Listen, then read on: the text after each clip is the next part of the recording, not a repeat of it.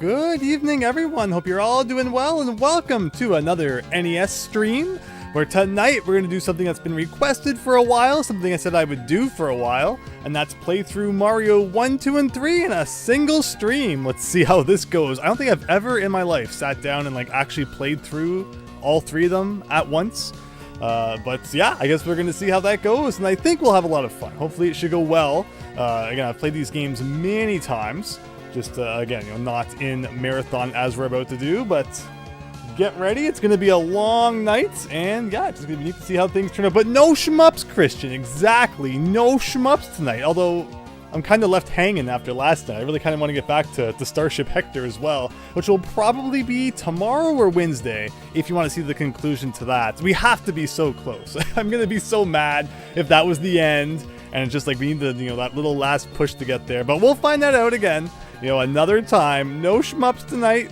It's going to be some nice platforming action, a genre I haven't played nearly enough lately because it's been Star Force, Star Soldier, Starship Hector, shmups all day, every day. And we got only good games with the good luck. You'd be raging on live? Yeah, we'll see. We'll see what happens tonight. Let me get my drink over here. Yeah, we're definitely gonna see what happens. Fingers crossed it all goes well. And feel free to, share your Mario memories. Just ask whatever you want about my opinions on Mario games. And I'm going to need some topics to hold us over. How long is this going to take? It really depends on how fast I feel like running through each of the games. I usually kind of take my time, smell the roses, enter the bonus rooms, even if I don't need any more lives or coins. We might skip some of that tonight to kind of, not drag this out to be 10 hours long, but we'll see. We'll just play it by ear. And what happens is what happens. What's for dinner? I had some, what's it called? Some sweet potato fries and just a whole bunch of weird things. Whatever I could fit into the toaster oven was what was for dinner tonight. But all right, with that said, let me pause that. Get this all ready. All right, everyone. Let me make sure the game audio is unmuted. It looks like it is. This is Mario 1. You may have heard of it before. Let's go. No death run, no damage run starts right now. This is my speed run. Donut Stell. See, already I'm turning back to get coins that, we absolutely do not need. Already failing the jump on the pipes? Wow. We're not going for world record pace here. We're going for, the slowest run to ever be done. So, should I be taking the long way? Should I take, every shortcut that shows up? Should I stop and get multiple coin blocks? I don't know. I don't know how we should play the games tonight. What do you want to see? Do you want to see, meticulous every single thing that's ever been gotten? I should just turn the game off right now because I don't even know how to play anymore. Just oh boy, this is going to be a long one, I can tell right now. Anything can happen, so don't even think of blinking. Already failing at the stairs. You would think I'd never played this game before. Wow, Mario 1, I heard about that game in some, ancient book. Found on a shelf one day. That actually was made of paper and not online. Do you like the lost levels? I do. I enjoy the lost levels. A lot of people like to rage at the lost levels and talk about how unfair it is. And sure, it has parts that are a lot more difficult compared to the original Mario 1. But it's about practice, right? And, I mean, there's not too much which is, completely blind. There's a thing here and there which is okay, your first time playing the game. It's kind of not the best. Should I should be kicking these guys? I'm just having too much fun to even think about actual proper Mario 1 strategy. Did you know you could go on top of the ceiling and skip the whole level? I bet you've never seen that before. Only in this playthrough will you ever see such a strategy. And see, this is skipping my temptation to then go down into bonus rooms we don't need and to go into different things. Why am I doing this? Why am I doing this? Why would I even try to go into the minus world in a run where we're not supposed to be doing it? I know it's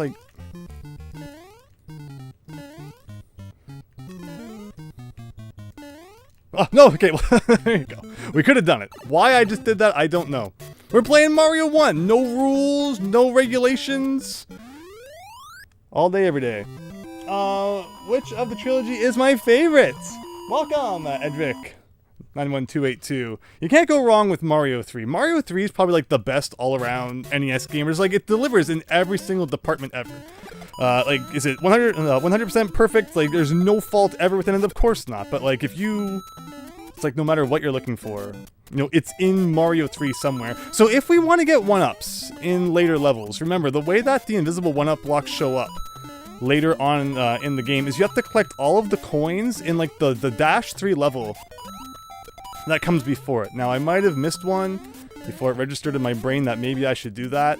But, like, if we collected every coin in 1-3, now the invisible 1-up in 2-1 will appear, and then if you collect every coin in 2-3, the invisible 1-up in, like, 3-1 will appear. It's such a weird system. But if you warp to a level, like, say I warped from 1-2 to 4-1, then the 1-up will always be there if you warp to that level. So, I mean, most people have probably found a lot of the invisible 1-ups that way and don't think too much about, like, the other weird way that you have to kind of spawn them. Also, there's the weird invisible coin blocks that always humored me as a kid. But alright, World 1. No death, no damage. This is it. This is the run. We're not using warps, David Ray. The plan is not to use warps. Otherwise, you know, shortcuts within levels and such, I'm debating on to what degree we're going to use those. You can really skip some levels in Mario 2 if you know ye old shortcuts. But should we do that is the question. Maybe I should play them like the long way for the first time in like 40 years. Alright, so see, we got every coin in 1-3. So then that showed up. It always confused the heck of me, out of me as a kid. You know, why sometimes it would show up and sometimes it wouldn't. Just like Star Soldier I was talking about last night. Like, see, we could go up here, but instead, we'll take the lower one. Like, do you ever go down this pipe and find out that there's actually another bonus room that looks like the one from 1-1? Because if you go up that vine, you skip this one. Which, I mean, you get more coins up there, so it makes more sense to do that. Plus, you even get, like, a power up here that probably no one ever sees. This is like a very untraveled segment of 2-1. Since I usually take the, the upper cloud bonus room. That's a multi-coin block. And then there's this block here, which is always tough to get. Because if you're big, it's like, I can't get that. But you gotta do like a weird kind of thing like that. Just to get a power-up that you already had. And then the weird invisible coin block that's right here, which kind of helps you get a bit of momentum for the top of the thing. And there you go. Will this be hitless and deathless, David Ray? We're trying. So far it is. GG Christian. How are we tonight, Max Howard? Good, thank you. I'm going to try to respond to as many comments as I can when I can. Didn't know you could do that. That's cool, so it's only good gamers. Whatever it was, I hope it was really, really cool. Yeah, maybe it was the minus world thing, or maybe it was about like the whole, making the 1-up spawn, getting all the coins. But yeah, so far we haven't taken a single hit. If we can keep that up, it'd be kind of hilarious. Like, we have fire. Why should we ever take a hit if we can burn all of our underwater foes before us here? Mario 1 has like the weirdest water. It's like, suctions you down. So strange. Then it's like, ugh. And the top, like, you can never actually like jump out of it like you normally can in other Mario games, but you can still like walk across up here. Like, this looks really, really wrong by doing that. And then they put like a block in later versions above the pipes that apparently you can't squeeze in there. I've never done it personally though, so like I'm not sure exactly what it is they're trying to correct there. But there you go, 6 levels down.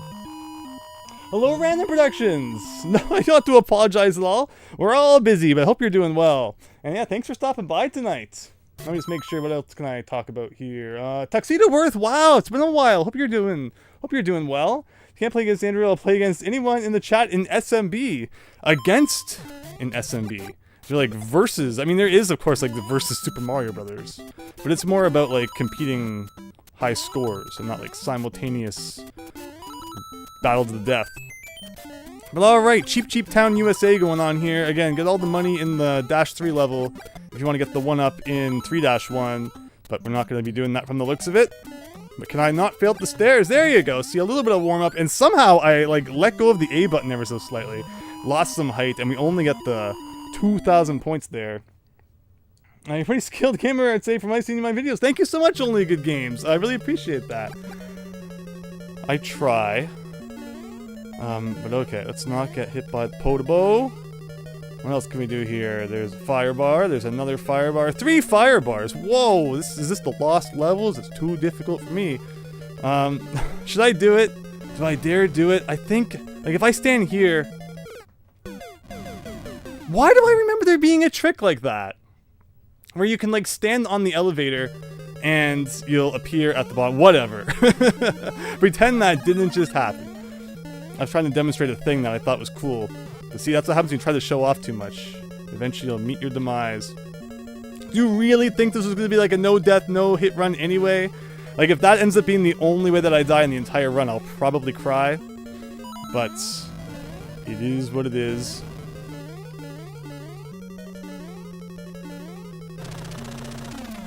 You're doing well! Anytime. Yeah, thanks, Random Productions. Tuxedo Earth always wondered why in 3D games Mario needs air to come out of the water. And in 2D games, you can swim in water as much as you wanted. Yeah. You know, air and fall damage are very much like, you know, 3D Mario things. Where obviously, you know, in the 2D space, it's like he can just do whatever he wants whenever he wants. But of course, fall damage was a thing long before 3D games, and we played Spelunker. We all know what fall damage looks like on the old NES. And, you know, Donkey Kong and stuff had fall damage, of course, as well. But yeah, air meter very much a thing in 3D games more than the 2D ones, for sure. Alright, here we go. Yeah, Hammer Brothers introduced in 3-1. So if you want to get this vine, don't try to spring into this area. You can get up there and grab it like that, much easier. As I always used to try to spring into the middle as a kid. And it's like, you'll never get the perfect angle. Oh, can we do it? Can we do the thing?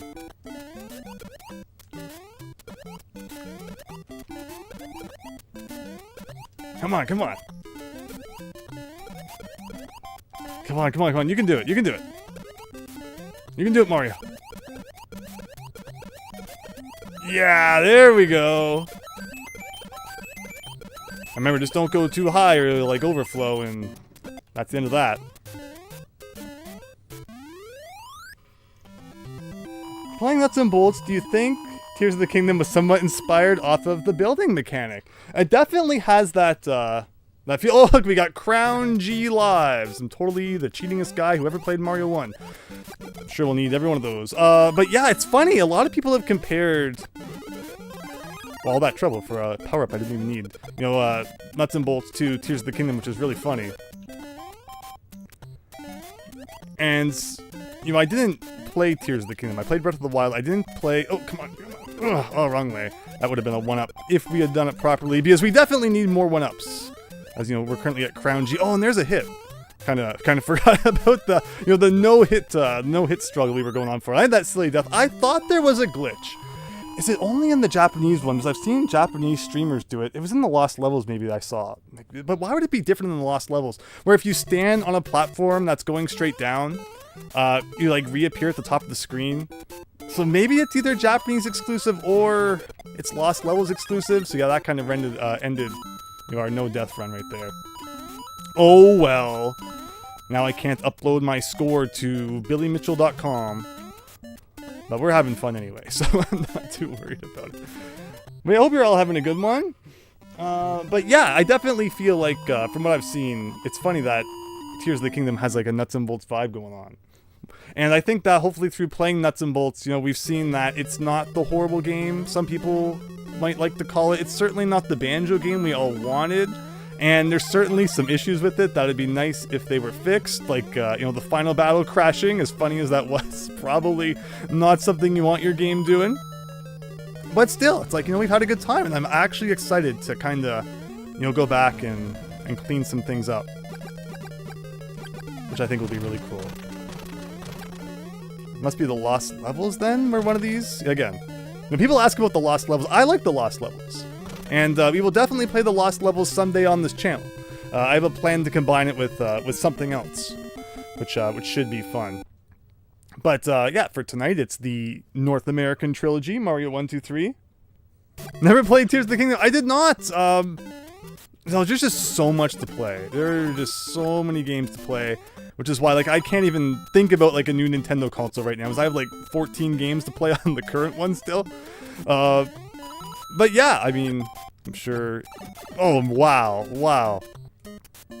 Well, I guess we gotta go down here now and get this thing. See that fireball bounce like right over that guy, though? But see, if you come into this room big, you have to do this cool thing, where you slide under it like that. Because if you are already big and you want to get a fire flower out of it, it's really tough to get into that small gap. But you run, you duck, and then you can hit it like that. And that's how you get that power up. Well, yeah, we're almost like halfway there. I like the speed we're going at. Again, I'm not really a speed runner, so I don't play games like super fast. I say as I fumble completely at the stairs and come down here and get this multi-coin block for some reason. As a kid, always loved that there was this multi-coin block here. It just kind of really differentiates this end of the level from all the other ones.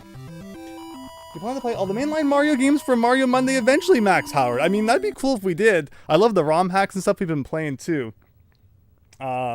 But yeah, I mean, just kind of whatever we feel like playing Mario-wise is what gets played on Mario Monday. You'll love Tears of the Kingdom, but it's a very long game if you're going to collect everything, excluding the Koroks. Yeah, so Koroks, I know it was a big thing in the, in the Breath of the Wild as well. Let's see, can I remember which one it is? Oh, not quite. I'm really off. There you go. Don't forget about that guy in there. Of course, 4-2 is the one. The one you can use to try and get World 8 instantly if you want. But we're going to play it the normal way here.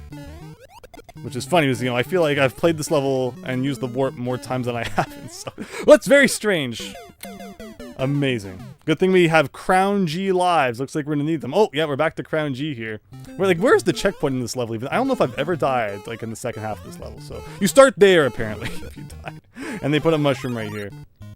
Amazing run. You will never see a better run of Mario 1 on any channel ever. In fact, I think Cosmic was, like, streaming at the same time, so I'm competing with him. Just like, yeah, that's a great idea. Whoa! You should be smart and like drop down the right side of that pipe to the ground and then jump to the right. I must have just grabbed onto that platform by like a pixel. Like his toes clenched that corner in order to get into that pipe. That was close to right, exactly. MakeCC, you're not in a hurry for a new Nintendo console. You're just sick of them calling it Switch 2 as a placeholder name. Like, yeah, it's funny because like years before the Switch came out, we had a code name for it. We had the NX that we were all hyped and talking about.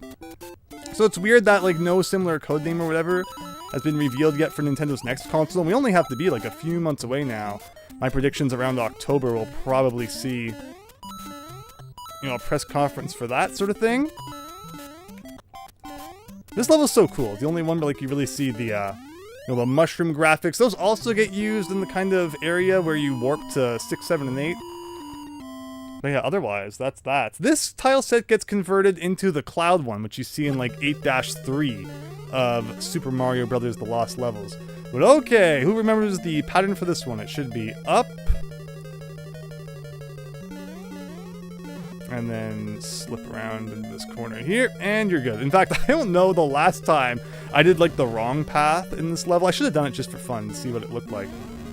But it would have had to be when I was like really, really young. Whoa! Mario almost got burned there, but not quite. Hi Diego, welcome! Hope you're having a good one. Windows never released a 2 of any system, so yeah, it's definitely not going to be called the Switch 2. Guesses for what it might be called.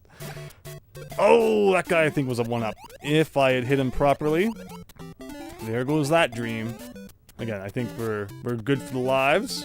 And of course, that 1-up trick that we do in 3-1 in this game can very easily be done at the very beginning of Lost Levels. So already, there's like a trick given to you right off the bat to max out your lives should you wish in that game. But of course, in the Lost Levels, you're also, no 1-up there, because we didn't get all the coins in 4-3.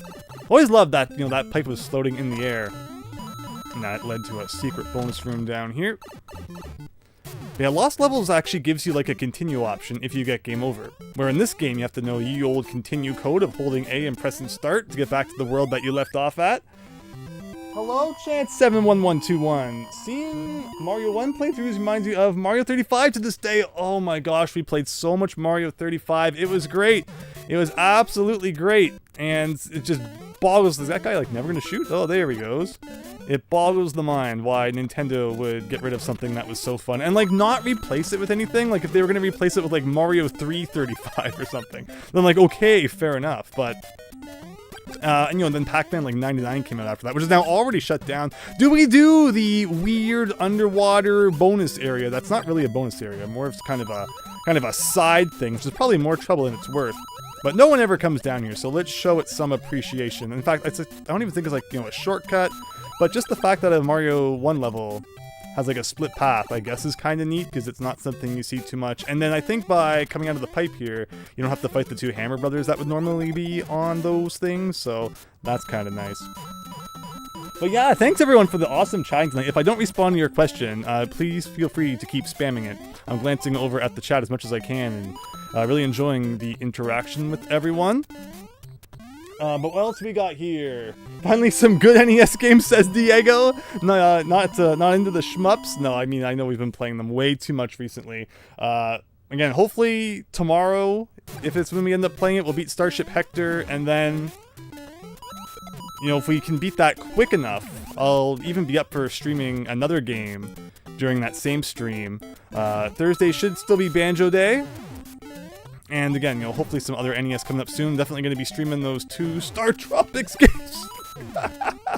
Oh yeah, that's what we're looking for. Thank you, Bullet Bill, you're the best. Definitely an intentional jump right there.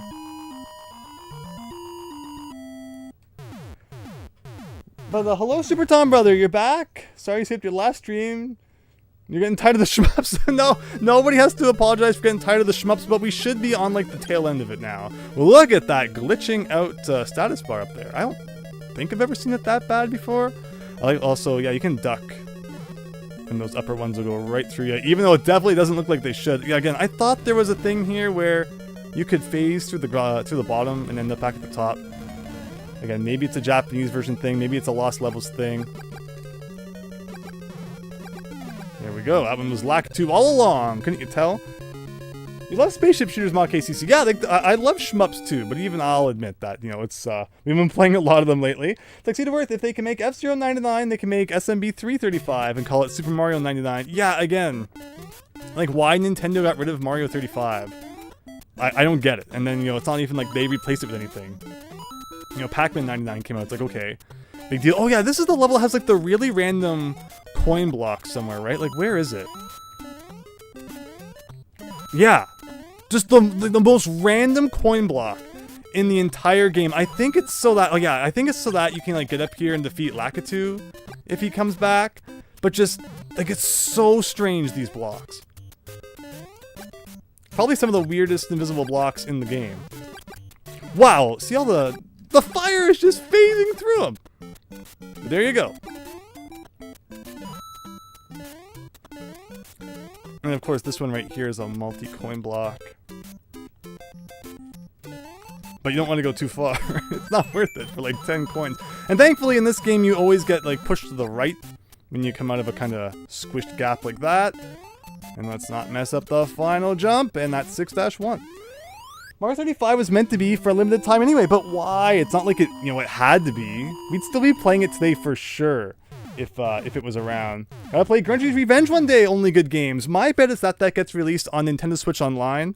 And I would love to play it that way. Love to see what it looks like in ye old HD. You can go down here and get like 40 coins. I think this is like one of the longest levels in the game. This level has 3 split paths, I believe. It has that pipe at the beginning. It has a vine, I think in one of these blocks, right? Or no, maybe it's these ones here. And it also has an underwater section too, I believe. Like, let's find the underwater section. I don't think we've actually gone into like a cloud bonus area yet. But it's like, we all know what that looks like. It's always the same. It's like a big gap, right? Can you jump this gap? Okay. I think it's when there's like 3 pipes that kind of look like stairs coming up. Oh no, this is probably the water. No, it's not water. It's just an underground area. Oh, so I get to demonstrate this time. There you go. That's how you do that. And this takes you forward or back. But yeah, this is a really huge level. 6-2 is for like some reason really big. You honestly don't believe the next Nintendo console is going to be another Switch? I think it's been confirmed it's going to be backwards compatible. I mean, I think everything is just kind of rumors leaking right now. But you'd have to think the next console is going to be backwards compatible with Switch games, probably. Alright, 6-3, everybody. Probably one of the most difficult levels in Mario 1. This is just like a lot of floating platforms. Floating, moving platforms, but like we should be okay. Lost Levels, if you want to talk about Lost Levels, has a lot of levels that kind of look like this. And like I said, we'll definitely be playing Last Level someday. Ooh, my A press was not timed properly there. And of course, springs can also be kind of jank. This should be it for this, and there you go. The one weird, like, white-gray level, which looks kind of cool. You'd think it had, like, ice physics, but it doesn't. No ice physics in Mario 1. It was mega freaking popular. Yeah, right, Tuxedo Earth, exactly. It's like, so many people were playing Mario 35. I just don't see the... I don't think I can touch that. I just don't see the incentive to take it down. I really don't. Like, they didn't want people, like, playing Mario 1 levels for free or something. You will buy Mario 1 on the eShop, which actually doesn't even exist, because it's, like, all on Nintendo Switch Online now, which you had to have to play Mario 35 anyway. So it's like, I don't know. I don't know what they were thinking with that one. But that's World 6. Max Howard, didn't they confirm backwards compatibility? Yeah, something like that. Exactly, Max Howard. It would be ironic if they released Grunty's Revenge before Banjo-Tooie on Nintendo Switch Online. Yeah, we got some more Rareware games on the NES just a couple days ago with Cobra Triangle and all that. So yeah, hopefully... So is there a way to get... Max Howard loves Mario! With the 199 Super Chat, thank you so much! Is it even possible to get this as Big Mario? Because, you know, normally it would be a mushroom. I don't know if I've ever gotten that as a flower.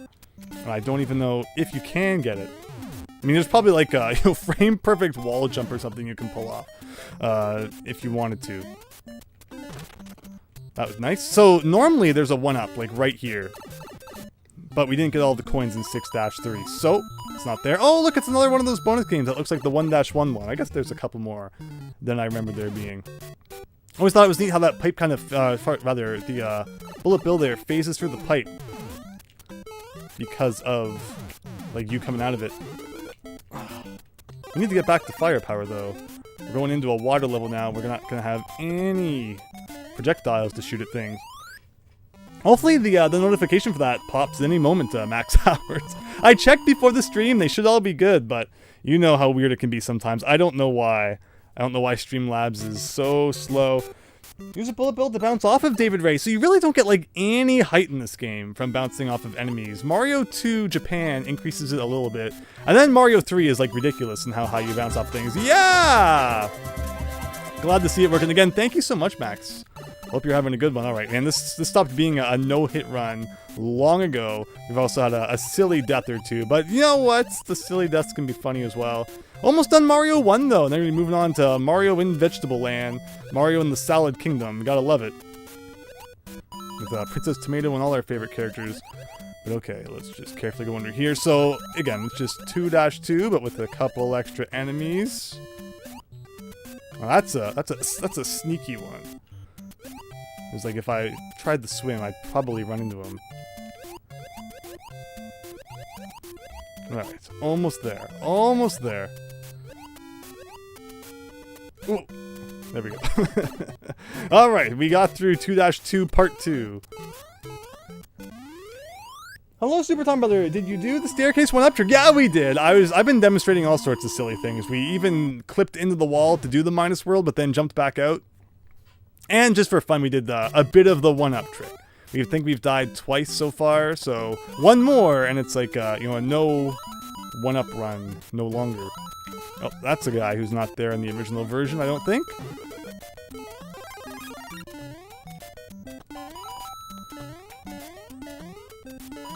Yeah, nobody likes Cheep Cheeps.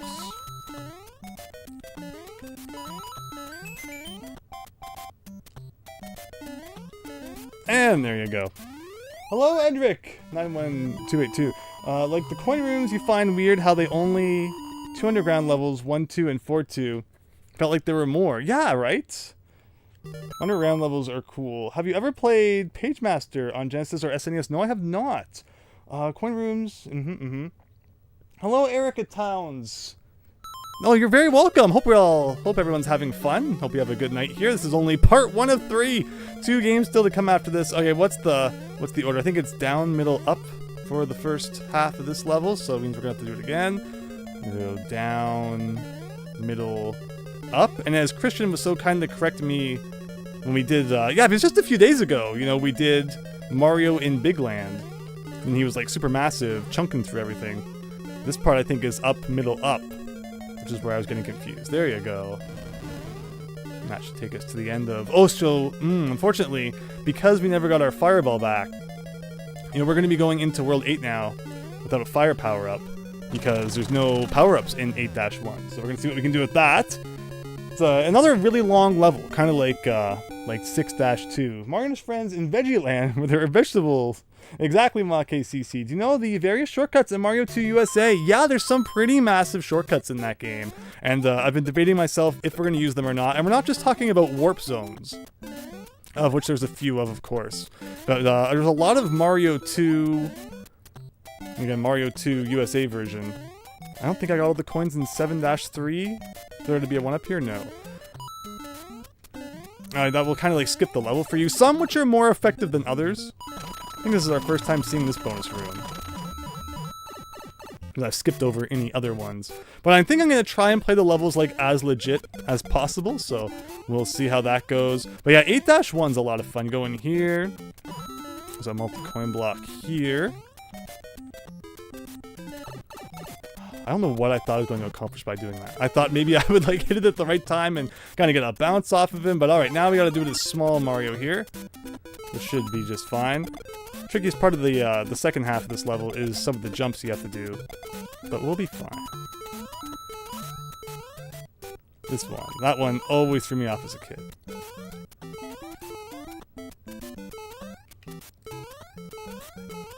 There you go. 8-1. The good old classics, Doom Mastermind 1985. Welcome. Do I like Sonic 1? I do. I like the Genesis Sonic games. Sonic 1.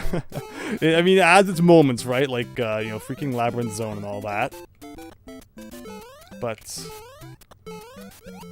So I think the way it worked with Sonic 1 was, like, if you open up the level select in Sonic 1, you'll see that the worlds are actually out of order. It's kind of like a look into maybe what the original order of the worlds was going to be. And the plan was originally that the game was going to get more robotic as it went on, which is why Labyrinth Zone, I think, was actually going to be like the second zone. And then Spring Yard Zone was actually going to be closer to the end, but Spring Yard Zone's not that hard. So eventually they kind of bumped that one forward, put Labyrinth Zone after it, and then you get like Starlight Zone and, you know, the Mech Zone or whatever. Oh, here's the worst jump in Mario 1. There you go. We did it.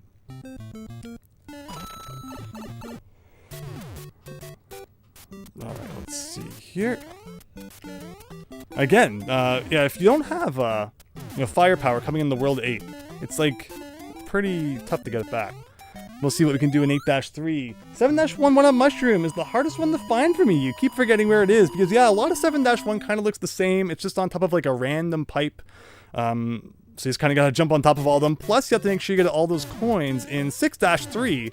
And we, you know, talked about how difficult of a level 6-3 was. Oh, you didn't. You didn't. Okay, and again, this level's nice because you can actually get double powered up here if you don't lose it. Let's see if we can take fire to the final battle.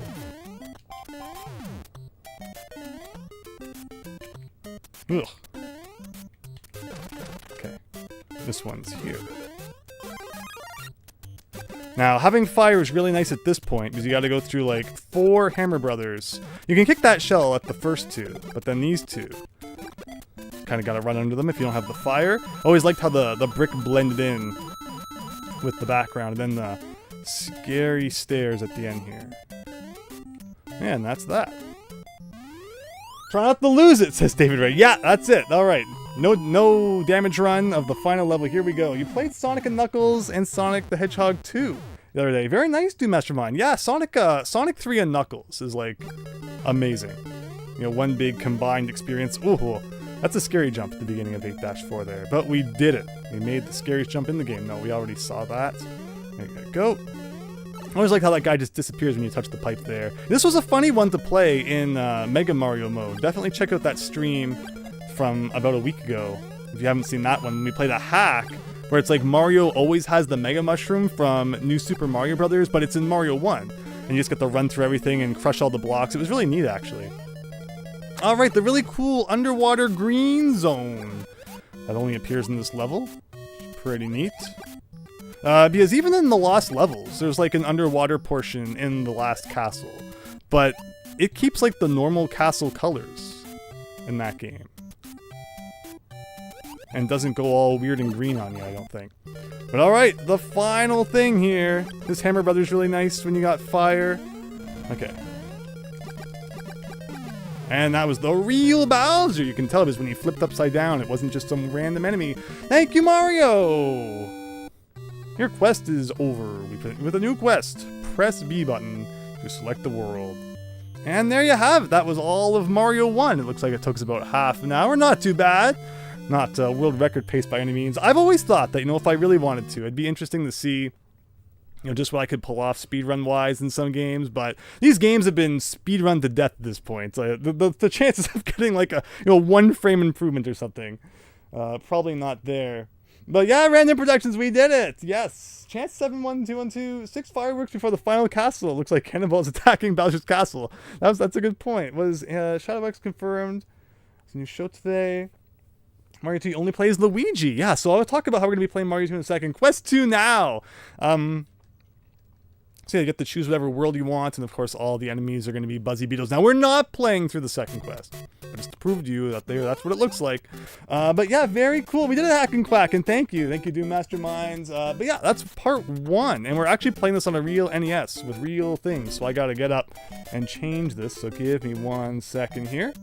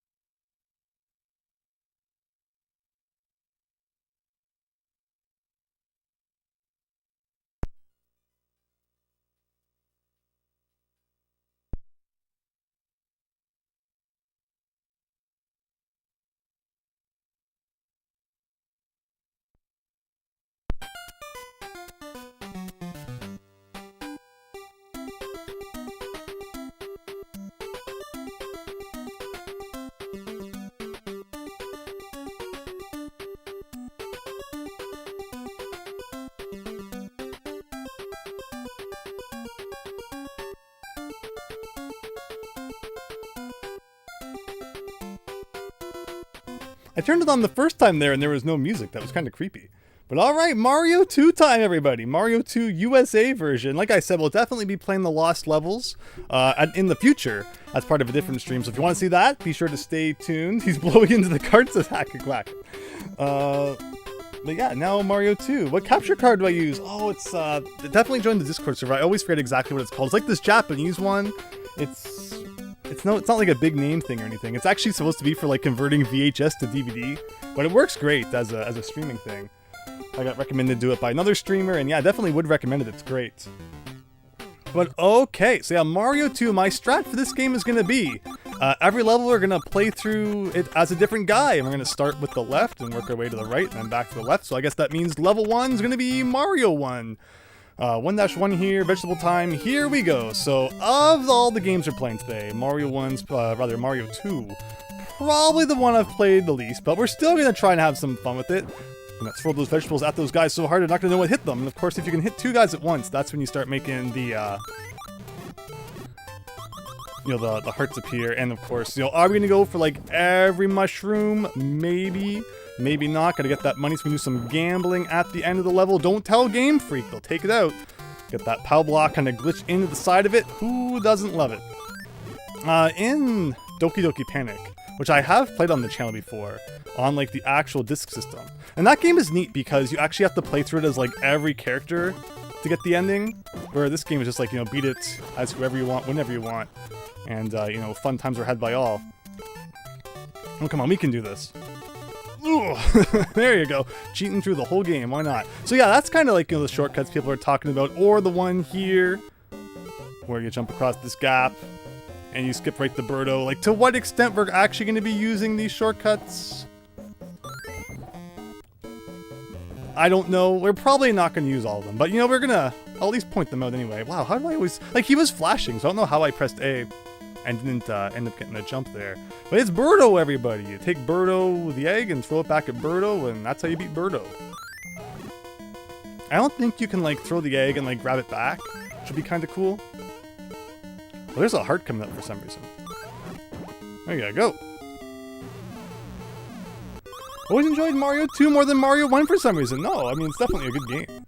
Everyone's going to have their preference there. You still have your Dazzle left to you? So I still have a Dazzle as well. And I use it for screen capture sometimes.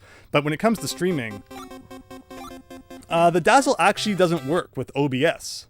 So my hand was forced to get the thing that I'm using right now. But alright. Good old this guy here. Gonna steal his magic carpet. And you can do some... do some funky shenanigans. Since we ended up with Luigi here. Wow. I'm gonna be pretty embarrassed if we die right off the bat with Luigi here. And it's weird, when you pull a one up out of the ground, it's like solid in the air for a second there. There you go. Gets you back up to full health. Also gives us a chance to do some gambling. And I mean, let's just, draw things out a little bit because we're going to be skipping the whole level anyway. Jump up on top of this guy. And then come up here. And that's that. So, alright everyone, I'm going to share with you tonight my ultimate super secret that you've never seen anywhere before. How do you do it though? How do you do Okay. So many people are going to be making YouTube shorts out of this by the time I'm done. You put the thing here, where there's one... You see, this guy's coming to mess up our party here. There's one tile above the door, and then a semi-solid kind of landing, right? If you pick up a coin, the instant that you are about to leave the subspace, and you have a platform positioned like that, something funky will happen.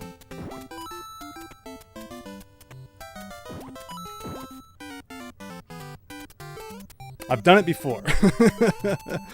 Maybe we'll try it again later. I did it though.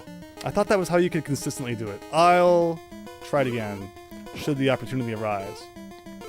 Trying to, share cool things with us, with everyone, as we're playing the game here. Instead, all I gotta do is throw eggs at this Birdo guy. And there we go.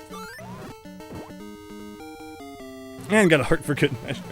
What about the mushroom, David Ray? Yeah, so, the second mushroom in this stage, it's inside the cave that we never went into.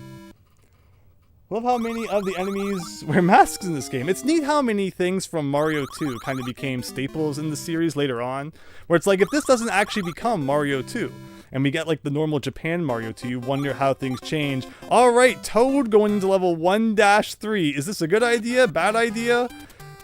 I don't usually play as Toad, so we'll see how it works, although so far he's actually doing okay. Of course, his thing is that he picks up things faster than anything ever. And we should be able to get like a mushroom right here. But the star's down there, so by the time it gets to us, the subspace is probably going to be over. Yeah, Toad actually doesn't feel too bad. He's pretty fast, and his jumping feels solid enough. I think the other mushroom is like actually up here. If you pick up 5 of those rashes, at once, time freezes. But I thought that, like, the log was going to freeze as well, so I almost jumped where the log wasn't, which is kind of funny. And of course, down there's another potion bottle, which you can take to the vase over here on the right to warp to World 4. But we're not doing that today. Instead, we gotta climb up this tower with Toad and try and get that key at the top. And of course, if you were playing as Luigi right now, this would be, like, super simple. But even this, it is high enough for Toad. Wow. So it's funny, all the character stats were changed between, like, Doki Doki Panic and Mario 2. So if you've never played Doki Doki Panic, I definitely recommend checking it out. Again, another cool thing about it is that you have to play through the whole game as all of the characters. Which certainly makes it feel longer, because Mario 2 is only 20 levels otherwise. So it's always kind of felt like a shorter game. But the levels can be pretty long too. Or like, yeah, Mario 3 has like 100 levels, but some of them are like super short. But alright, so again, Toad actually, playing as the fastest dude is actually kind of an advantage right now, I can't deny. And that brings us into this kind of weird room right here before the boss, which may or may not be Mouser at the end. Got like a power block down there, sniffits all over the place. Should we get the star? Why the heck not? I don't think there's like any bonus for hitting like a bunch of them in a row in this game, as some Mario games have when you have the star power. And just like that, it's Mouser time. We're just breezing through Mario 2 here. I guess I did use a shortcut in the first level, but...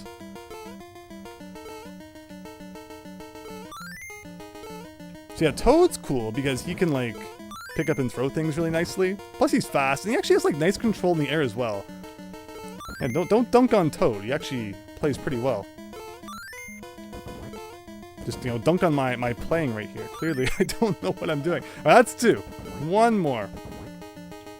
I think we still got like a no-hit run going as well, which is kind of neat. All right. It is Mouser, says David Ray. Super Mario Brothers 2, you always thought was way better than Mario 3. You played 2 and 3 on Mario All-Stars Collection. Yeah, Mario All-Stars is great. Tuxedo Earth had on Xbox back then. GameCube version, Sonic Gems Collection. The Sonic collections have always been good. All right, Peach time in 2-1. Let's see how she can do in the desert here. It always looks like you can kind of go to the left there, but you cannot. Yeah, Pyramid time. These guys can be kind of a pain. Also, Peach's floating ability is always a fun time to be had. Something that would be carried over into many other games as time would go on. I think there's a mushroom on this platform somewhere. Just like that.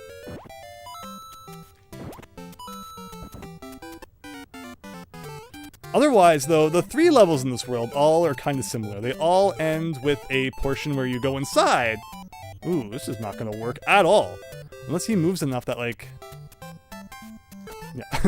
I think there goes our no hit run, but it was bound to explode at some point. And then there goes that as well.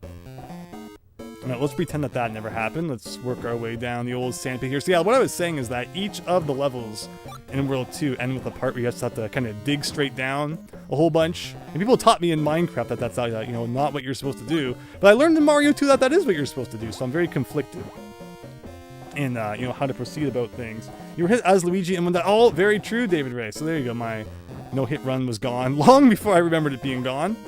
I even got Sniffit kind of coming here to cramp our style. I think that the bullets still hurt even after they've hit the wall and they're kind of in the middle of falling there. Okay, can we... What if we could defeat Birdo with the star? That'd be kind of cool. Doesn't last long enough. I don't know if I've ever done that.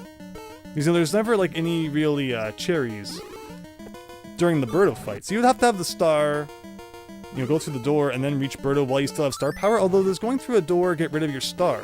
Is a good question. I don't think it does in this game. But that's that. Unless I mess up the jumps at the end, which would be super embarrassing. You've done it yourself, David Ray. Oh, that's cool then. Alright, let's keep getting those extra lives. So back to Mario then for 2-2. Peach has the floating ability, but like you tend to kind of rely on it too much. It can almost kind of mess you up. You get overconfident with it. Although, yeah, those guys, I'm always messing up with them, but it's okay. The no death run lives on, still. Where should I put this? Here? Please? Ooh, no! Horrible. And that's not going to be anything in there. Okay, so...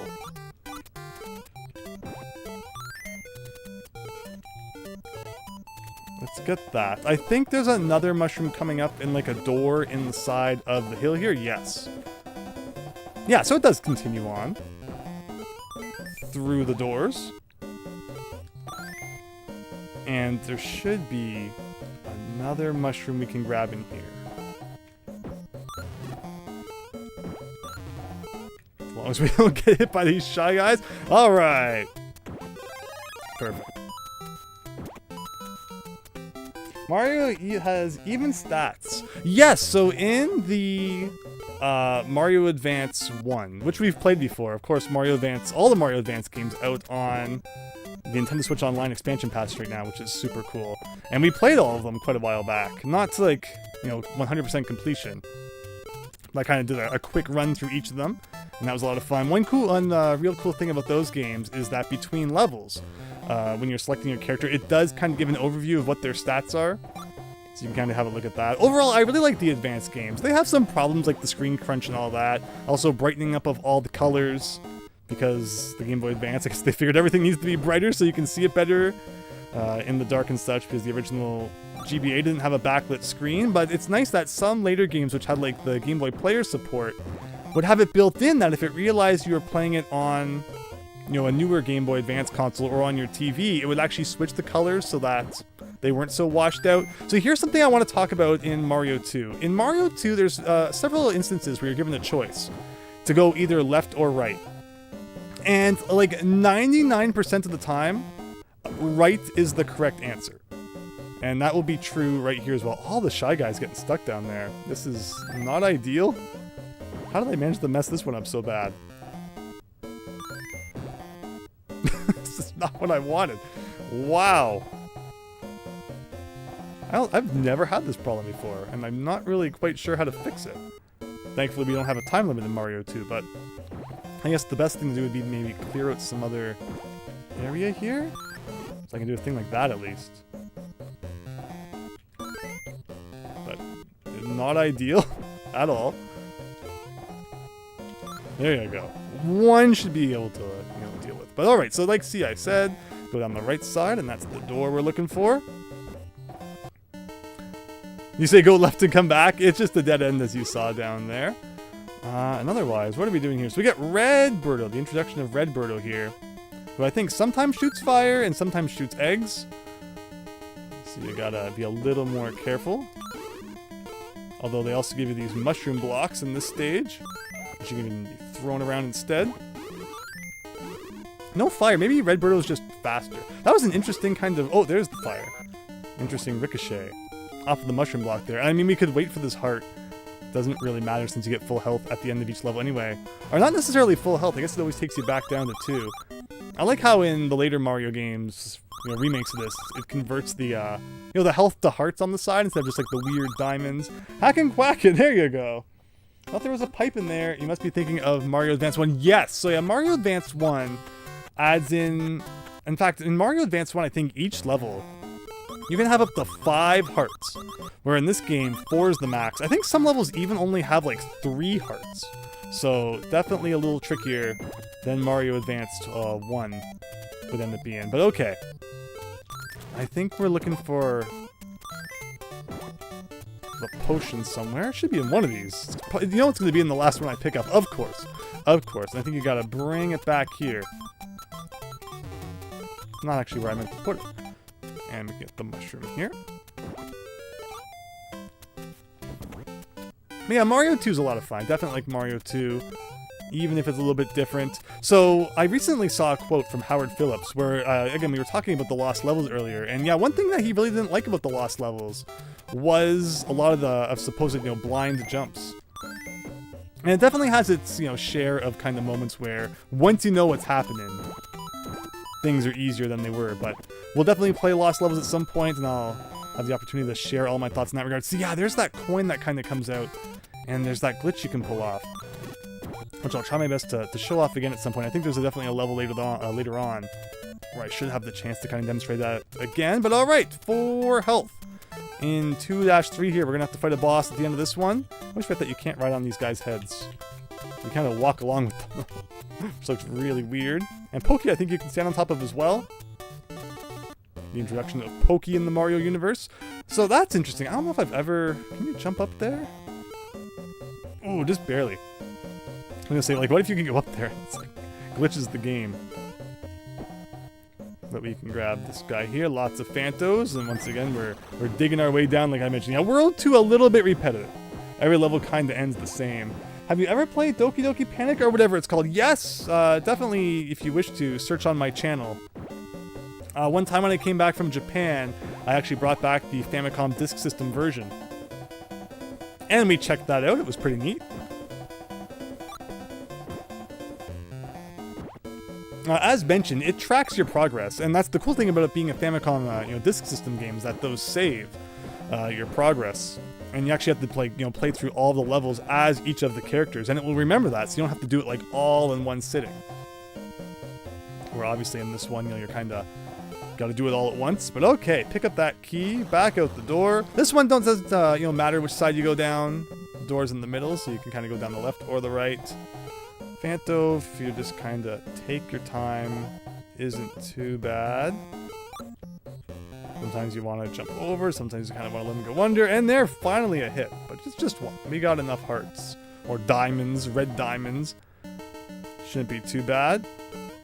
And there's an opportunity to get like a whole bunch of cherries here. so you can get like kind of star power and run through all this, but you don't really need to. It's not too bad.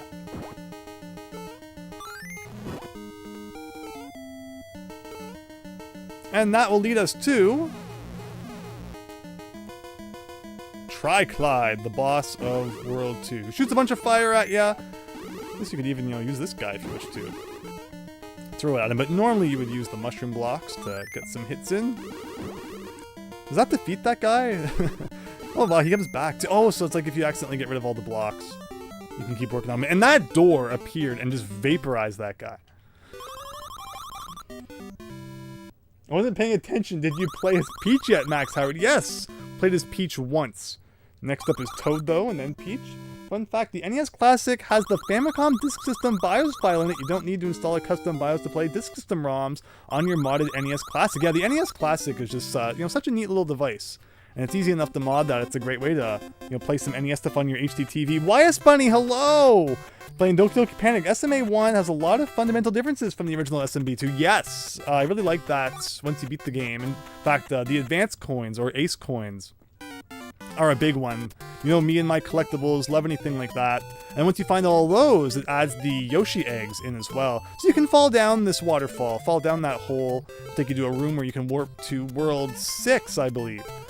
From, 6 to from World 3 to 6 is a pretty big jump. But that's not what we're doing here today. We're working our way up this waterfall. We're gonna need to ride on this guy. And we're approaching the halfway point of...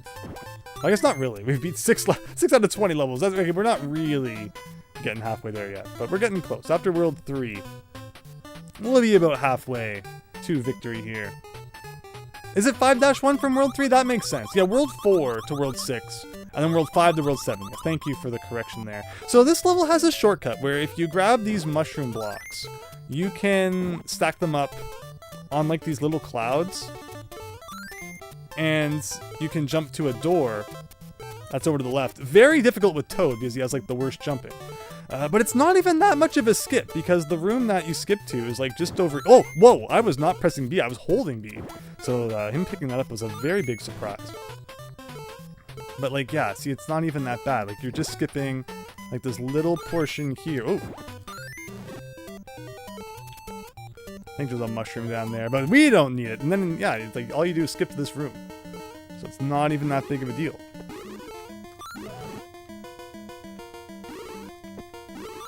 And this is actually a great spot to have Toad because he can pick up the eggs really quick. Some guys who pick up the eggs a little slower, it kind of leaves you as a sitting duck and you get hit by the next projectile. But in this case, wow, Toad's just not used to his throwing, I guess. Getting a little too aggressive there, but there you go. 3-1.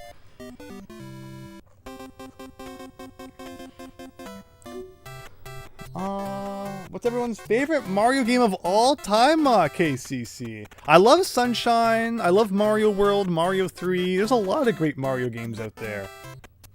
You haven't beaten it, but you think it's a lot better than people give it credit for. Only good games.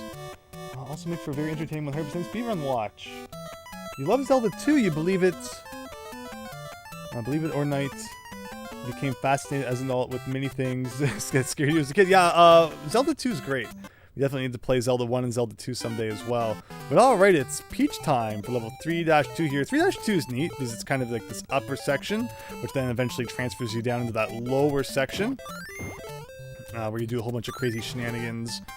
Should also be a mushroom over on the right here, which we might as well grab. I think we still got the no death run going. We might have, lost the no hit run. But the no, I'm trying to throw that over the where this is. But the no death run lives on. Oh no! No, I should try to do the thing again. Someday I'll remember. Tuxedo, the original SMB is your favorite game of all time. That's fantastic. Yeah, as we just saw with SMB1, it's a great game. Always a good time. Can you do the glitch here? It might be a little difficult with Peach. Like you get up on the roof. Let's see. Can we does she jump high enough? And can we curve? I thought there was a thing where you could do that. Maybe she's not doesn't get enough height, but you can I think walk along there and skip this whole underground section, get right to the ladder that leads you to the boss. But Not today, apparently, as Peach at the very least. No, you gotta go down and around with this one. Let's do a thing like this.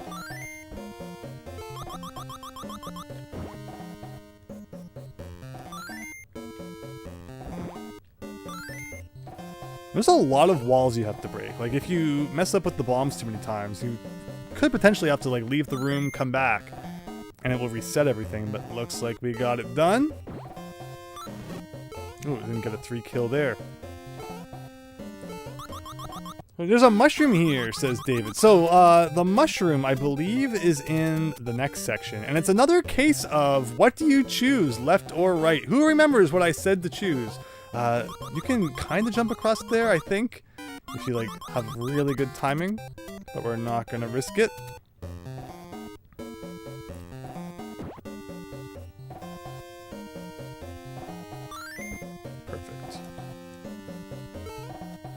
Yeah, so right here is where you have an opportunity for another mushroom, but you only get 1 bomb, so you have to choose if you want to break the left or the right set of blocks. And just like last time, right is right. That's where you get the mushroom there. And don't worry, that quiz will come back again, so don't forget what direction you should always choose in Mario 2. And just like that, it's door time. And another battle with Birdo here. So back in December, I was thinking about how long the stream was probably going to end up being, and how it's going to be one of my longest ones. When Mario Wonder came out, you may remember, I brought it home from the midnight release and played through the entire thing in one sitting. 13 hours, over 13 hours it took us to 100% pretty much Super Mario Bros. Wonder on that first night. And then YouTube was so mean, and it doesn't save VODs over 12 hours, so it cuts off at like 11 hours and 55 minutes. And I was thinking about how that's one of my my longest streams. We also did one back in December, where I beat 10 Super Mario Bros. NES ROM hacks in one stream, and I was surprised when I was looking at it. It's like, oh, that was 7 hours. Well, that was a really fun stream. It actually didn't feel like it took that long. And then that when we play some Mario 2 ROM hacks as well. I think that the mushroom is on top of one of these. Yeah, okay. Getting powered up for level 3-3, which can be tough. Can be a little bit of a tougher one if you're not prepared. Let's see how we do. Another one that's inside like a tower here.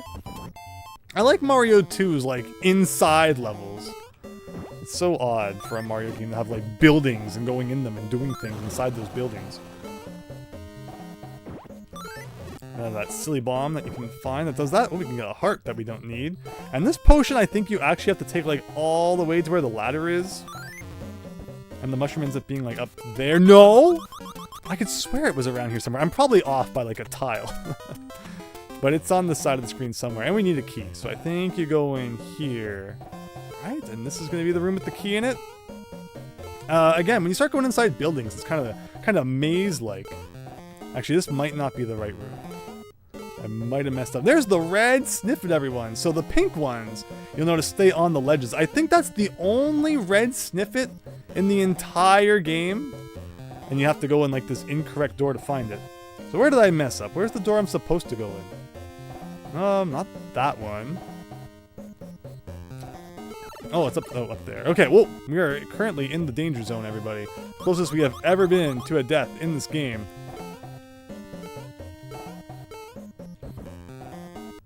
But we got to ascend these platforms here to try and get the key at the top. And with the weird scrolling, you definitely don't want to accidentally plant your face into an enemy by accident. But yeah, with no more opportunity to get a mushroom, and with hearts relying on our ability to defeat multiple enemies with like a single throw, the no death run is certainly in danger here. We're gonna see what we can do. And it doesn't help that we gotta deal with Phanto here. I didn't mean to go off the side of the screen and come around the other side.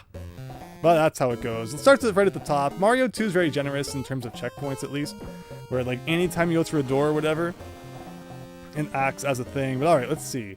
What if I just run to the left constantly? Would that have worked? Oh, not quite. See, he disappeared there for a second. I was like, oh, I can slip through when he's not there. But he got me. But just like that, we're working our way back down.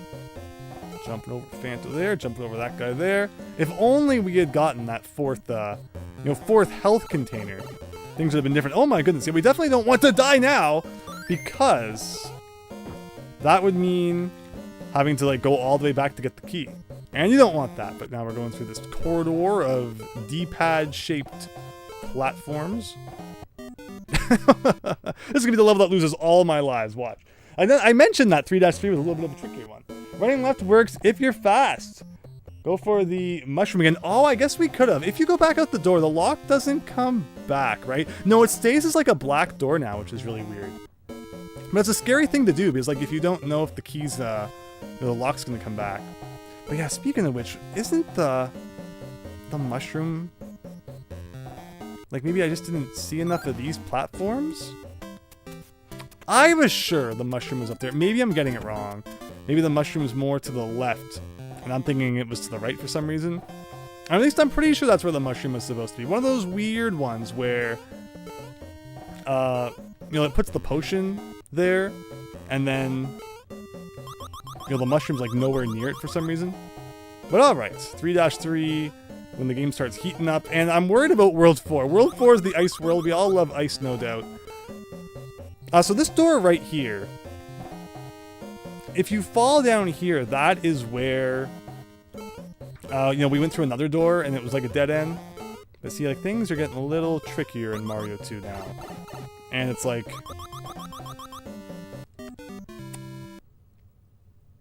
testing my memory a little bit. And that's a tricky spot, because there's like nothing you can do to get up there and defeat those guys, so you kind of just gotta let them rain down on you. I think I might actually be able to go... Yes, you gotta be really quick there. And that's 3 deaths in 3-3. I mean, if you're gonna have 3s, you might as well have 3 of them, I guess. And we get the Sniffit guy here. Let's hope that this is getting close to the end. And that was a really lucky kind of trip to that door. Yeah, see, was there any reason to... Oh, okay. So you kind of did have to do that.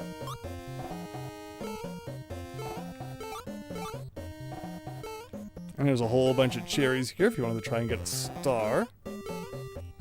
So in Doki Doki Panic, I don't believe there's a run button. In this game, you hold B, and you can get that bit of a speed boost that you expect from a Mario game. But one difference between Doki Doki Panic is that there's no run, if I'm remembering that correctly. So that's definitely an odd difference between this and that. But yeah, definitely don't think that this is just Doki Doki Panic with like a new coat of paint. They definitely made a lot of localization changes to make it a smoother experience, while also changing things like not having the beats every level with every character, which I think would maybe have added a bit more meat to this game, as it can feel a little short. But it's Mouser time again in World 3. Just saw this guy, and already it's time for round 2. I think he takes like 5 hits this time.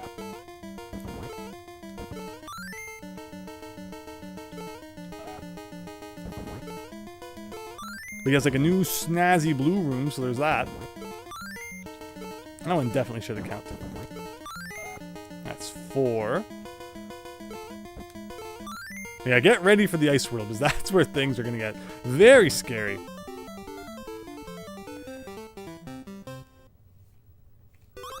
Five hits required. In SMA 1, it was Robo... Yes!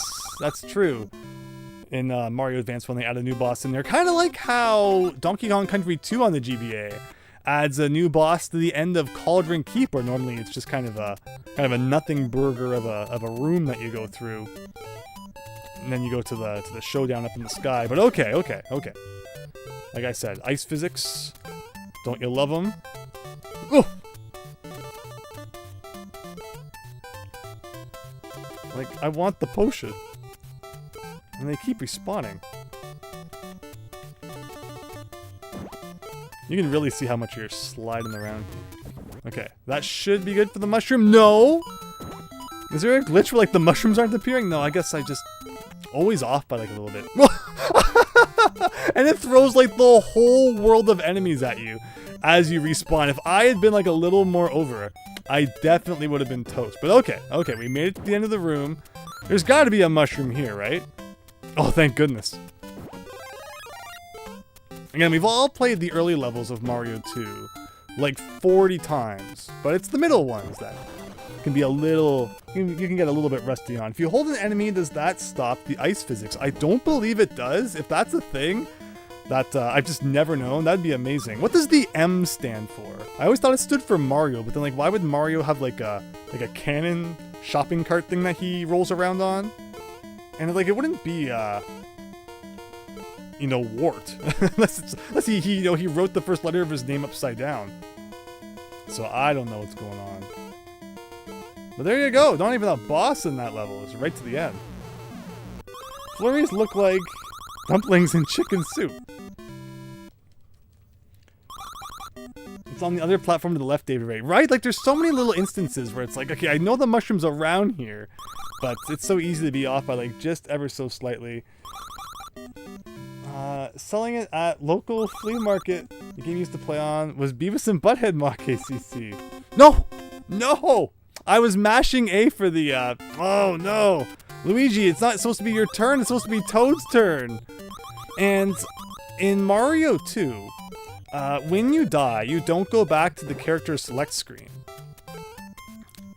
I think they changed that. I don't remember if it was changed in All-Stars, but definitely in the GBA one. If you die in a level, you then get a chance to choose a different character. Like, I toasted that guy. But see, in this game, even when we die, we're still going to be Luigi. And like, that's like the world's longest room. And there's just nothing you can do but dodge, dodge, and dodge. Where's the ones coming from the left again? Like, that's what I want to do. Get up on this guy. Just kind of juggle on top of him as long as you can. And this is obviously, you know, a good use of Luigi right here, but not who I meant to choose for this level.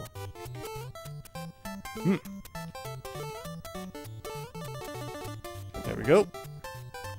And that takes us to like this weird whale area where there's definitely a mushroom on this guy's tail. So whenever I would play Mario 2 as a kid, I would just do every level with Luigi, so I'm definitely used to kind of his wonky jumping and awkward physics at times. I always used to play the Lost Levels as Luigi as well. I never really noticed how much he skid, I just enjoyed that he jumped higher, but these days I definitely opt to play as, you know, Mario in that one too. Where's the mushroom here? Is it like back here? I shouldn't have pulled up all the grass. Not that we really need it. That can also be used to access the warp zone, which is in a vase underneath a platform up here. We can also get the star. Why the heck not? It's also nice that the ice physics are, you know, platform specific. So it's not like you're sliding all over the top of the whales or anything. Like, it's only when you're on top of the ice block. So they, you know, specifically made that distinction, which is good. Where some levels or some games, it would just be like, alright, this is an ice level. Literally everything is slippery, whether it looks like it should be or not. This one I do remember though. This is a weird one where you bring the potion like all the way over here. How you would ever figure this out, I don't know. Jump over these guys. I think the mushroom's on this platform. Like, that's so strange. No one's ever going to do that. But once you know, and you don't forget it. But this level, we actually do have to fight Birdo at the end, on top of ice, because why not? So what should I do? How should we correct this? I think... It's unfortunate, too, because it would have been Peach for the next level, and that would have given us an opportunity to try the thing that Nintendo Power says definitely does not work, which is using Peach to skip a significant portion of 4-3. I guess we'll play as Toad, and what will happen is the next time we hit Luigi's spot, we'll just skip it, and then we'll kind of get back into the groove through there. But yeah, Toad for 4-3. I don't think I've ever done this before, so we'll see if this is a disaster or if it ends up working out. But it starts with Birdo right at the end. That can't happen. But before that, there should be a thing here. Get that health right away. So they put Birdo at the beginning of the level and you can defeat him, but nothing really happens. What you really have to do is use the egg here to get across this gap. And then over here, you gotta go in this tower and then down the other tower. And Nintendo Power, like issue 7, makes a note that you can't jump the gap.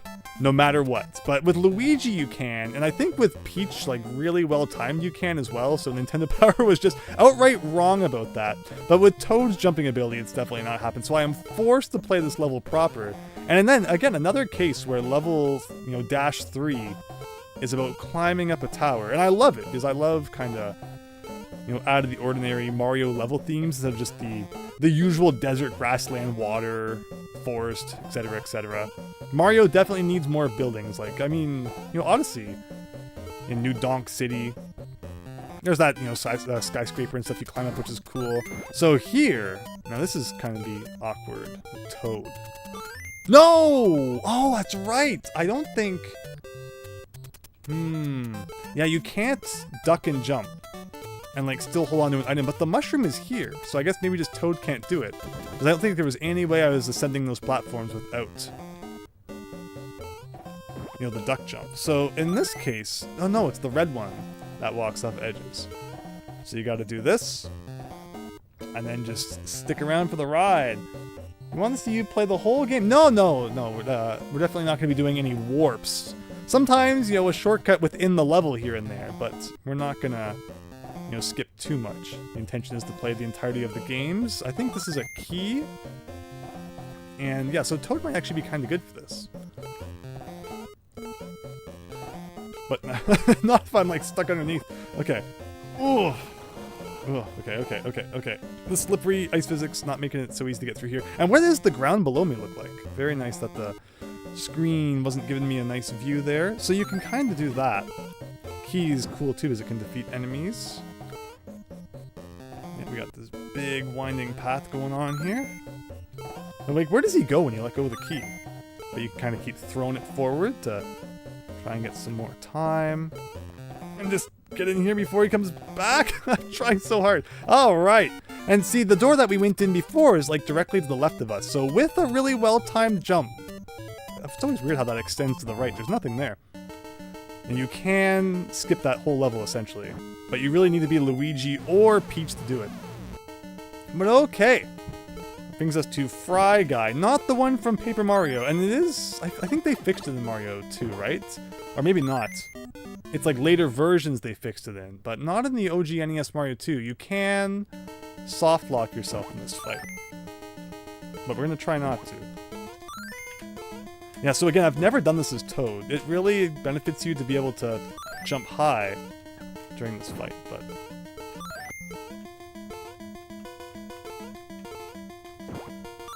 Oh.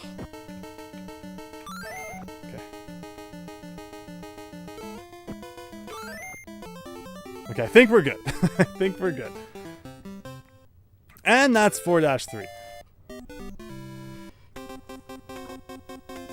If you have an invincibility star, you can defeat Phantom. Interesting. The ice towers remind you of Ice Climber's Chance. That's like actually a great comparison. And they're in Japanese bars. Isekais. Boss of the ice level is a guy made of fire. That makes sense. That is actually a really good point. Alright, Peach going into 5-1 here. 5-1 starts outside, but it's actually a cave level, which is pretty neat. I had so much trouble with this as a kid, getting by that guy. He would always wreck me, but like you can just throw the Shy Guy at him, so I don't know why I had that much trouble. Is there a mushroom here? We can get some money for gambling, though. But this is always a cool level. I've always liked this one.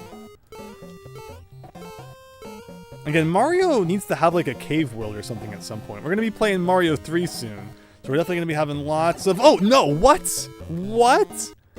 Like, you can't just float and kind of wait for him to come up? Like, you have to let go of A so that you're descending and then land on him. That's interesting. But this is actually... Oh! I was going to say really cool for... timing your jumps on top of the fish dudes, but it didn't quite work as I was hoping it would. So what's the deal with this then? Is the mushroom here? No, it's not. Another case of, like, the mushroom is not where the potion bottle is, it seems. And I know where the other potion, or rather the other mushroom in this level is. We'll see if everyone remembers the rule we've discussed. But yeah, being up above the screen and then trying to land back down on the dudes is a thing. No, I did it again. Oh, But somehow I saved it. Somehow I saved it. And we're definitely going to try and do, like...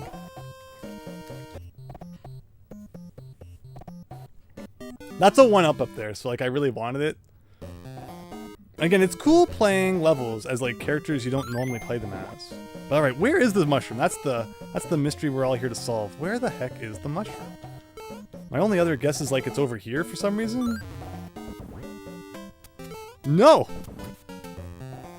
Very strange. Maybe I should just... Yeah, I need to skip more. That's the thing. You know, I'm thinking of it in terms of, like, playing as another character, where you really want to jump from thing to thing, but I should just be skipping more as Peach. I don't know why you would use this to... Oh, there's a mushroom. So what's with the first potion bottle then? Just for coins? Like, that's so strange. But okay, here we go. Yeah, so actually, again, you know, if you do what you're supposed to do with Peach and skip stuff, you're good. So remember, choose the right. That's how Mario 2 works. And then by doing that, the mushroom will fall through. So that's 3 instances now where the right was the right choice. And just like that, this should be the boss. So Gray Birdo, I think, is all fire all the time. So you really kind of gotta use your surroundings to help you out with this one. And see, that's what I'm talking about, where Toad comes in handy. Because characters like Peach take forever to lift stuff up, where Toad's like super quick. But we go back down to 2 health at the next level anyway, so it doesn't matter if we take a hit or 2 there. Brainstar64! Thank you so much for stopping by. It's been a long time. Well, I really appreciate you stopping by for this one. YS Bunny! Hope everything's going well on the Twitch side there. No, I appreciate the facts. There were 3 masters in Doki Doki Panic. The 3rd was replaced with Claw Grip. Interesting. The fact that the prototype Doki Doki Panic World 7 did not have a title card. Just because that page... Oh, interesting. Again, maybe we should do like a full play of Doki Doki Panic sometime. But, you know, as much as I think it is nice how the game is padded out, hey, that's a 1-up there. You know, it does make it a little tougher to stream, as it would be essentially playing the same game 4 times on one stream. There's only 2 levels for World 7, because the 3rd level is actually the page. Interesting. Press up here to increase the bet David rate. Is that true on the NES version? I've never known that to be true in this version. Something has to be true to be a fact. No, again, Wise Bunny, thank you for sharing that here. So, we're playing as Mario this time, and then we're skipping Luigi, and then going straight to Toad, because Luigi's already had 2 turns. You got these fun guys. Top of the trees here. This is a cool level. Starts with climbing up, and then falling back down. Easy to get some enemy combos with them. So in terms of this... Is this a bomb? Yes, I think there's a 1-up in this pipe. We're about to find out. And there's good old Sonic the Hedgehog down there. No, it's the potion. Interesting. I would assume, though, that I think you take this out. Oh, no! I don't know what it is. I'm not letting go of the B button. Will that respawn? I'm just, you know, throwing the potions and stuff all over the place today. I've probably been playing so many shmups that my B button is wearing out. I've been using the same NES controller for over 600 NES games now. I guess it's bound to, you know, kick the bucket at some point. But again, I always love how just basic the sides of the pod are. Like, it's just solid square graphics, like Atari 2600 style. There's the mushroom, okay.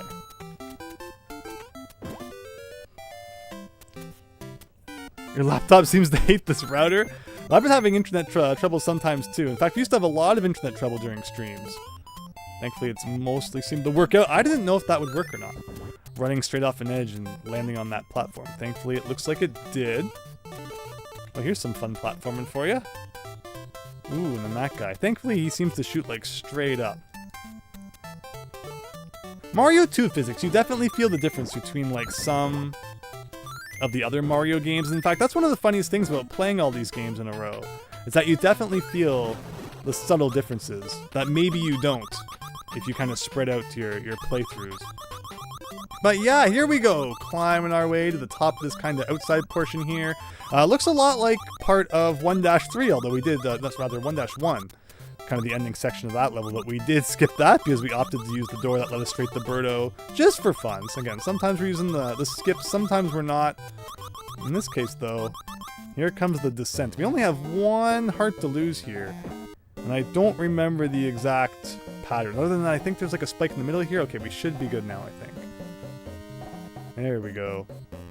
This is very Mega Man-esque. Oh, seriously? I did not remember there being a spike on the left there. But Nintendo knew I would screw that up, and so they did that. Oh, no. Okay, that's one. This is the red one, so we could shoot fire at, like, any moment.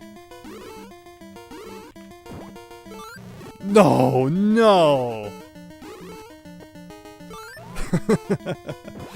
There you go.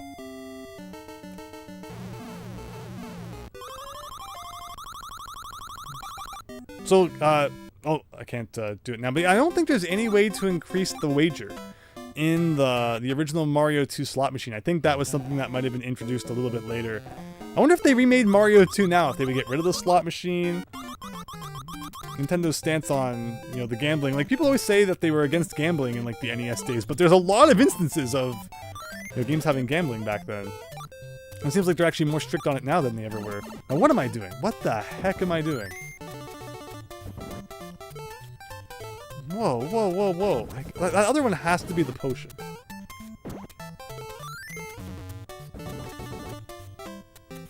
No? There's no mushroom here? Oh! I will gladly take that, though. Alright, we're doing this mushroomless. Oh, it's probably here. Oh! Oh, there it is.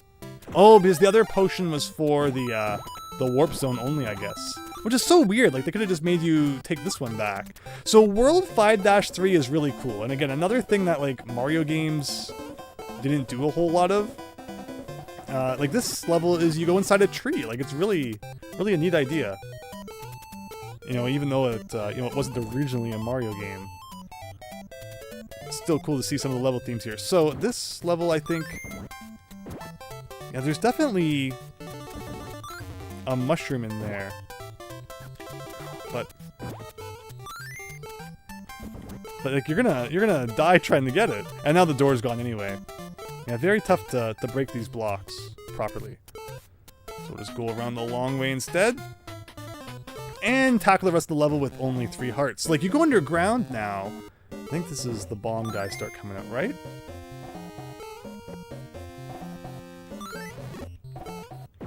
But, like, timing the explosion is tough. But we'll just skip that, though. You don't actually have to do it all. And, like, this is the lower part of the trees that we just saw above, which is really neat. Then you go inside the tree, and it's time to climb up the inside of the tree. Like, I've always loved this this level theming. And 5-3 is, like, the most... like, obscure level. Now, like, who's ever gonna see 5-3? Most people probably warp past it. But, when you play through the whole thing, it's kind of something neat to experience. But yeah, doing this as Toad again. I like the system we've been doing tonight of playing with, like, a different character in each level. Definitely makes the game feel a little different than I'm used to. Now, see if I actually, you know, covered that... Whoa! No, no, no, no, no, no! That, you know, thing, enemy spawning thing like I had intended to. We wouldn't have had an issue there. But alright, we got Toad. We got no more hits to go.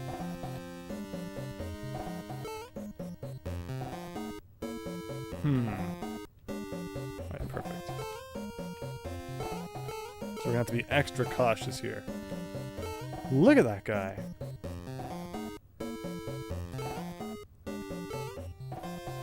And this just kind of goes on. Alright, perfect. Then we got some treetop jumping going on. Oh, stop the time. I don't think there's any more mushrooms. So it's just going to be us and our ability to hopefully not take a hit.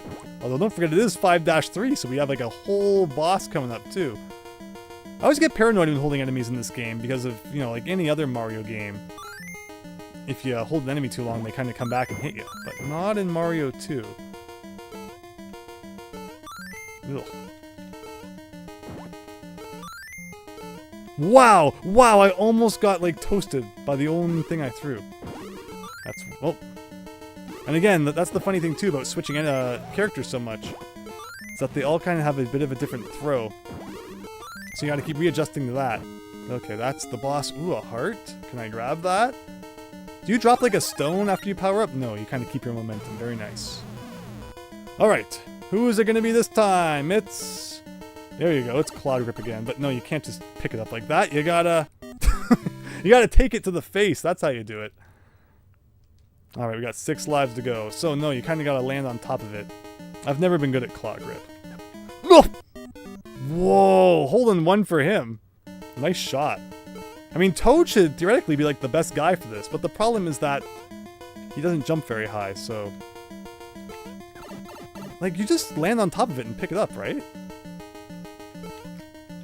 Like, it shouldn't be that tough.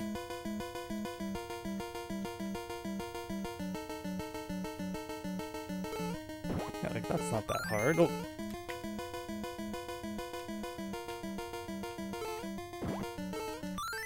Okay, it's 1. It's 2. That's 3. More than 3. 4.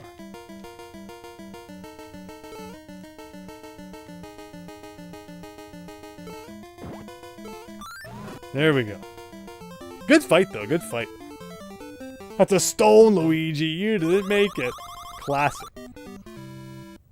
Control the Shy Guys and Bezos at Birdo to land hits. Yes, yeah, it's always fun using things other than eggs to, you know, take some hits off of Birdo. But okie dokie. Got that cherry in front there, so you get a 1-up. World 6, starting off with Princess Peach here. And once again with the jumping snake guys, who I always like to run directly into. They're kind of like always very in your way. And they jump at like the perfect height that I always like to run into them. Nice kind of little spot there, you can just relax. We should have a mushroom coming up. Ooh, can that get me a heart for killing like 3 at once? No? Oh, whoa! Nice! Okay, that was definitely heart-worthy.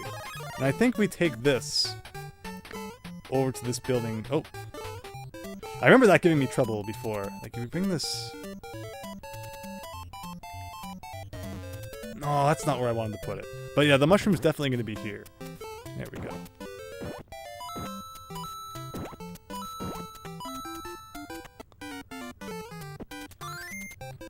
And just like that, we come into this maze here. So this maze is kind of funny. I think this is the 1-up. It's a whole bunch of different kind of subsections, and you're looking for the key to get out of here. But there's also a 1-up hidden somewhere too. I think it's in this one. There you go.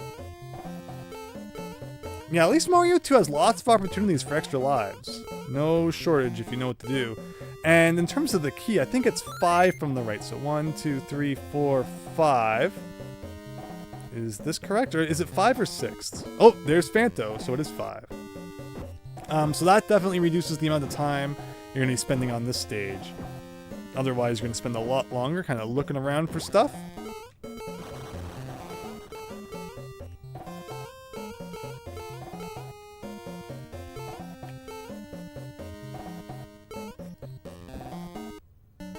And just like that, it's Birdo time again.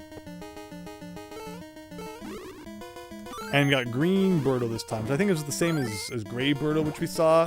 Which means no eggs, but no problem. When Princess gets hit...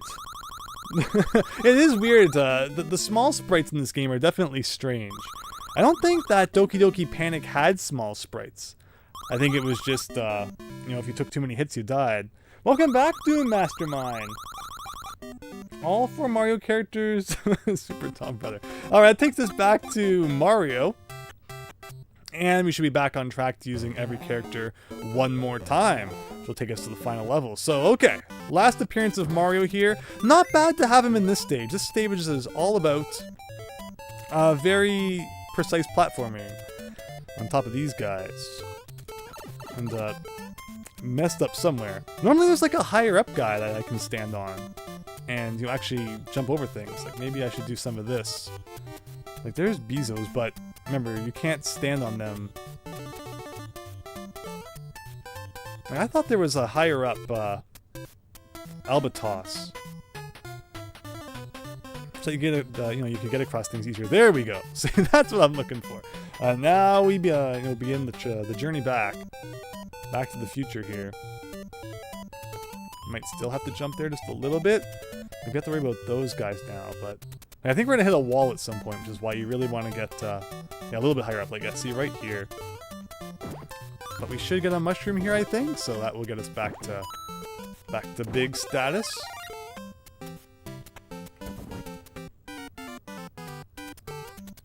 And I think you have no choice but to go back a bit. Like, do you have to go all the way back again to get on the?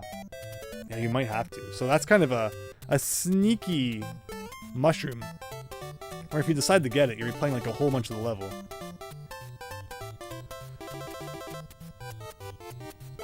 And here we go.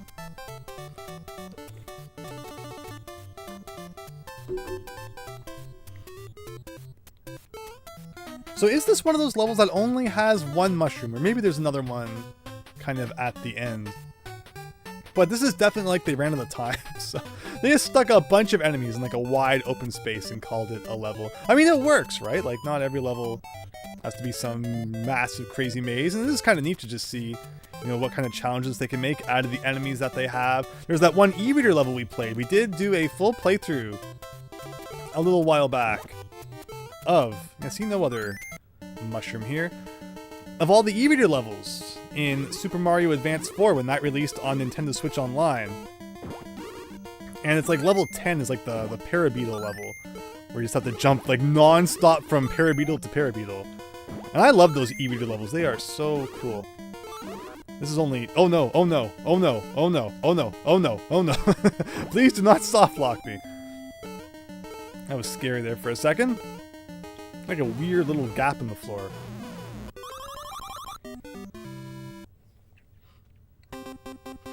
And that takes us, so Luigi one more time. So 6-3 as Luigi. Now 6-3.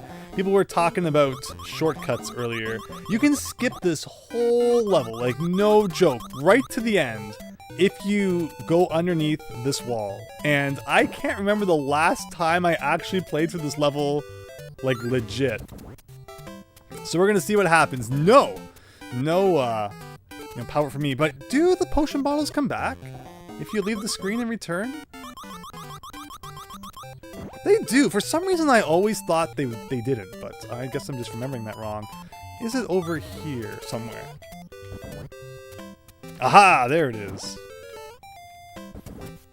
And again, as a -3 level, where we're gonna have to fight a real boss at the end. You definitely want to get as much health as possible. Like, yeah, this is like just like a weird dungeon that no one probably ever sees because everyone cheats the level the other way. But we're gonna do it for real here. See what we've all been missing out on. Like, it goes like that. And then like that. Like, there's probably like a whole bunch of mushrooms down below and stuff. But like, is it worth like all the hassle that looks like down there? Like, that's crazy. In fact, this looks like 1-2, which we actually skipped over with Luigi. But it's vine climbing time again. Just like we saw, or didn't see in 1-3, but we saw a bit of in 5-2. Climbing up with these guys. Nothing too crazy. I always like this though, how World 6 leads into World 7, where World 7's a sky world. And World 6 ends with you climbing up into the sky here.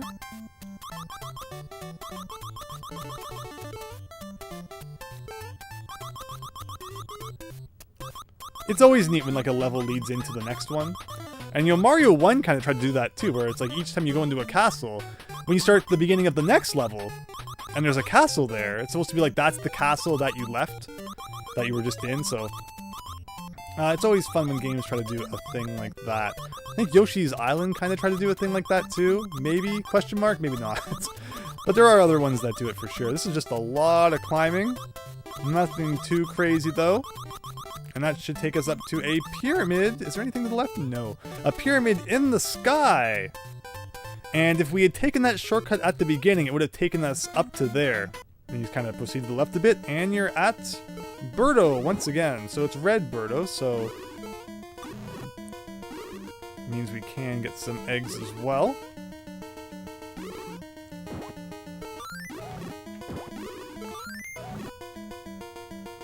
And I don't want to get too crazy because I still need some health for the upcoming boss.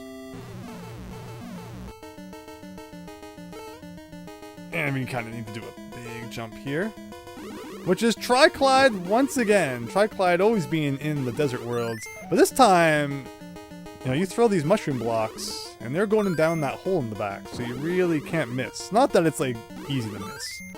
And see, you can't do a super jump, a charge jump, and hang on to an item. You always let go of it. Like 3 hits, not even extra strength, but they put the door right on the edge of the platform to try and make you screw up one last time. After all the hard work you've done. And just like that, we're going into the final 2 levels. World 7 only has 2. As YS Bunny was mentioning, I think it's supposed to be like, you know, the 7-3 or what comes after 7-2 was the page that was ripped out in Doki Doki Panic. Oh, right, can we, even as Toad, can we skip? Can you skip as Toad? Because normally you're supposed to go like all the way to the right.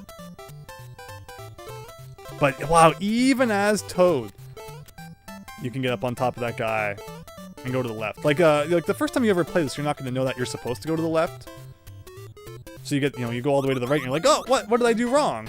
But I think by doing this, we also did miss a mushroom. So we'll see if that bites us in the end. It may or it may not. Again, though, 7-1 is Toad. I can't say I've ever really done this before, so it's kind of neat. Also, if I can get you know, a star at some point, that'd be great. Also, normally, you know, if I'm playing as Luigi, I'll do a thing where I jump over that wall. Oh, okay. Is it worth it to grab this? Probably. Stars don't last very long in this game. Way back, I made a video which compared the star lengths in Super Mario Brothers games. Mario 1 was like 12 seconds. Mario 2... I don't think was as long. It was a little bit shorter. Yeah, see, you kind of have to jump down there. Because if I had jumped, I'd go, like, up into the clouds, right? So I just need to take an extra hit there. And, you know, pray for the best. Wow, I was definitely clipping into those bullets. Sniffets are weird. Very weird enemies. And, like, see, again, though, like, if I grab this, like, the star appears in the wrong spot. Unless I can get over there quick enough that it's, like, still there. No, Toad! Why are you such a bad jumper? I should have picked up the Sniffet. You know, then I would have had all the time I needed to charge jump. Oh my goodness. This is going to be the end of the run right here. Like I mentioned, Toad is a weird guy, and I'm not used to playing as Toad in this level. So, okay, no, don't panic. Don't panic. Don't panic. I'm panicking in case you can't tell. Like, who plays as Toad?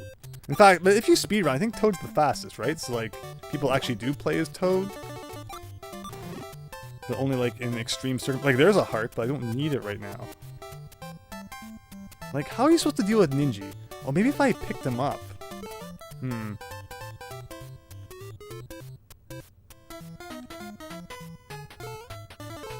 Oh, no. Oh, no. Oh, no.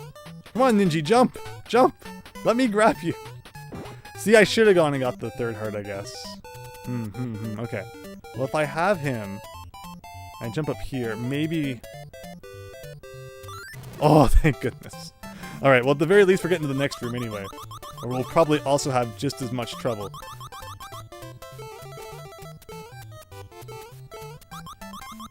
Kind of got to hide inside the ladder there. Now, see, as Toad, we're definitely going to have to stack up. A bunch of dudes, oh no.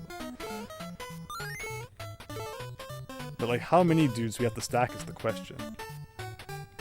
Like, I don't think that's enough dudes. Then we need to stack one more mushroom. Oh, no! No! That was so poorly played. You think, oh, he's gone. He's past you. But no. Wow, who would have thought that picking Toad for 7-1 would... I think it was 3-3, and now 7-1. We've died, like, 3 times each. confirmed to be the most difficult levels in the game.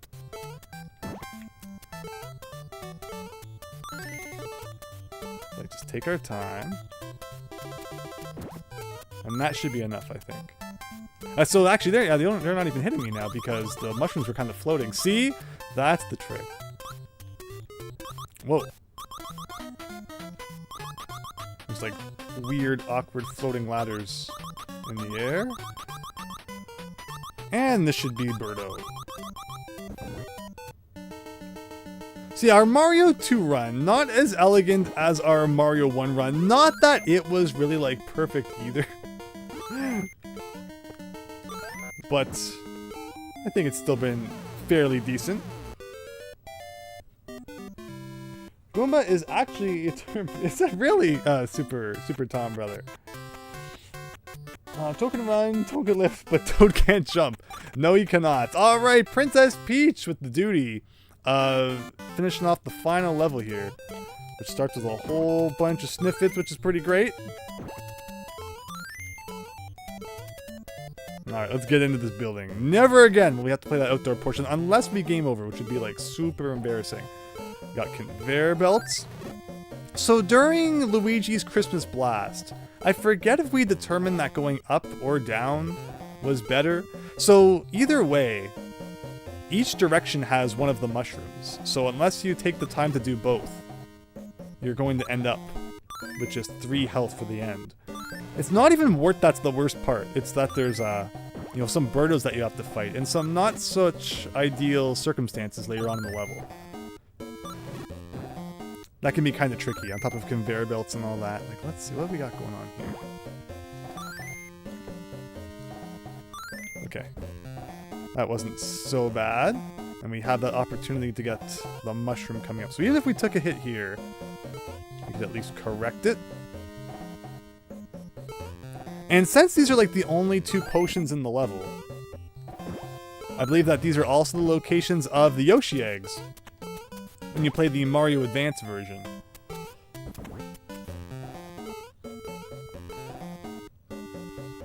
Keep getting eBay ads based on previous purchases because you bought this, you might also enjoy getting this. Yeah, websites are definitely super annoying like that.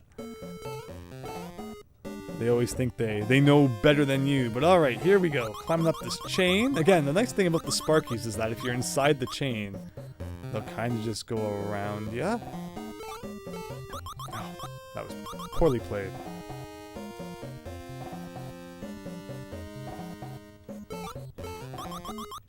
Just gotta properly position yourself. You can get some of the cherries too. Probably should have waited a little bit longer though. That way we might have had a chance to use the star a little bit in the next room.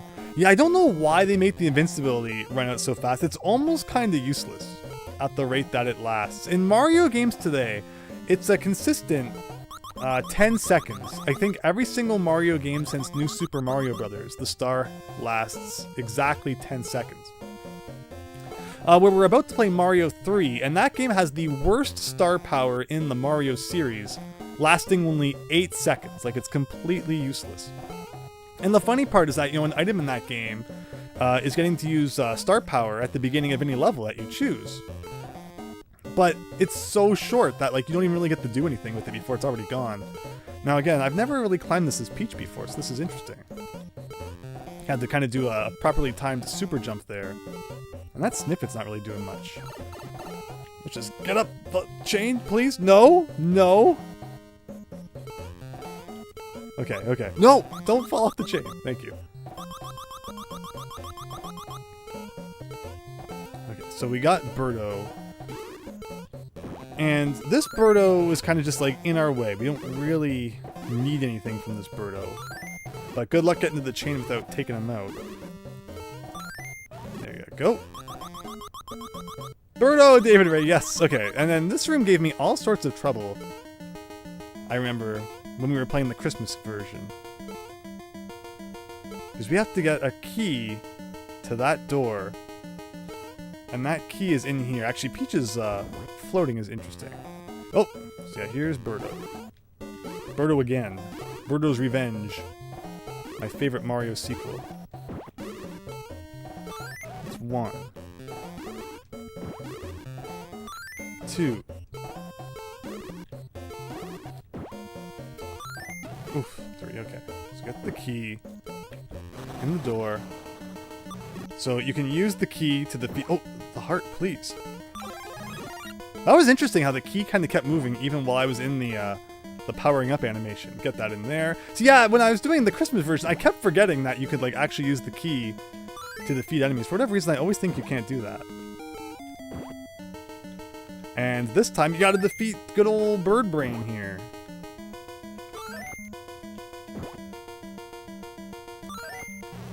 And then inside here, and it's the final boss, everyone! Good old Wart, without ice physics, so hopefully it won't be too bad. Again, playing as Peach. Not something I'm usually doing during the Wart fight. So how will it factor into being able to jump and get the food in his mouth? Actually, kind of nice, because you can just like float in perfect position while you're holding it. Again, I really like the way that we played this, kind of alternating between levels through the different characters. Gives you a different perspective on different strats and such. Hopefully you've seen some cool stuff yourself as well.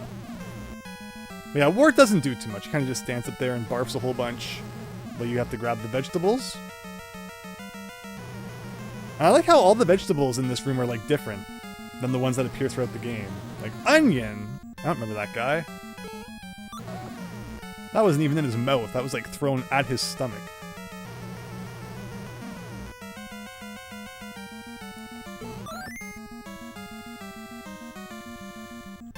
And I think one more-ish should do it. No, it goes on. He takes a lot of hits. You gotta feed him a lot of onions. And garlic, I guess. This was Wario, he'd be loving this. We need Wart to come back. I definitely want to see more like creative bosses in Mario games, and not just Bowser. Is that it? That's it. And that's Mario 2, everyone! In less than an hour and a half.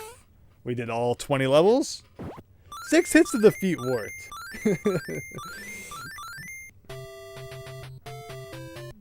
But yeah, that was pretty good. Again, no game overs, more deaths than I would have liked. Congratulations to everyone! It's looping through all the names, because they all got even number of levels done there, which is pretty cool to see. And get that guy out of here. Or came back, kind of. Oh, that's true. Yeah, I love the other Nintendo character references and stuff that you get in the Game Boy Zelda games. Link's Awakening particularly, yes. It's a great point, thank you. And there you go. Mario's having a good old dream about beating video games. So yeah, 2 hours to beat Mario 1 and 2. How will Mario 3 fare? We've had a good pace. Again, when I play the retro Mario games, I love to kind of take my time, get all the secrets and all that, but I think we've been doing a good mix of that, along with, knowing when to move it. So hopefully Mario 3 doesn't take us all night, but I think we're going to have some fun with it. I'll still definitely show off some secrets and random things. Not just kind of, his name is Mamu in Japan, like Mamu in Link's Awakening as well. That makes a lot of sense then, Super Tom Brother. But very nice. And you get to see all the enemy names here. It's like the first Mario enemy credits thing. It's cool when they used to do this back in the day. I don't think that Mario games even in the modern day do it. It's like 40 billion, people who worked on the game instead. But back then, rather than the, the people who worked on the game, it gave you all the enemy names. Which I definitely didn't forget, like, all of them. Hope you do 100% no warp in Mario 3. Yeah, you got it, David Ray. We're definitely going through all 8 worlds. I'm probably going to do all the levels in each of the worlds as well. So it'll be a full run. Again, Mario 3 has close to 100 levels. But some of them are like super short. But I love Mario 3, and there's lots of secrets to be found. Oh, it's called Ostro, not even Birdo. Look at that. And the auto bomb still doesn't explain why it has an M on it. But yeah, I'm going to show off whatever secrets I can think of in Mario 3, probably, and I'm just going to have a good time. The ending animation was pretty well made for an NES game at the time, Brainstar. Yeah, really! It's cool to see Mario just kind of sleeping there. Yeah, it's very fluid, too, like the snoring animation. You're so busy watching the credits, you don't really think about it. Wart laughing because he'll definitely be back as the boss of another game someday. He's just waiting for that call. He hasn't left the phone in 20 years. But okie dokie, the end. I don't think anything else ever happens at this point, so that means we gotta get up and change the cartridge one more time to Mario 3. So just give me 1 second.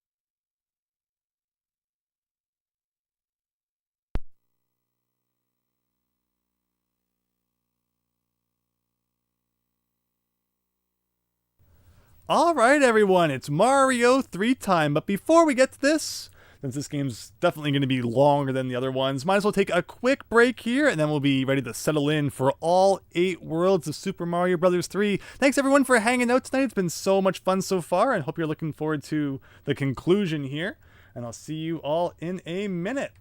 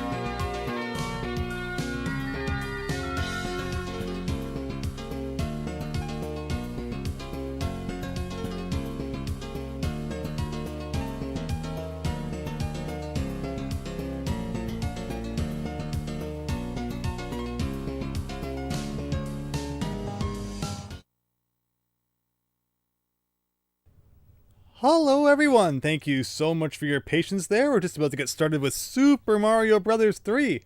Mario going, oh god, me says why is funny. I think that was when he was sleeping, right? Yeah, hope you're all doing well. You love the Star Tropics screensavers. Never beat that game, but you still love it, Super Tom Brother. Like I said, in the very near future, we're going to be doing a stream night where we do Star Tropics 1 and 2 in one sitting. Star Tropics on the NES, my favorite game of all time, so I'll be super happy to share that with everyone, show you where all the secrets are, and just all the other weird oddities that come along with that game. There's a lot of fun to be had there. Mario 3 the best one, says DW. Yeah, I mean, it definitely has pretty much everything you could want from a Mario game in here, but again, the other two that we just played were great as well. They all have some good things in their own way. Daniel wanted to know if Sammers, hello Andrew. Hope you're having a good Monday. Thank you so much, Sammers. Hope you're having a good one as well. We just beat Mario 1 and 2 and had a lot of fun doing it, so I'd say it was pretty good. And Diego, this is going to be the best stream. Yeah, so very nice. Very, very nice. Hopefully everything sounds good. Poison Affinity. Yeah, we didn't take too long with Mario 1 and 2, but the VODs always stay up, so definitely feel free to go back and check those out. I love Mario 3, but you're always so afraid of the NES or Famicom will shut off and freeze during a long playthrough. Oh my gosh, so many times as a kid. It's funny, I didn't mention it when we were playing Mario 1, but I remember one time I was playing through the whole thing. 6-4, the power decides the flicker. So it was definitely a thing back in the day. That's why they snuck the whistles in there, so technically if something went wrong, you could try and get back to where you were without too much issue. But obviously it's not the same because you lose your lives and your score and all that. But alright everyone, Mario 3, 1988 from Nintendo. Look at that Koopa Troopa run. Let's go. 8 worlds, all with their own different themes. This one being the good old grassland. Look, it's Mario. I need to now adjust to the crazy Mario 3 physics. He jumps so high in Mario 3, even like when you don't get a bounce off an enemy. And of course, when you are bouncing off enemies, like, wow, does he go like super high. And of course, the coolest part of Mario 3 is the old racoon suit, where you can fly around and do all sorts of crazy stuff like that. And I love it too, because, it made the levels so much more vertical, so much more to explore, stuff up in the sky, stuff down below. There's just so much to do in Mario 3 that you can play this game, it feels like, over and over again and still find something that you didn't know was there the first time. Now, maybe at this point, we're all kind of, masters in Mario 3-ology, but back in the day, it really did feel like every time I played, I was finding some new pipe or something that I had never been in before, and some sort of secret item or something. Just so much fun to be had with the old Mario 3, but that's level 1. 1 down, like 100 to go. What's the catch song during Be Right Back? It is from Super Mario Brothers CD, a Super Mario World ROM hack, which is currently in the works, and it's from the beach level that was in the recently released demo, which we played a whole ton of. So if you want to learn more about Super Mario CD, definitely check out the stream that I did for it a few months back. Now let's see, can we, just for fun, rack up some 1-ups?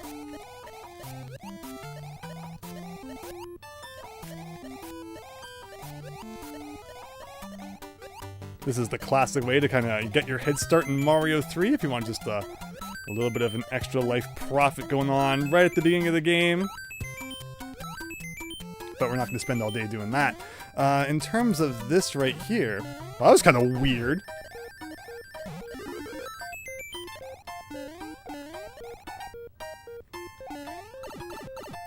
It's a lot of effort to get up into this bonus room for like 20 coins. There's a lot of bonus rooms in Mario 3 which have like not too much in them, and then there's some that have like a ton of stuff. It's a real good old mix. But like I said, this run's going to be a mix of like pointing out every secret while also, not spending all day. The pace that we had for Mario 1 and 2 were really good, where like we didn't spend too long going over every single thing, but we got a good glimpse of what was going on. That was a cool clip, says Chet. That was completely unintentional, but it did look cool. Thank you. But alright, 1-3 again. So like you can just skip 1-3, 1-4, but we're gonna beat every level because why the heck not? Now this is the first introduction of the good old pink block, but you can also go under here Get some extra coins and stuff if you want. Don't forget that in most of these sky bonus rooms, there is a 1-up up in the sky. You can generally tell where it is because it's the point in the level where there's like no blue in the background. That's how you know that the white portion here scrolls upwards. Of course, Mario 3 has that weird thing where depending on where you hit the block from the bottom, the mushroom will go in a different direction. And I've always hated that because the last thing I want to think about when I'm hitting a block is like, the exact pixel that I'm hitting it. Kind of just want to run through the game and have some fun. But that's always kind of one weird thing about Mario 3. That complicates things more than I feel like it was necessary. I feel like they learned their lesson though, because that system never came back. Not even in Mario World, so they really kind of, trashed it at the first possible opportunity. But that's 1-3. We're not going to be using the whistles, but they look pretty cool. Lined up in your inventory there. And of course there's other mushroom houses too. I demonstrated when we were playing Mario Adventure, which was a really cool Mario 3 ROM hack that we played a few weeks ago. It doesn't matter what chest you choose, it's all about the frame that you press B on. And if you save state and load state, the same chest will keep having different items. Because it's all about when you press B. So it's not like, oh, I should have picked the other ones. No, I just pressed B at the wrong time. So I got a mushroom. No good for nothing. I mean, technically, I guess if we end up in a really tough spot somehow, it's better than being small Mario. 1-4, of course, is the first level in the game where if you collect enough coins, you will get that white mushroom house at the end. And we get the P-wing, like I hit that on the left. So it's like if you hit the block on the bottom left, the mushroom goes to the right. Does anybody know what the logic is in it being opposite like that? Like, I guess if you hit the left side of the block, it bumps the mushroom out to the right? It's just, I'm not sure, what they were thinking when they designed that element of the game, but that's how it works, if you're curious. I think in Mario Advance 4 they add counters to these levels. In Mario Advance 2, they add a really strange counter to Donut Plains 1 inside the kind of Cape side room with all the coins, where if you collect 600 of them, you get a 3-up, which is like a really weird reward to collect 600 coins, which equals 600 extra lives. And then to just get like a 3-up out of it. And Hackin' Quackin', if you're still in the chat, he actually just did that on his stream a couple of days ago, which was really cool to see. But there you go, we got enough coins in that level, and this is always going to be the same. This is going to be the P-wing in World 1. Oh, I see the loading symbol, Poison Affinity. Hopefully the stream is not buffering. It looks okay to me. If anyone else is having any issues, please feel free to let me know. Oh, you always thought the mushroom ran away from you, Chance. Yeah, well, I guess that's it. So that actually makes sense then. Where if you hit it on the left, it's running away to the right. Interesting, interesting. The reason the raccoon suit lets you fly is because tanukis in Japanese folklore can fly by stretching out. Oh my god, Super Tom Brother! Oh my gosh. Like every time it's like, oh, this is going to be an interesting fun fact, and then it goes dark really fast. But alright, I always thought it looked like he had like a newspaper hat on. Does those even exist anymore?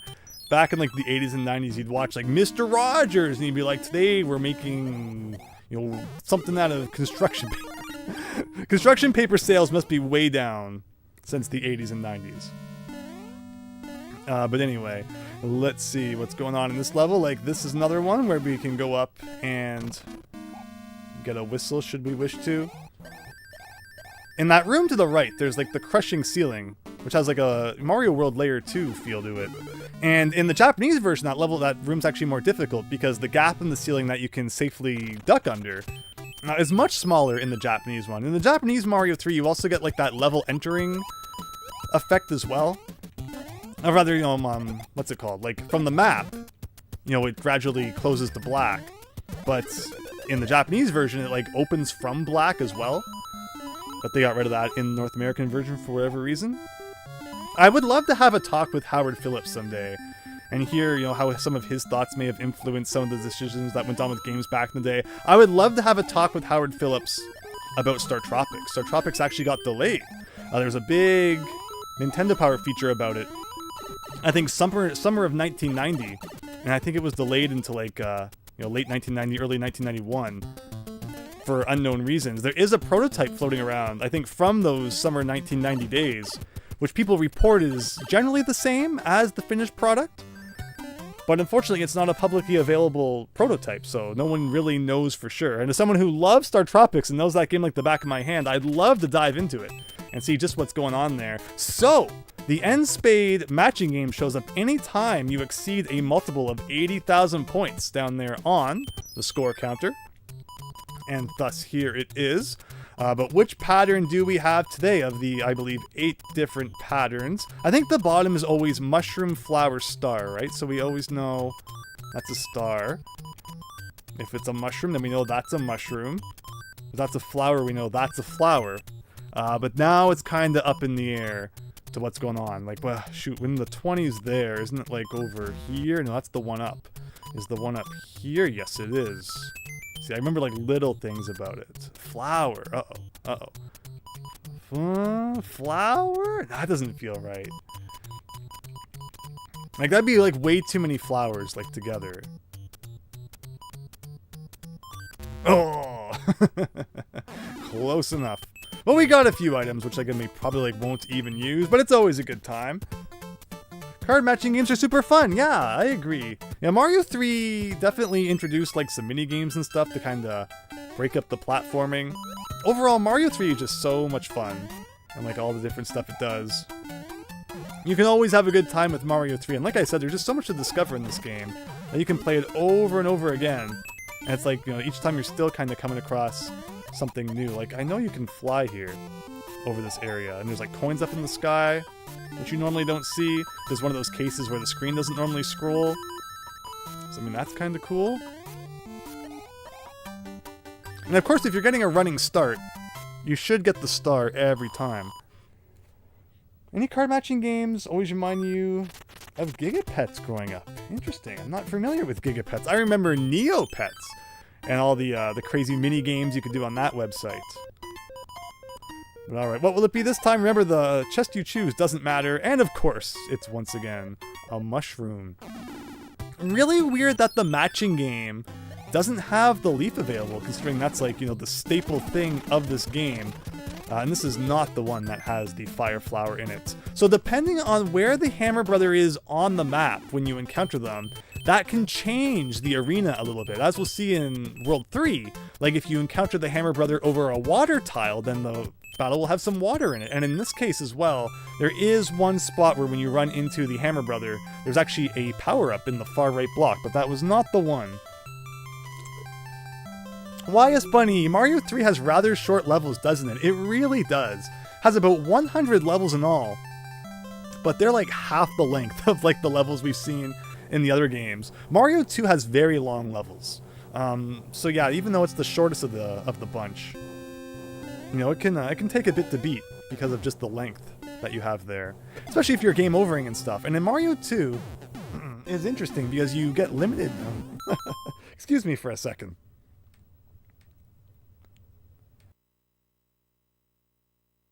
Sorry about that, Mario 3 making me lose my voice here. Maybe it was like a lemon lozenge power-up or something like that. But, yeah, Mario 2.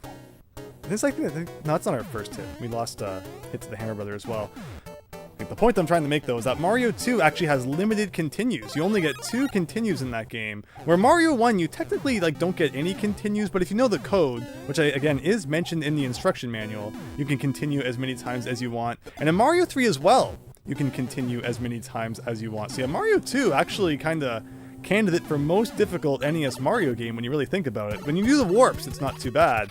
But as we saw, there's actually a lot of kind of difficulty in there when you play through the whole thing through. And that's World 1 of Mario 3, everybody. 1 down, 7 to go. You know about the star trick, DW? I'd love to hear what you're referring to. As mentioned, the stars in this game aren't particularly useful because they only last about 8 seconds, unless you mean the one where you run and get the star at the end of the level. Yes, we do know that one. SMB2 lost levels always dragged on for the longest time. Oh, SMB2's levels. Yes. Yeah, they can be long. They can be very long for sure. Coolest thing in Mario 3 you like is the money ship that the Hammer Brothers can turn into. Yes. How does that work again? It's one of the digits in your score counter And then I think like the last 2 digits of your time have to be the same. It all lines up. Something, and I think it has to be like a 3, and there's like certain levels. I always remember it, and then I forget it again. Because it's not something that I see too often. But, you know, sometimes it happens randomly, and it's fun. But yeah, if anyone wants to remind us all of the coin ship conditions, I would absolutely love that. And again, appreciate you all checking out the stream. Hope you're having a good time as we're just romping through these NES Mario games. You're like, here's the star. 8-second star. Here we go. Oh, no entrance on the bottom of that one, but I think there's actually a thing in the sky here. Again, just another example of, you know, Mario 3 having, like, weird random stuff to find if you really look for it. No, there's definitely a secret in the sky. Where did I miss it? There it is. And again, as I mentioned, you know, it's just one of those weird bonus rooms that has, like, a few coins in it without too much else going on. One neat thing about the P-switch is that you can then, you know, come out here and, you know, get into some of these things if you're not, I mean, but you have to be big to go up there, so it's not even like it's that much of an advantage. Now, there was a power-up back there in the middle, but okie dokie. And then down here, too, you have to go down, I think. So there's a lot of really weird side rooms in level 2-1. Just for money, which we already have 21 lives. I doubt we're going to have too much trouble with it. I do want to get this, though. We got 2 stars. We might as well get a 3rd one. There you go. You can't get the money ship unless you're in World 3, 5, or 8. Or 6, sorry. I was going to say 8. That's weird. No, 6. That makes more sense. I think there's 91 or 92 levels in this game. The tower in World 5 is not considered a level. That's correct. It's like a big, long pipe room. Disguised. You know, disguised like a level. And so there's, the way that this roulette game works is when you press the A button, there's a randomized amount of delay applied. Where, like, each time you press A, I think there's, like, you know, a different amount of delay that you're not aware of. And that can kind of throw off the results. So no matter how accurate you are, even if you do the same thing every time, the game actually does try to work against you. And, you know, stop you from lining up the things properly. So, this is another one of those levels where if you get all the coins pretty much, you get a reward.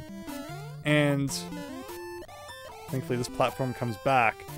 There is a P-switch here. The problem is that if you do the P-switch right away, I find it kind of messes things up, but by doing it now, it's much easier to get all the coins as we've cleared everything else out of the way. No! Oh no, I think there might be a spare. I think there might be a spare in this level. We might still get the white mushroom house. We shall see.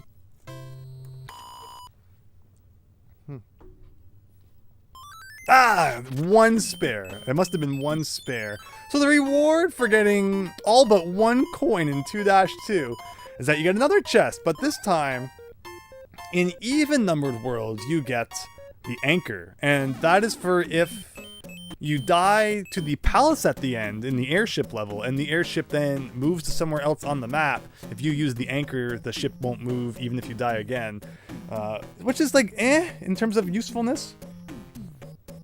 But let me see here. What else were people saying? I'd rather have a bunch of short levels rather than fewer longer levels. Yeah, like, you know, Mario 2's 20 longer levels. Like, maybe they could have broken some things up a little more.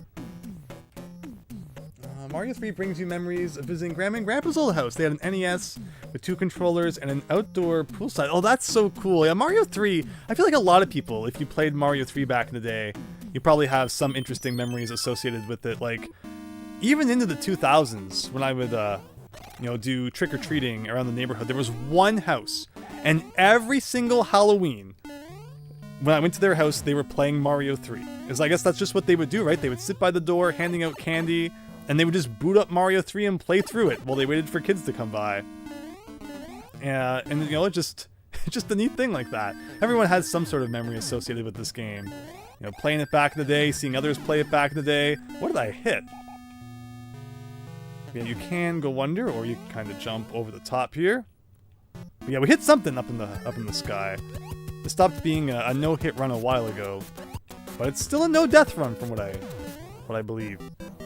Why do so many of these levels have the same song, says Max Howard? Yeah, the soundtrack could be a little more advanced. But, you know, at least Mario 3 has some good music. Hello, Azul. Hope you're having a good one. Almost every time you play the roulette game, you'd get two of the same and then something different on the bottom. Poison Affinity. No, it's very tough. Very, very tough. I've never been good at timing slot machines and stuff like that. There's no anchor Mario transform. That's so true, right? What if you use the anchor now? Wow, that was exciting. All right, end spade time. Here we go. Can we clean up the mess that we made? Mushroom. What was it? This one was also mushroom? Yes. Where was the other 10 coin? I think it was 20 on the right, right? Okay. Star. Oh.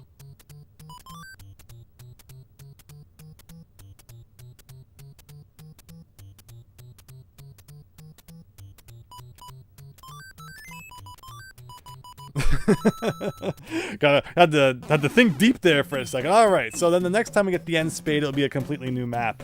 Hackin' Quackin', we're winning big. Yeah, look at our inventory. It's just loading up. I think you get 4 pages, right? 4 pages of 7 items, so you can hold 28 at a time before they start overrating each other. Hello, Nintendo70. He would be Sailor Mario. Well, we'll see. We just used the anchor, so what will that do? You can also come down here and do this guy as well. Again, Mario just jumps so high in this game. Jump over all the things. And that's the music box, another item we'll never use. We better start using items, David and Ray. I just used the anchor. We wasted that thing. Oh, and there's a mushroom house down there too we didn't even do. Yeah, this is always an interesting level. I guess these are supposed to be like pyramids because it's the desert world, so you get these weird, funky pyramids made out of semi-solid blocks. And again, this is another case where like you could just run to the end of this level in about 15 seconds. But it's fun to kind of, you know, do some stuff in the middle as well. Like where are, yeah, see, that's what we're looking for. You can go up here. Oh, that's not what we wanted to do. Now it's going to be a little more difficult, but we should still be able to get up there. And you can go to the left and to the right. So like going to the right here gets us a bunch of that. But going to the left gets you a P switch, which allows for some fun down below here. I go 1 up. What world do you think will hit 99 lives? It's gonna happen eventually, I would assume. And then everyone's favorite part at the end here, where you gotta kick this guy and then get back out. And that's that. Hello, Afflicted! I'm really busy at work, so you'll be in lurk mode. Absolutely, I appreciate that though. Thank you for stopping by. Hope you're having a great night. Item pages increased to 10 items per page in the GBA version. Yeah, the GBA version had some, you know, nice inventory space there. You also had the e-reader cards on the GBA, where you could just, like, load in any cards you wanted anytime you wanted, which was nice. Again, if you haven't seen the stream where we played all of the Mario Advance 4 e-reader levels, definitely check that one out. That was a lot of fun. In the name of the Mushroom Kingdom, I punish you, says Nintendo. But okay, so, speaking of items, we will use some soon. But hey, it's everyone's favorite level with the good old Mr. Golden Sun there. And he's not really too much of an issue because you can actually, like, defeat him with a shell, which is really weird. Ugh, but this is going to cause problems. Because the shell's probably going to, like, wake up. But this guy comes back, so we're good.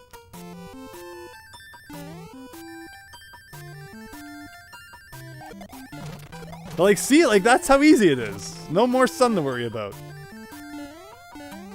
He's got to run through the whole rest of the level then.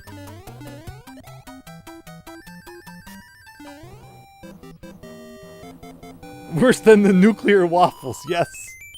Good old roto disc.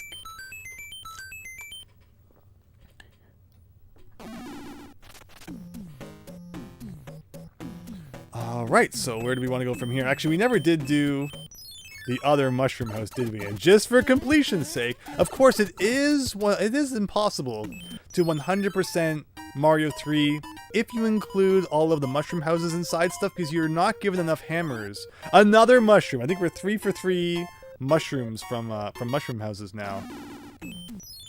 But yeah, you're not given enough hammers to access like all of the bonus things hidden behind breakable rocks like this one, which is really silly.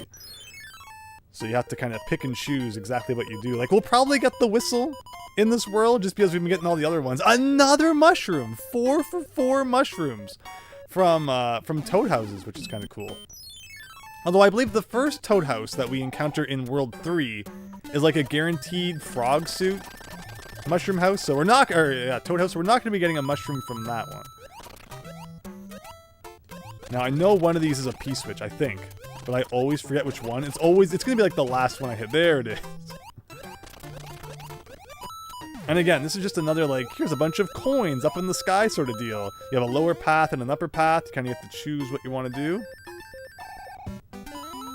And so we're up here just kind of raking in the points.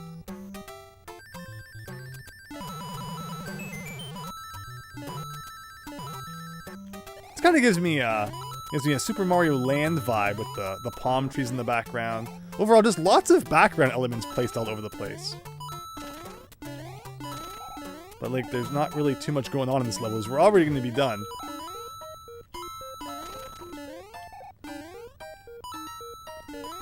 And, you know, as we, did in the last one, I probably shouldn't spend all day. Like, do I need to go back and grab every single one of these? Probably not. I enjoyed the pace we were playing Mario 1 and 2, so we should probably get back into that groove a bit. I don't need every single multi-coin block. Lower path, higher path, so a Sonic level. That's so true. I always loved how Sonic levels were, 2D Sonic levels were always really good for kind of giving you multiple ways to play them. So this is the guy where if you wait like 2 minutes, he comes off the chain and bounces away. We're not going to demonstrate that today, but it's kind of neat that that's how that works. There's a power-up down there we don't need. You got Goombas all over the place. You got like a really weird random thing of water right there. And there should be a vine around here somewhere too. Probably down here.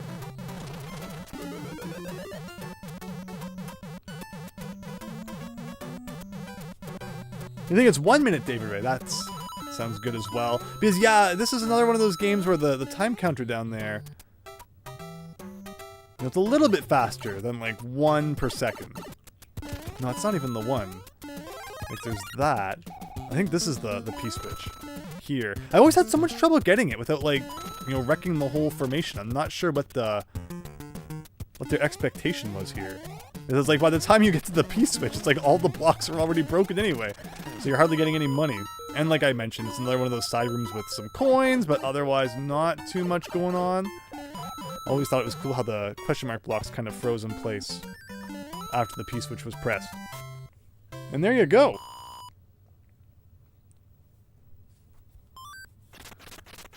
So finally, we got this guy here. What I wanted to do was with the music blocks, you put them to sleep so that you can go over them without getting into a battle, but you can still press A? No! I thought you could still press A to get into a fight with them, and that's bad, because if he doesn't wake up, that means we can't get the hammer and get into the bonus area over there. So that was a mistake. I wanted to demonstrate that even when they were sleeping, you could still press A to, to fight.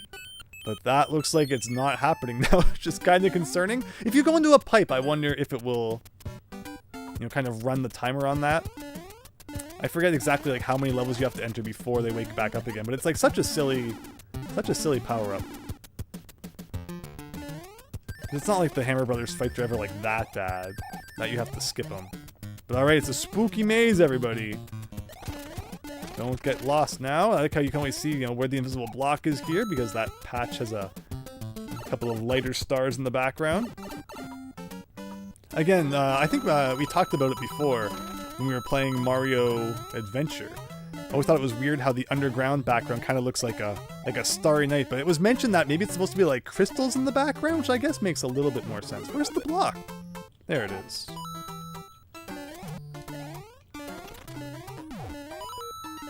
And again, another kind of just weird side room with some money. Mario 3 is very generous with the 1-ups. Oh, I thought I could do a thing. Oh, no! Now we're toast. Now we are so toast. Because we need something to open up this this line of blocks here. And I've kind of done a good job of exterminating the local enemies. But that should do the trick just nicely.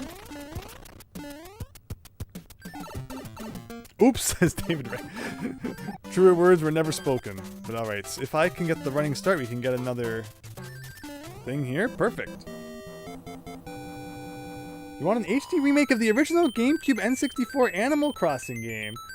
Fortunately, you don't trust Nintendo to remove the NES games as long. Yes, yeah, it used to be such a cool bonus. Oh, they woke up, so let's go do that.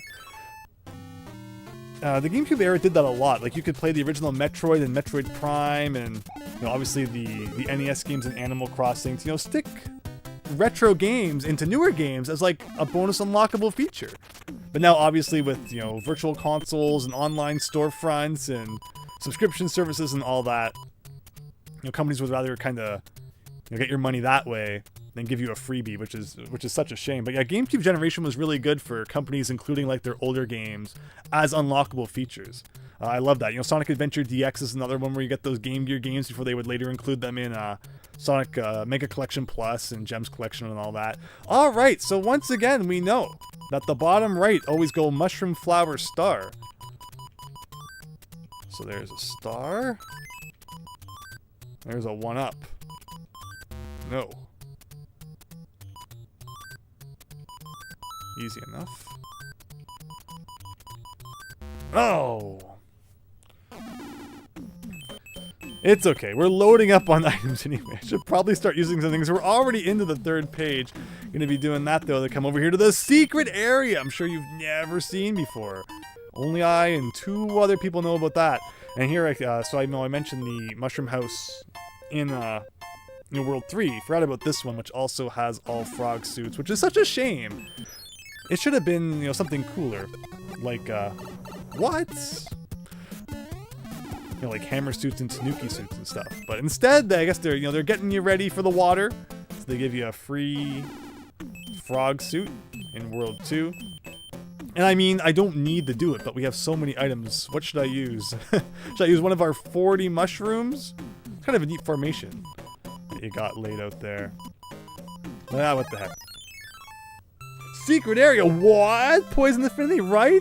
I knew I was the only one who knew about that. Remember finding that it blew your mind when you were a kid? Yes, exactly. Yeah, finding secrets in video games was always my favorite thing. And then, you know, going to school, telling people what you'd found, listening to what they'd found, you know, separating the rumors from the real stuff, being excited to go home and try things for yourself. Was it the real secret, or were they sending you on a wild goose chase? Lots of fun to be had back then, for sure. And yeah, you know, NES games especially. I feel like up to the N64 generation, it really felt like anything was possible in a game. You know, especially the N64 generation. Every time there was like a dead-end hallway, or like, you know, a weird-looking window or something, the rumor mill would start about, oh, just, you know, jump against it, or, you know, like 40 times, 40,000 times, and eventually it will unlock the secret level. Ugh. But then, you know, there were things like this one too, like the 3rd whistle here, where that actually is a real secret, as unbelievable as it might sound at first to try doing something like that. But all right, coming up on good old Morton here.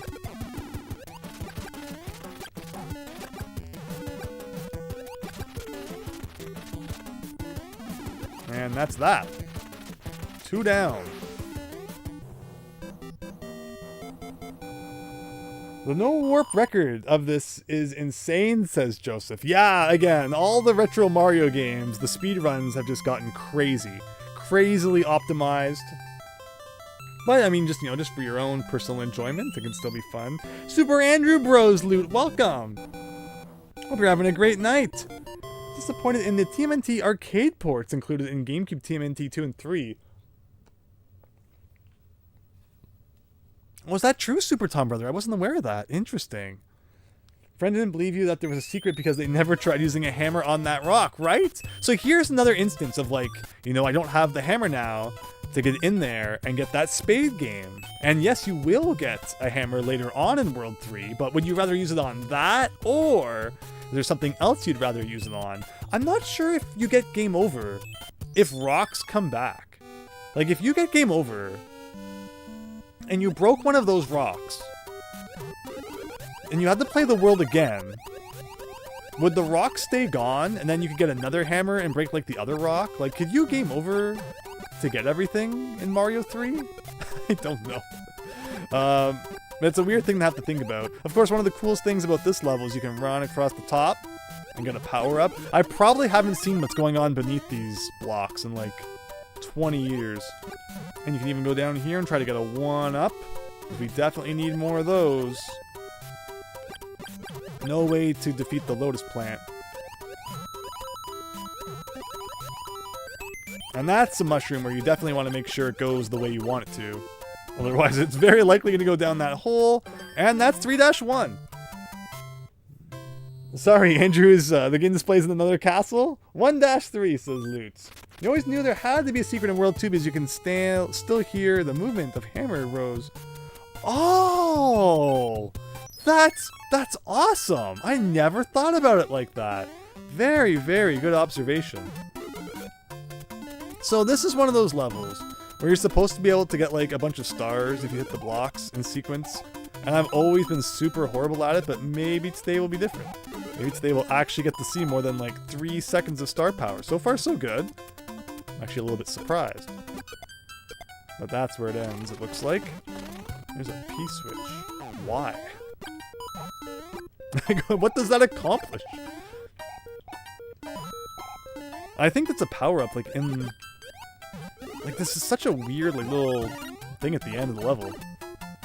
And I know if you fly up, there is a secret up here. Just losing my power-ups for nothing. But yeah, if you can't fly, you can't do it anyway. Yeah, we might as well try and get the star. That World Map 3 music, yes!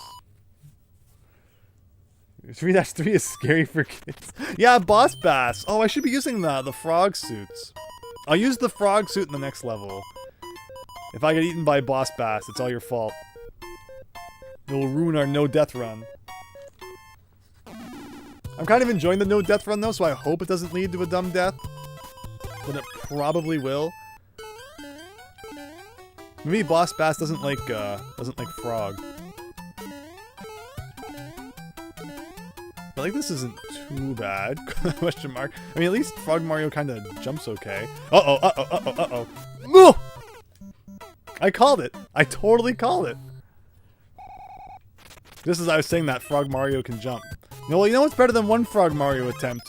2 Frog Mario attempts. Let's go. But maybe someday we'll take things a little bit more seriously and we'll actually try to do like no death and no hit runs in Mario. But it's like it would take like 5 minutes of practice to probably be able to do an actual no death run. Like no death run for sure. No hit run would be really interesting. Like there's not that much in the original Mario games that like once you know it's there, there's not really any reason to get hit by it if you're careful and think about your moves before you make them. Oh. Okay, come on, Frog Mario. You can do it. You can do it. There we go. And there's just nothing to the left in this one. Yeah, interesting. Oh, no. Not only that, it's going to wreck my my thing, too. Star, star, star, star, star, star, star, star, star. Yeah! 5-up. Poison Affinity. I wonder if that will be like the only death. Let's see how well we can do in terms of deaths going forward still. You love the frog suit, he's just a little guy, says Poison Affinity. Well, we still got him. How long can we keep the frog suit going? This is another one of those fortresses that's kind of like a maze. Taking a book out of the old SMB 2. Not really, it's just kind of coincidentally an inside level with kind of a maze-like component to it. You want to go in doors 5 and 6. So that's the first 3 doors there. And here's door number 5 for a 1-up, which is probably going to go the wrong way. Yeah, I totally recognize that I hit it wrong. I always liked how the 1-ups had like a bluish hint to them in the fortress levels. Yeah, otherwise, they're no different than your ordinary 1-ups. It's just a color palette thing. I guess they shared the color palette with the Thwomps, maybe. But yeah, that's that was the 5th door. And then the 6th door is the one that you want to go into to get the Boom Boom. But yeah, they're lined up nicely, so you can get the 1-up and beat the level. Kind of right in order there. But wow, Boom Boom with a frog suit. This is an interesting one. I think you get a special message if you beat a world as Frog Mario, right? We'll see what we can do. Frog Mario is hard mode on land, says Diego. And I mean like 95% of the game is on land, so... Does it look like Frog Mario here? No, it still looks like normal Mario. Alright. Now, if only I could remember like what we did last time, that'd be great. This was a mushroom, I think, right?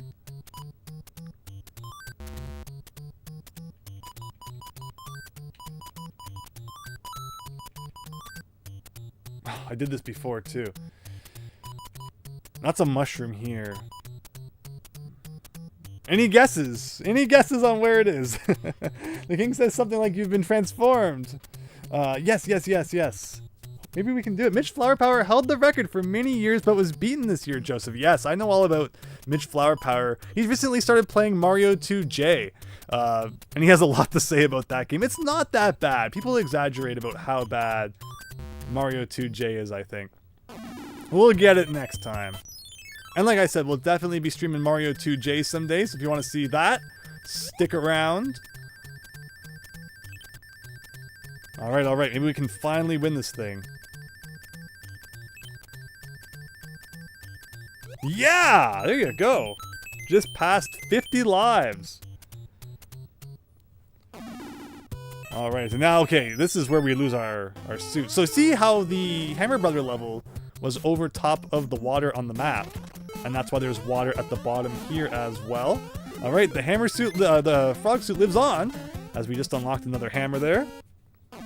So see, like, you could go down here and use it on these rocks, but like, why would you do that? I should have done level 5 first, because level 5 is the water level. Instead, here's like the one patch of water in level 4, enjoy it. But let's see if we can keep the frog suit through this just for fun. If I can keep the frog suit for like the rest of this world, that would be kind of funny. It's a really weird spot right there. I think like if you do a really well-timed jump, maybe... No! I was really enjoying that. Freaking Paragoomba from off-screen wrecking all of our fun. That's what you get! And there should be a P-switch here.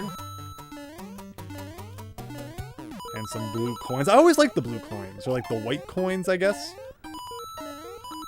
That indicate that they show up as a result of the P-switch, even in later Mario games now, like you know, New Super Mario Brothers and such. Oh yeah, actually, I think they are still blue in like New Super Mario Brothers, at least the first one. Maybe the later ones too. But in like Mario World, they weren't a different color, which was weird.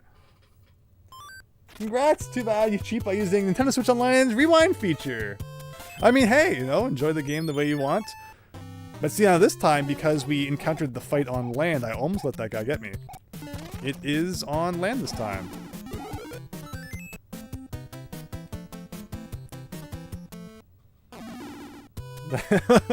No tuxedo words. So see, you can use the hammer here instead, and it's just so fun taking the boat and going for a ride out here, accessing all this stuff that you normally don't get to. Let's see if my streak will continue of getting mushrooms from houses that don't just have frog suits. Oh wait, this one I guess just has frog suits. Well, we can always use that guy again. Maybe we'll use him for the palace. See if we can beat the airship as Frog Mario. And there's that the green fireball that you get inside the mushroom has 1, 2, 3. Is that 4 full pages? I'm so confused because they all kind of look the same. 1, 2, 3. No, it's just 3 pages. Okay. The boat. You forgot about the boat poison affinity. Yeah, it's a fun little thing. Are we playing on original hardware? Taco Dog of Doom. Yes, we are. It's an original Super Mario Bros. 3 NES cart. Although it's being played on an AV Famicom for its better video quality and reliability over the front-loading NES. And of course the top-loading NES unfortunately doesn't have AV video and only has RF for some silly reason. So that's kind of not an option unless you've modded that. But yeah, otherwise it's all original Nintendo stuff. We're playing on the Game Sphere, Daniel. That's right. This, few people know that Mario 3 was ported to the Game Sphere. Weird green fireballs. And there's the mushroom. The legacy goes on. Yeah, exactly. The paper hat thing like I was talking about. And here's Japan. It's Honshu and Hokkaido and Shikoku. And all your favorites. Kyushu. In my shoe. So let's go here. Back to the mainland. And now let's do level 5 without the frogs. I definitely should have done level 5 first. We're just the good old jellyfish guys here. Get out of here. And this one's generally pretty easy. You can go up on top of those platforms, and there's like multi-coin blocks up there. But it's not easy to get up there like it was in 3-1. So I think you have to use like a P-Wing, because otherwise there's not even really anywhere to run and like start flying in this level. So it's kind of a waste of a P-Wing to bring it here, but that's it. No big deal. And that's 2 stars again. Tokyo! I don't think Tokyo's where the palace is. I think Tokyo is where Kyoto is, which was a past capital of Japan, and also where Nintendo is headquartered. But yeah, don't worry though, Tuxedo Earth. I'm sure people are, dropping by here and there. Might not have heard every word. What are we at? We're almost at 3 hours. So when I did, many, many years ago, something I called Late Night Super Mario Brothers 3, where just one night I got the desire to play some Mario 3, and I recorded it and uploaded it in parts. That playthrough took a few hours. But I guess I'm just faster now or something, and I don't think this run's gonna take that long, but we'll see. We'll see how it goes. Should I go down there? I'm probably gonna get crushed by the screen. Was playing with fire there. Okay, we got the leaf back. Haven't had that in a while. Oh, almost didn't make that jump. I prefer the cape to the leaf. The cape is so OP in Super Mario World. You can just do pretty much like anything with it. It's awesome. In this case, though.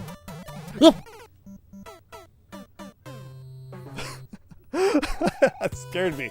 Oh, I pressed B. I let go of B for a second, and I went to press it again, to get running speed, not realizing I would grab that block and fall right through. I wonder if that's why they placed that there, because they knew silly people like me would do that. But oh, you get to see 3-6 again, because we all love this level. Poison Affinity. Whoops, chance. Exactly, right? Exactly. Trying to read the chat while I wait for the screen to scroll might not be the smartest idea.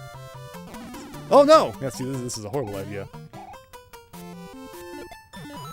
Oh, that's not what I want. Where's the power-up? This one? There we go. Oh, I could have got to the mushroom house. Good point. Again, I think it's another mushroom house that just has frog suits. But alright, let's not make the same mistake again.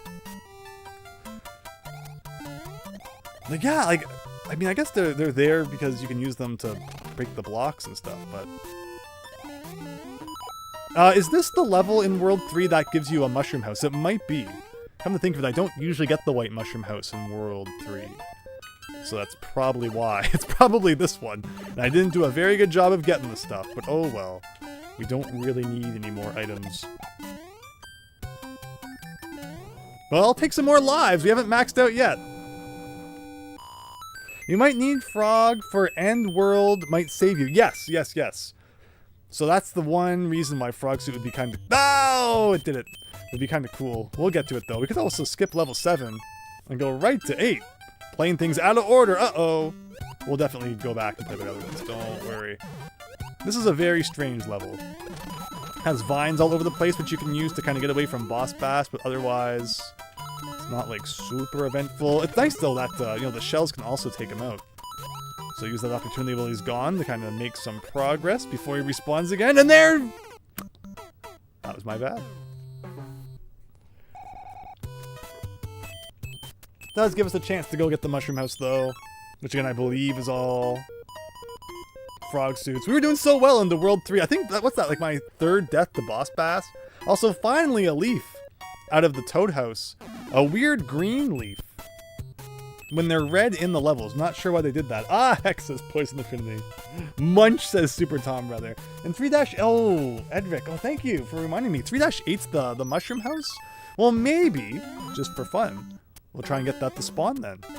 Next time we play 3-8. So then, in the end, it would end up, working out that we died in 3-8, because now we get to have some fun. One of these wood blocks, I believe, had a power-up in it, but I forgot which one. Also, I think up, if I grab this guy, I've just lost my ability to play Mario, apparently. I'm just looking for an excuse to use all these mushrooms we don't need. And it's this, right? Like, yeah, that's how easy it was to get a power-up. Totally forgot about that. Alright, let's not start being weird now. One of these should have a 1-up. There it is. Spike, though, introduced in this level. Not the one from Wrecking Crew. Wait, Spike's never been my favorite enemy. Caused me to get all panicked. But, okay, here's what we want to do. We want to climb up this vine. I really like this level. You wouldn't know it based on how many times I just died. But this level's really neat because it's one of a few Mario 3 levels that actually has a secret exit. Where if we jump to the right here and land on those clouds, which I did a really good job of doing right there. I saw that Piranha Plant shot a fireball. I just knew I would probably run into it.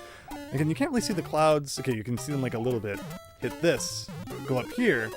You enter this cloud zone, which ends with an item, which will take us back to the overworld map. So this, along with the fortress in World 1, which had the whistle. 1-3, which also had the secret ending with the whistle.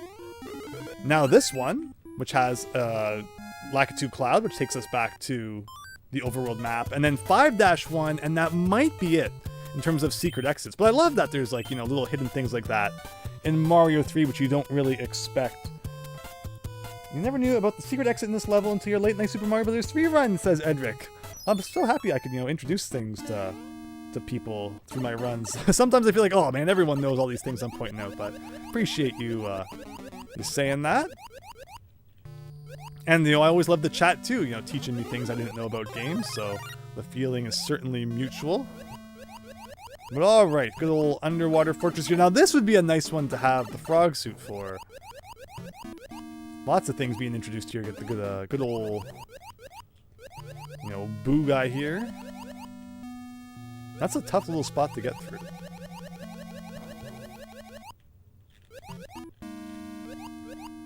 That's a scary moment right there. But that should be it.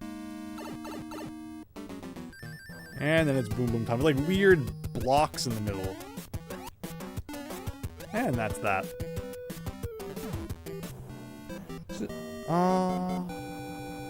Yes, CD-ROM versions of Sonic 3. Oh, yes, the PC versions of those are cool. Oh, thank you, Ma KCC. I appreciate that. Alright, for passing 40,000, another try. We gotta figure this one out. And then every time I get back here, I always forget, what's what.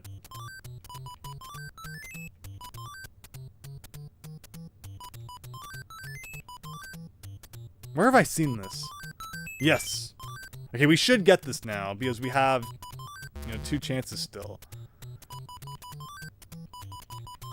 There you go. Second puzzle solved. Oh, 400,000. Thank you. Thank you, David Ray. Yes. Indeed.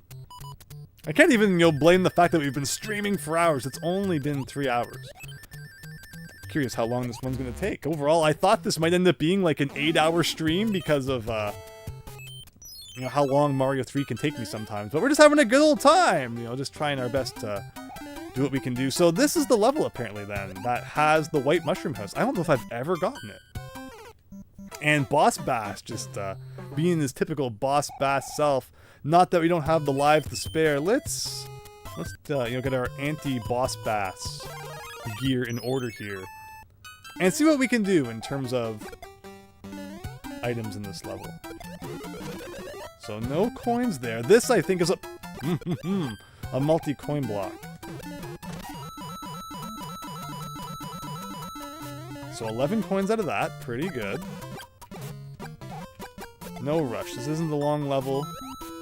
Well, I need to make sure I don't accidentally miss any coins, which are kind of like, you know, below the screen. What's this block?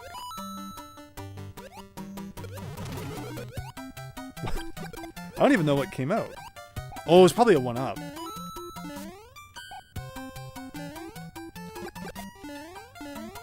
Okay, something like that. So now it makes sense, you know, why there's like coins up here that you would try to get. Ugh. I know there's a P-switch somewhere too, I think. Again, Mario Advance 4 is really nice because it gives you like a counter that tells you how many more you need to collect.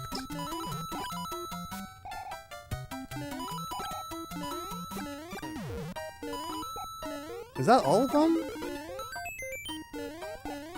I feel like it might be.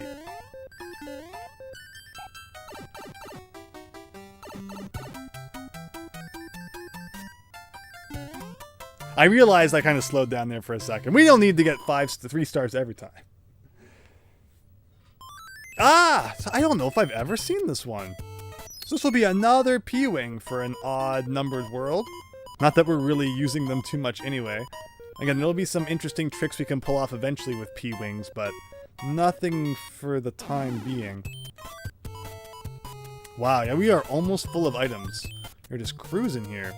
But thanks again for reminding me that it was in level 3-8 there.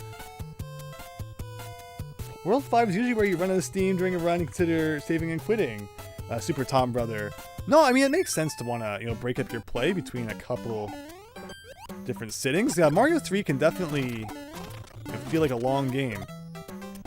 For sure. Now, this is the introduction of Bullet Bills here, which I'm doing a really good job of demonstrating to you all. Let's just get out of here. We're actually going to be getting a frog suit in this level anyway, so any hits I take don't matter particularly. This is also the spot where you can get really easy infinite 1-ups.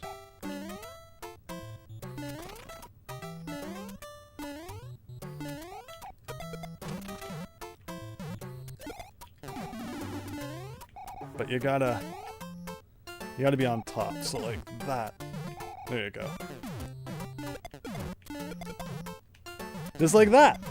You've never beaten Sonic CD with all the time stones. Yeah, it's fun to try and beat Sonic games with like all the Chaos Emeralds with the time stones and such. But yeah, there is a trick for you if you're looking for something like that. And let's go under. That's actually featured in one of the demo videos. That was a part of the Super Mario Advance 4, Mario 3, you know, e-reader series. A lot of those focused on spots where you can, you know, get a whole bunch of 1-ups and stuff. Nothing that you couldn't just, like, you know, look up online now. But back in the day, I guess it was kind of an interesting idea. I think you go under for the pipe, or is it over? Oh, that doesn't matter in the slightest. But I think you hold right. That's the trick. Because if you get to hold right, then you don't go in here and you don't get the frog suit. Just as World 3 is wrapping up, now is when they decide to give you, you know, the actual frog suit power-up instead of just the, you know, the Mushroom House version. And that's pretty much it for 3-9. I think you have to go down. Yeah, you have to go down. This is the one you have to go down. And if we can carry this to the palace, we can try and beat World 3 in frog mode. Oh, 2 mushrooms.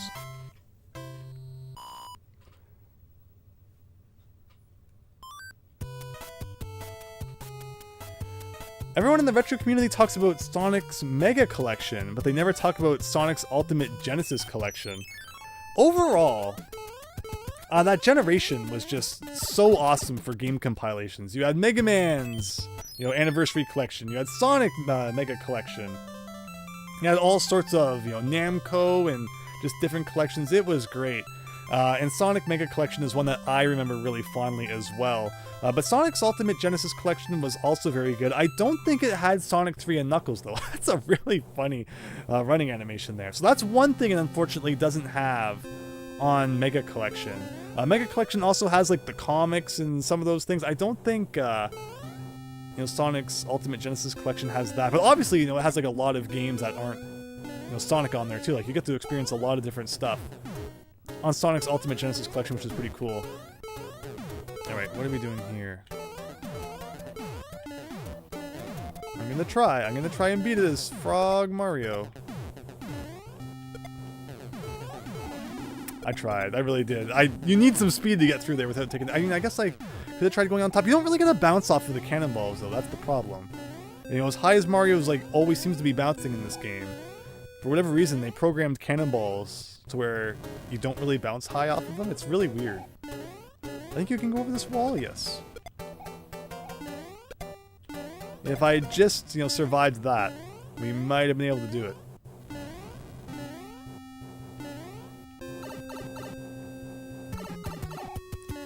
It's windy time! Throwing around like life preservers for whatever reason. What?! Well, that gives us another chance to use the... Oh no! Whoa, we actually have to chase the ship. Freaking windy getting an attack in there. Or we even had a chance. Well, look at that. Okay, well. Do we use the frog suit here or do we try and... Yeah, we'll try frog suit one more time. Womp womp. Yeah, she got the sneak attacking on me right there. But it's okay. The only problem when you die on one of these levels is you gotta wait through like the whole thing again. And like they're never that tough. It's just a matter of going through the paces here. Can you go over this wall? No, you can't.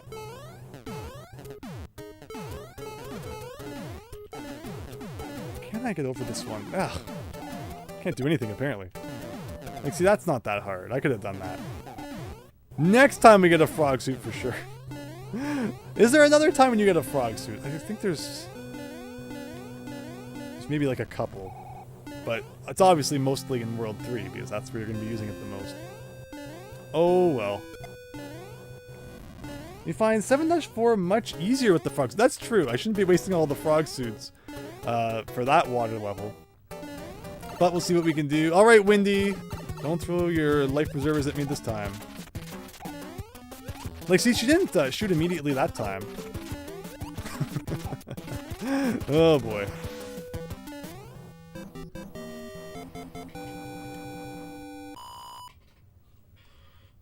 You can actually become supersonic in Sonic 1, but only in the Origins collection if you change the settings. Yeah, Origins collection was interesting because they added things like, you know, Hidden Palace Zone back to Sonic 2, I think. Which I believe was already in the mobile version. But, you know, who played the mobile version? Thank you, Chance! Thank you so much for watching tonight. Hope you have a great one, and see you later. There's a great one-up trick in 3-9 if you can... Yes, Super Tom Brother, yeah. It is a good trick. World 4 weird, where like it starts you on the left, and then immediately begins with you going into a pipe. And heading to the far right of the world, which is kind of a cool idea, working from right to left instead of the usual left to right. If you still had a hammer, you could get into this guy here. I don't know if they give you any hammers in World 4. I don't think they do. Which makes that a mushroom house most people never visit. Now that was not what I meant to do. So here's Giant Land. Giant Land was such a cool idea. Giant Land along with Pipe Land is like, yes, Nintendo, you know, those are such neat ideas. And I don't know why Nintendo doesn't do them anymore. Of course, if we have the leaf, which we should be getting right here, you can go up and do some bonus stuff. Oh, God. All right, I said you can go up and do some bonus stuff.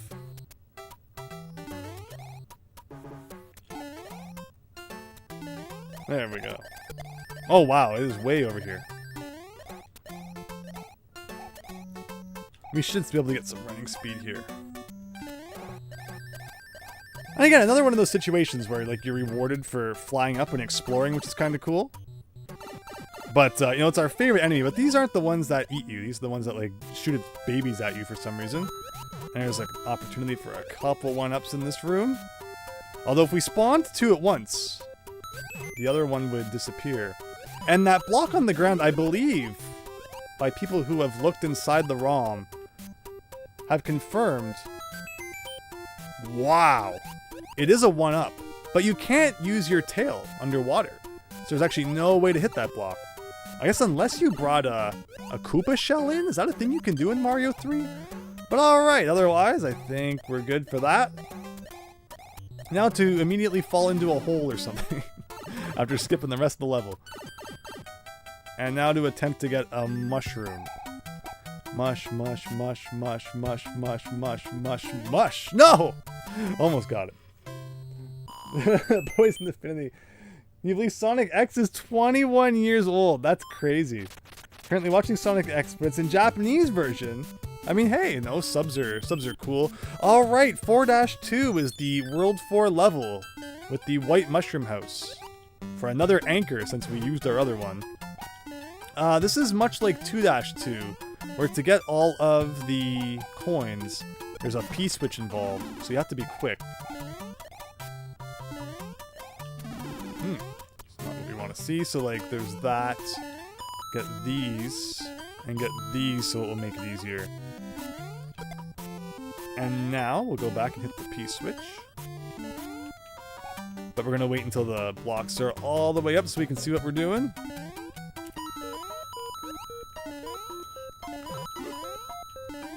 Like, see, if you wait for the star, it's like, good luck. I think that's all of them. Oh! But you're rushing so fast, you get a cheap to the face. That takes us down to 64 lives, though. Remember Nintendo 64? Oh no, says David Ray. Yeah, we've gotten a little sloppy. We should try and, you know, correct ourselves here. We need to die a lot less, take a lot less hits. But I'm having fun just romping through the levels, too. Maybe I should have grabbed that star. Clearly we needed it. Although the problem, okay, one problem that you have to admit between this and Mario 1, and that happened right there, is that you cannot see the Cheeps when they are underwater. Where in Mario 1, the water does not have layer priority. So, if you can always see where the Cheeps are. But in this game, you really can't see them until they jump up and they're in your face. I guess one thing you can do is hold a block like this, and then, you know, hopefully not get hit, but... Ooh, I might not be able to get it now as I accidentally broke a block. The question is, are there any extras in this level like there were in 2-2? I think this level is perfect, so we might not get it now.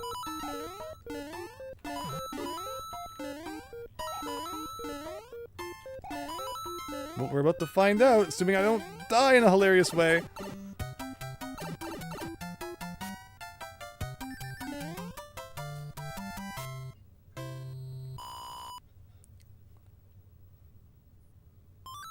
Oh, well, we got the end spades. Consolation prize. Ooh, I definitely should have used some items before this, because we're definitely running low in the item department. Alright, 10. No, I meant to go down one more. Ooh, that's a flower. Ooh, okay. Ah. Well, it's all good, because we didn't really have the inventory space for it anyway. And we're even gonna like another item right here. We have been racking up items really quick. And there's a leaf. But yeah, we're almost halfway through Mario 3, everybody. Tonight's just been flying by, and I appreciate all of you, checking out the stream. Hope you're having a good one. I guess, no, I should have used... We're about to waste an item right here, everybody. I should have used the leaf. Because there are some interesting secrets in this level that you can find by flying up while you're underground. And I don't usually see them, so we're going to try and see them today. Oh, this is where in my late night run, I ran so fast that I clipped into the wall and had to wait for time to run out before we could continue. That was funny. But okay, we gotta get better here. We gotta prove that we do have some video game skill. And not just crash our face into the first thing we see every time. But I want to fly, and these guys keep respawning. And it's probably gonna respawn again too, isn't he? Yes. Fine, that's it. I decree that from...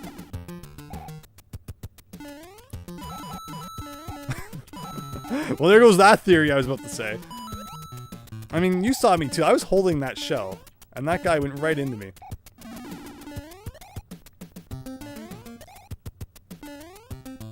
Like, are all the Buzzy Beetles here finally gone? It's a lot of work for, like, a not-so-great secret.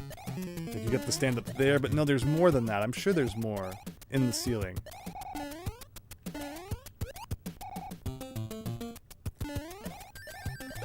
Yeah, like up here.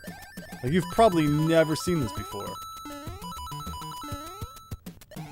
There, don't you don't you feel better now that you saw that completely pointless secret? Again, Mario 3 just has a lot of that. Just a lot of like, hey, we put some things up in the sky because it's a game where you can fly, so we're going to encourage you to do that all day, every day. And I appreciate that. And I liked when they brought the leaf back in New Super Mario Bros. 2. Because a lot of the levels kind of had elements like that as well, where it encouraged you to kind of fly up and try and find things. Where I always kind of, you know, accused the New Super Mario Bros. Levels of being too linear. Where the original New Super Mario Bros. Didn't have that problem, because it wasn't designed to be a multiplayer game. You have a lot of levels where you're going up and down and all over the place. But then you go to the Wii one, and it's like, you know, because it always had to be made for there to be like 4 players on screen at once, you don't get as much, you know, innovative level design, I felt. But maybe that was just me. I might be the only one who feels that way. But alright, we're in a fortress. We got a really random underground portion. And there it goes. It doesn't really skip that much of the level. It's not a very long level.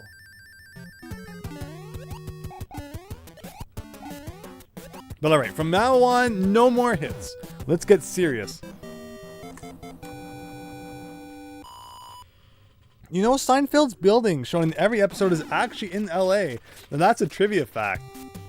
Yeah, I know a lot of Seinfeld was filmed in LA. Not much of it was actually filmed in New York. Also, it's really funny that his apartment, if it, you know, you sometimes see the hallway outside of his apartment, but because of the way that his apartment is designed, it couldn't actually fit with the way that the hallway looks from the outside. It would like jut through the wall if it was realistic, but that's like a really random nothing burger of a point. Nobody watches hilarious comedy shows for realism. Look at that. One piece from everything. So this rock directly above me right now, and now below me, if you have a hammer, you can actually break that rock. One of those like really random things that you probably haven't tried, or you're probably not even going to think about trying, because why? You know, you probably use your hammer to get that mushroom house, even if you even had one, which, as mentioned, you don't even get a hammer in World 4. And all that would do is skip the fortress, so like it's not really, very useful of a hammer suit. Now the thing about this is if I had kept one of my frog suits, we could have gone into that bonus room down there for, guess what, more coins, because that's really all this game has to offer you in terms of bonuses. Unfortunately, like no collectibles or such. I mean, I guess we do see the odd Mario 3, you know, item given to you mid-level, the secret exits as we were talking about, and those are super cool. But there's really not many of those, and most of the time, if you find a secret area, it's just for money, which is a shame. I guess the other thing that secret areas can give you is like the hammer suit and such. But even then, they didn't do that too often. And another 5 up.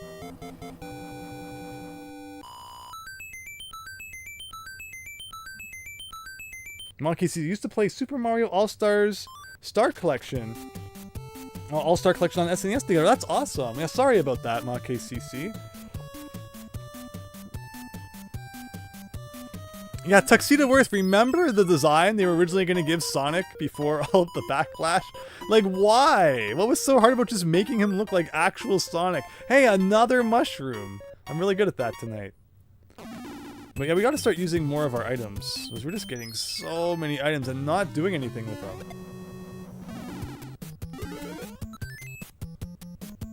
Why wasn't the hammer suit in Mario Maker Super Tom Brother? I don't know why Nintendo hates bringing back suits. Like, they did bring back the frog suit finally, right? You know, and the Tanuki suit. It's kind of been completely revamped now and how it works and all that. But, yeah, the hammer suits, I don't get why they wouldn't put that in Mario Maker. But okay.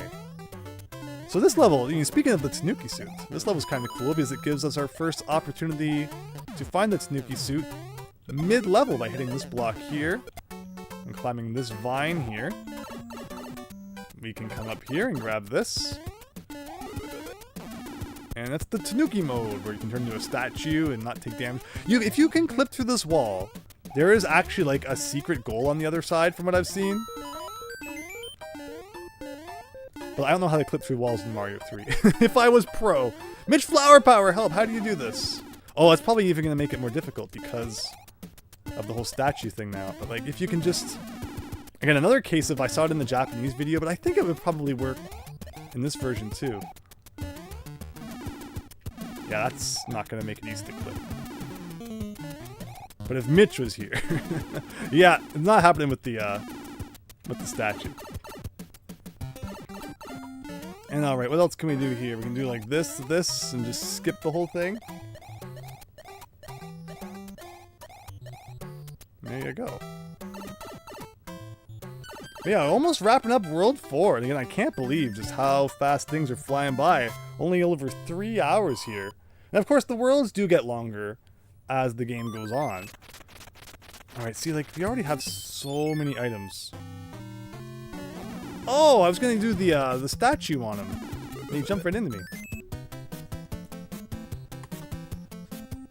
Guess I should have just hit him from the side, but that would have been no fun. Hello!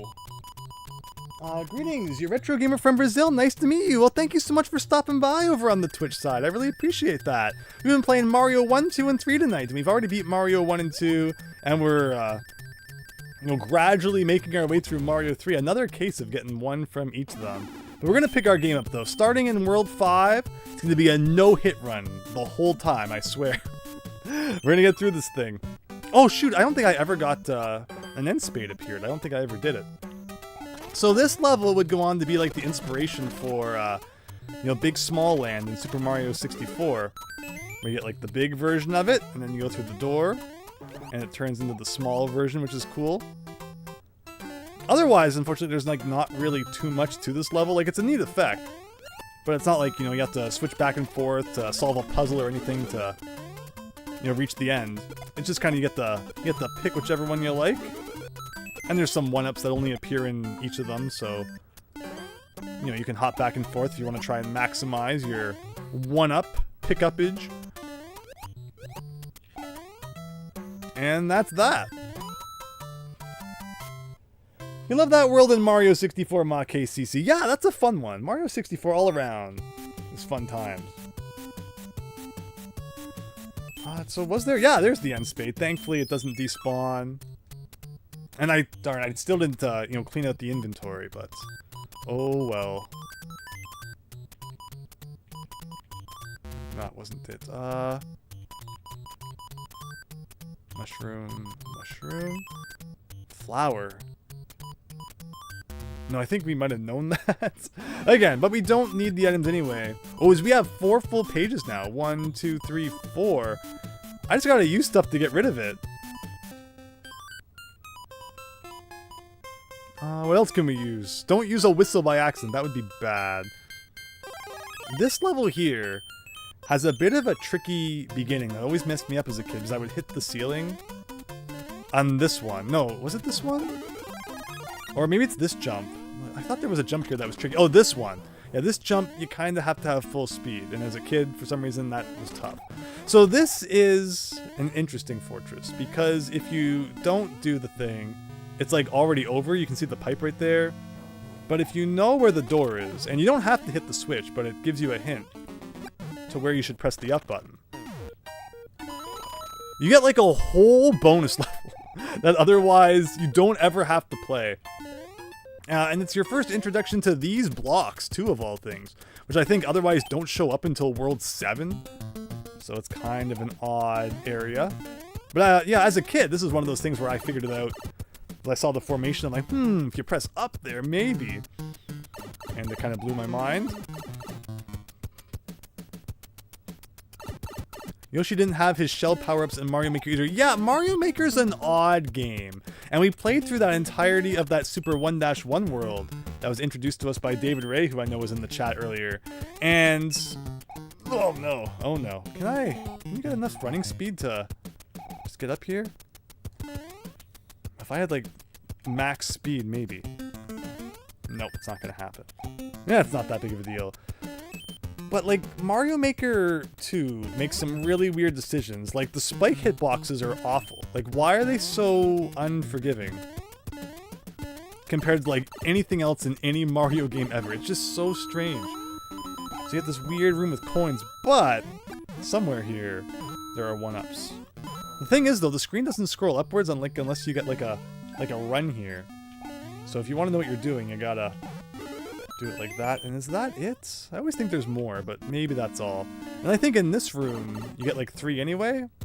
Oh, but if we could fly, we could go up there and I think get some money. But like, who needs that when you can just get 3 free 1-ups anyway? And then after all that, it brings us back to that red pipe we saw. And there's the, the entrance to that whole bonus area again. So, like, this level is the shortest level ever. If you skip all the bonus stuff, it's so weird.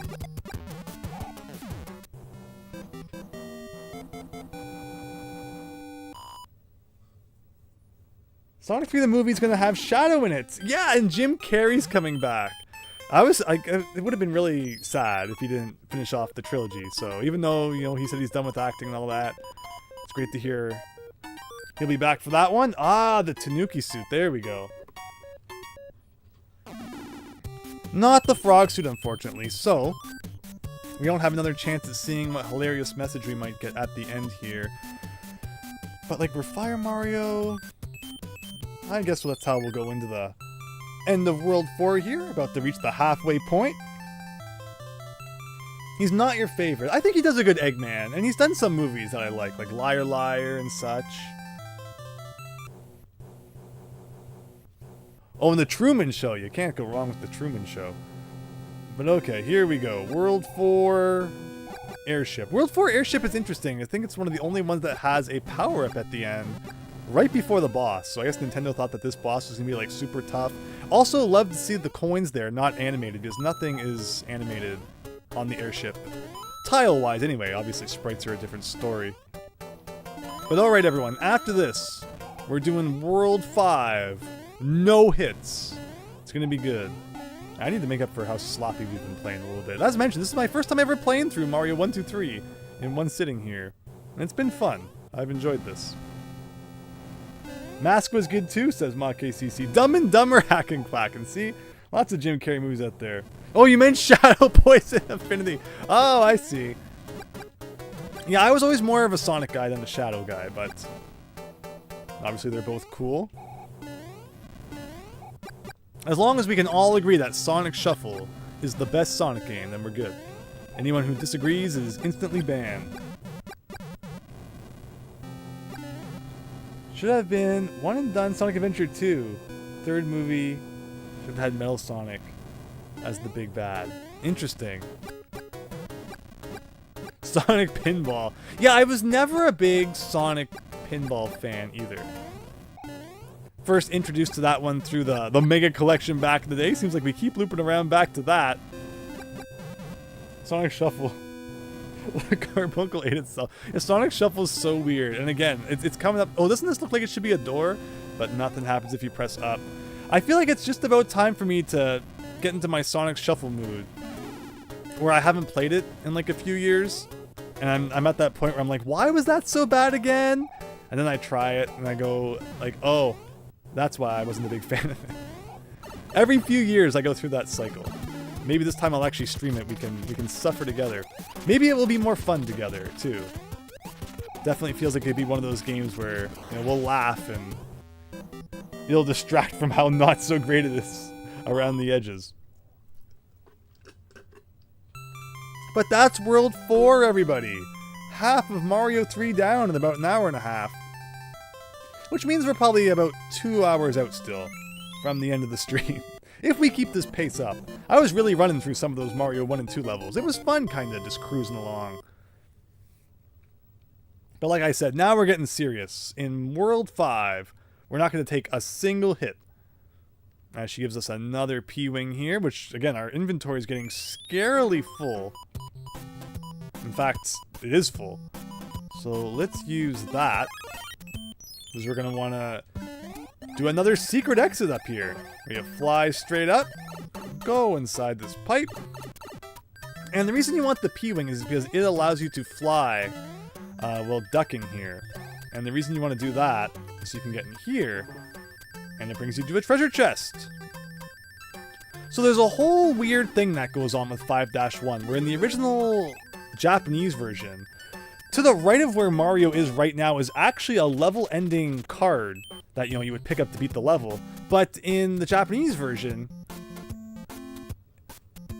you know, that's the one that you use. In the North American version, however, they just added the level ending card to like the main area to kind of like solve a glitch that existed. It's very strange if you've never seen that before. But yeah, just one of those weird things that they changed when they brought it over, because, you know, they discovered a glitch and said, okay, we'll fix that for the overseas release. This level's also very interesting. Another one with multiple paths where if you fall down, you'd have to do like a weird sewer level with guys throwing blocks at you. But because we took the upper path, we get to come in here and get a whole bunch of one-ups, which we really don't need any more of. But what was everybody's bet for when we would hit 99 lives? Think this world, think the next world. Still hitless though, no hits in World 5.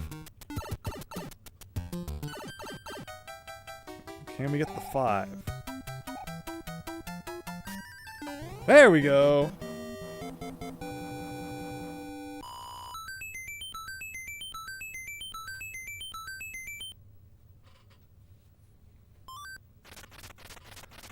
Alright, so far, World 5 off to a good start. World 5-3. Oh, shoot. Shoot. I think this might overwrite the music box.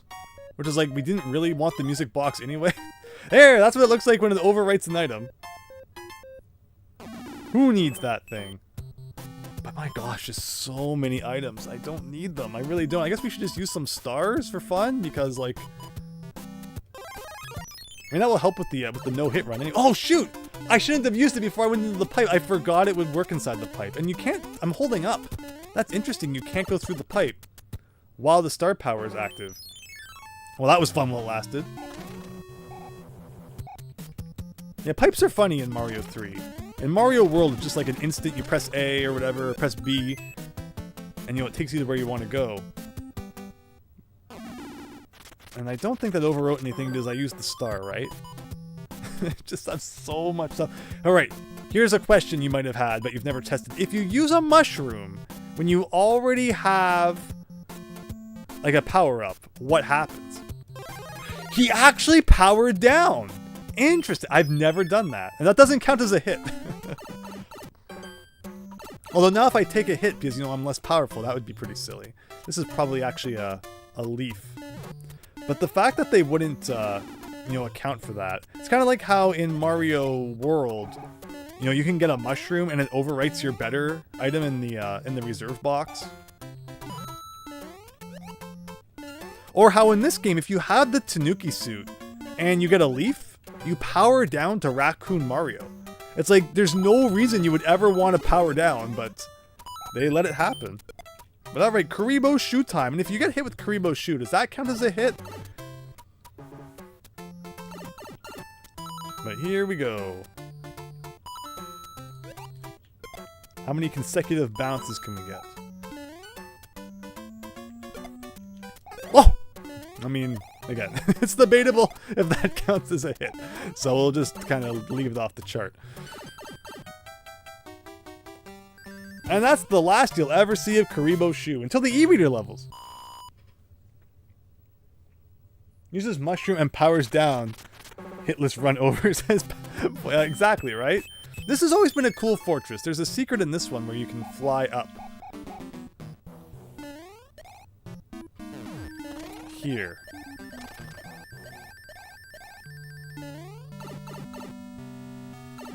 And he's got like a big old arrow pointing at the ceiling. I think there's 3 1-ups hidden somewhere in the sky here. There you go.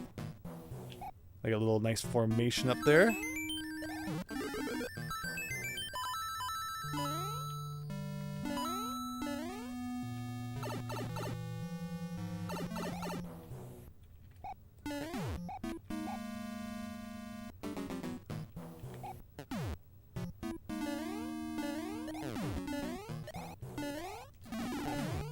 As a kid, that was always a part that messed me up too. Good to see the things that used to mess me up still mess me up.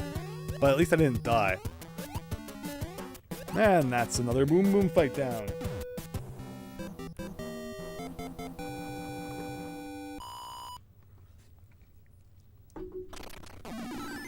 And another end spade, which like we really don't need.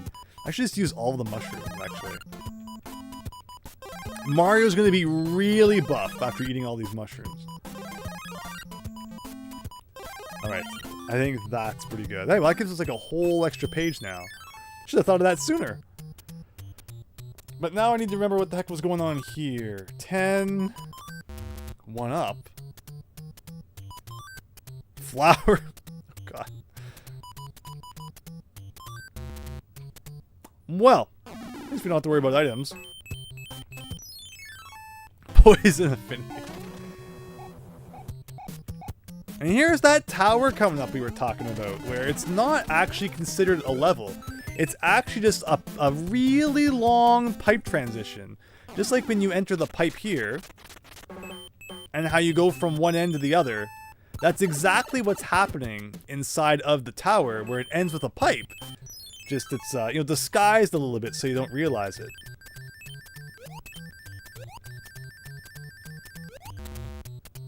Now I get all the flower. Oh. Who saw the Super Mario Bros. Movie Tuxedo Earth? Yeah, that was a fun time. I don't know how I feel about the Zelda movie being live action. I think they did well with the Mario movie being animated. But like a live action Zelda movie? I don't know. I don't know what to think about that one. But Mario was a good time. I like how Mario and Donkey Kong are like so closely fixated together now. Also, this looks like there should be something above it, like a thwomp is missing or something, but always kind of been a weird spot. And I always like this part though, where you have to kind of come up here and hit a bunch of blocks. If we can keep our flying power, this has always been really strange. Oh, look at all these are all multi-coin blocks. But like, can I get over here? One of the most obscure one-ups in the game has to be. You see that the brick kind of broke through the floor. That was weird. Oh no! Oh no! Oh no! Oh no! Oh no! Oh no! Oh no! Oh no! Oh no! Oh no! I didn't mean to clip. I didn't mean to clip. I meant to jump and break the block. Wow! But you can see the block that was back there. That's like the weirdest one-up in the game. In fact, let's get it. I don't care. As long as we don't take a hit. We have enough P-Wings. I think we should be okay. Thankfully, I think if you get a leaf, when you have the P-Wing, you don't lose the, you know, the flight ability. It is weird jumping, though, with the P-Wing. Like, hopefully I can do this okay. Gosh. Oh, not again. Okay, okay. We're good. GG Christian, LOL. Happy everyone got a good kick out of that. But see, like, and you can't fly. Yeah, see, you can fly over it, but you have to go like really high. Like, see, it's the most random one-up block. And the only way to get it, like, without the P-Wing is to really do what I was doing and kind of make yourself a runway. Otherwise, just a very odd secret overall. Now let's get revenge on those blocks that caused me so much turmoil here. Look at that! We've created Cutoff in Super Mario Bros. 3! Removed from Super Mario World Central. I don't know why the Mario 3 hack would be on Mario World Central. Actually, I do think Mario World Central, you know, hosts like Yoshi's Island hacks and Mario 64 hacks. I guess Yoshi's Island makes a little bit of sense because it had the subtitle Super Mario World 2, but not in Japan. That was exclusively a North American thing. Because I guess they figured nobody would buy a game if it was just Yoshi, so they had to make you think it was a sequel of that sense. Just kind of like how they did, you know, Mario Land 3. Wario Land. Like, no one's gonna buy a game with this Wario guy. And then Wario Land would proceed to get, like, more games than Mario. More side-scrolling games anyway for a while there.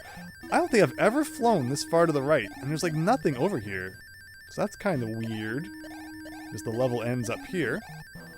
As mentioned, big long pipe room, and now we're in the sky. Studio Ghibli helmed Zelda movie would have been top tier. That could have been really cool. Leonardo DiCaprio as Link? Yeah, I haven't looked any more into it, like who's cast as what or whatever. But I don't know. Just, it's gonna be interesting, I guess. Just hope, hope it doesn't get to Nintendo's head. They had success with one movie. And, you know, video game movies are usually a pretty tough sell. So don't get greedy now. Look at all this stuff going on in the sky. So you can't even say, like, I cheated through the whole level. Because it literally was encouraging me to do that. Oh, no! I looked at that for a good couple seconds and saw it wasn't spinning. And the second I got on top of it there, it started. But, you know, that gives us a chance to beef up a little bit here. A lot of fire flowers. Not so useful in the sky world.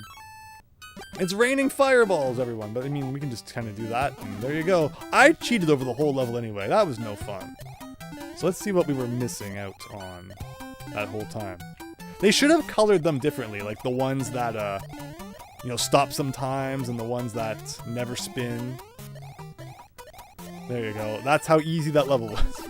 And I still found a way to die. Oh, here's where you can get him to, like, throw a million of his spiny things and get 1-ups.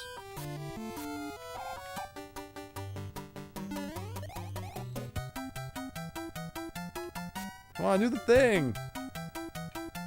The one time you want Lakitu to throw stuff at you, he doesn't do it.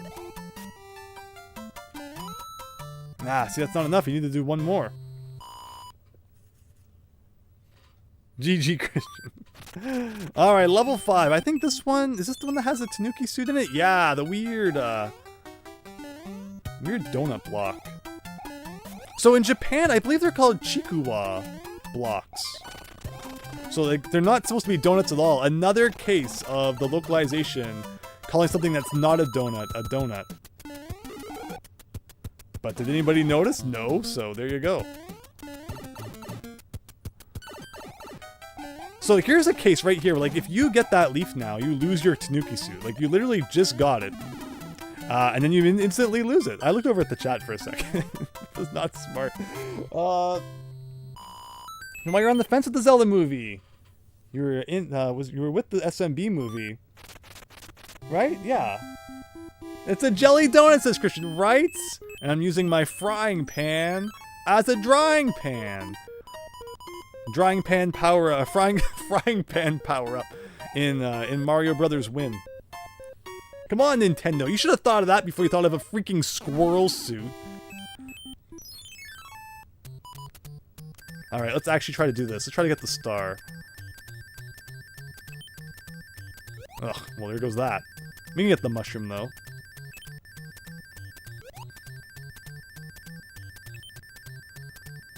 All right, we're over 90 lives now.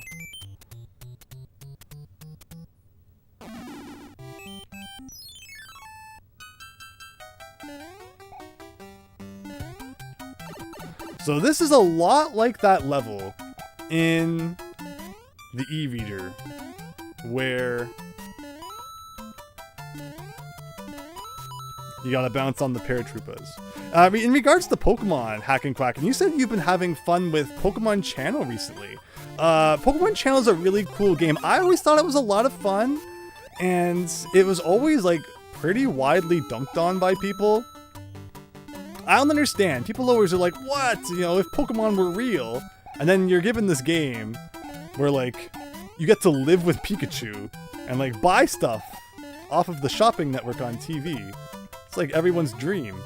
And yet, like, no one was really a big fan of Pokemon Channel. Also really cool because it allows you to play Pokemon mini games. Really weird, obscure Nintendo handheld thing. One of the only ways to do that outside of actually owning the handheld. So I always thought Pokemon Channel was really cool. It's not like a masterpiece or anything, but I think it's fun for what it is. Apparently Channel is the game everyone is buying. Oh, is it kind of like the new popular thing? Interesting, Hack and Quackin'. But yeah, for all you Pokemon Channel fans out there, I think that's pretty cool. And if you haven't played Pokemon Channel, I definitely recommend giving it a shot. Don't let people discourage you from trying it out. Like, who doesn't love watching anime with Pikachu all day? And then sometimes going outside, but not always. Okay. We gotta get this. For whatever reason, this setup is just messing me up, but, like, we don't really need the items anyway. And there's no way this is a star, because there's a star right above it. I know I've done this like 40 times. I think it's a mushroom.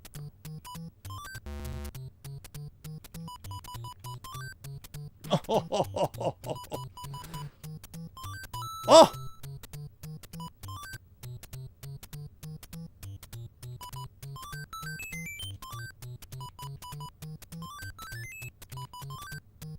Oh, I don't know where that is. Is it here? Is it here? It's not, I mean, I don't think it's gonna be like right beside it. I don't think it's gonna be there. Oh, maybe it's right below it. Aha! Okay. Okay.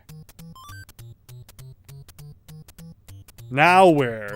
Because no matter what, it's gonna be touching a star. Wow. Wow. There you go. And how does that do item-wise? Hey, we're not even full. Channel gives you an ego boost thanks to the quizzes. Yeah! Again, there's just so much fun stuff to do in Pokemon Channel. It's like, you know, it's fun. It's just a fun, comfy game. Sometimes you need a game like that. Too bad. Oh, great. Really? Oh, yeah, yeah. That's true, Super Tom Brother. Okay, I mean, you don't need to equip anything right now, I guess. Level 7, another one in the clouds. Weird how they position that Koopa Troopa. So he's like a little too high up when the level starts. You have to drop down there. Now this is interesting because there's like this weird bonus room down here that I've never really understood. I also think that this is a 1-up if we can get it. So I'm gonna try and probably die trying.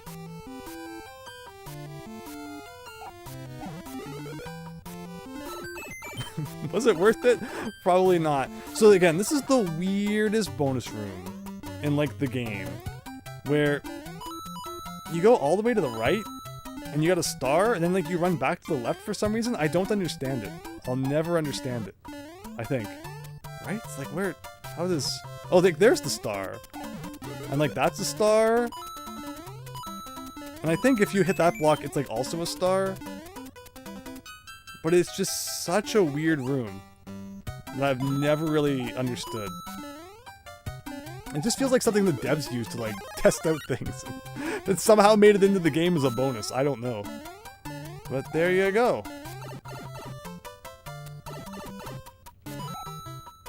With that said though, otherwise, I don't think this level's too much trouble. And there you go.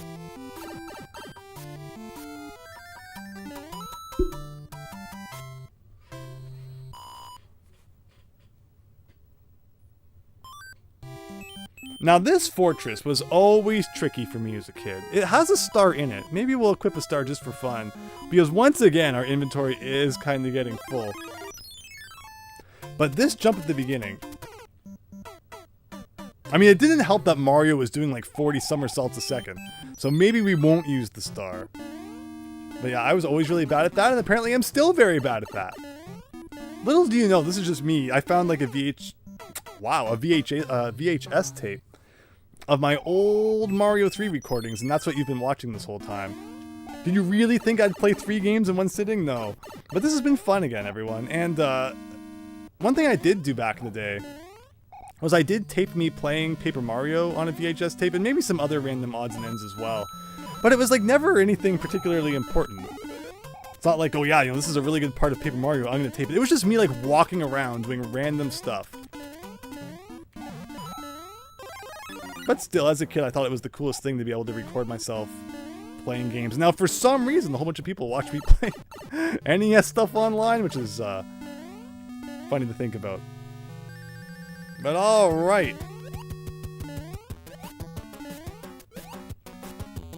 GG, Christian, thank you. Reporting this to speedrunner.net. What did I do, hacking quacking?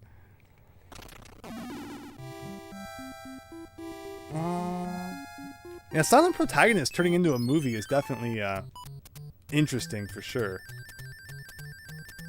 Alright, what can we do this time? Let's try to get the star again.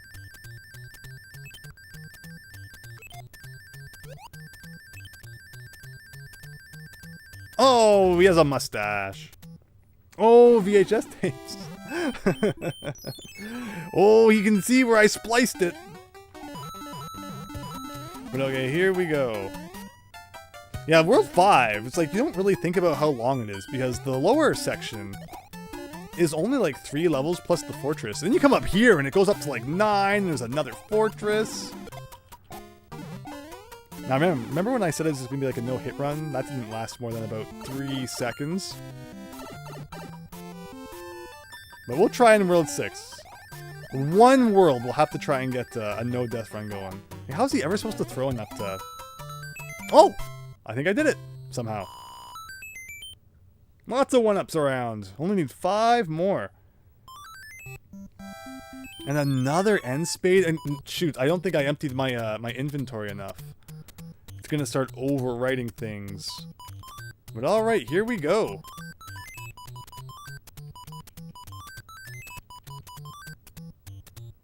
Again with the 1-up. I always forget. Yeah, I remember now. It's pretty common for them to be in those 2 spots. No. Okay.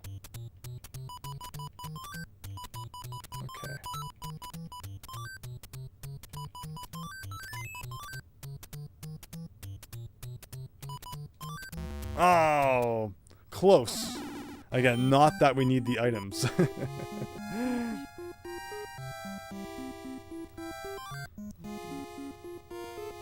But okay, so level 9 is the last one here, and it's an auto-scrolling vertical thing. It's always been an interesting level. Overall, not too eventful. You'll get some guys firing at you from time to time, but they're easy enough to dodge.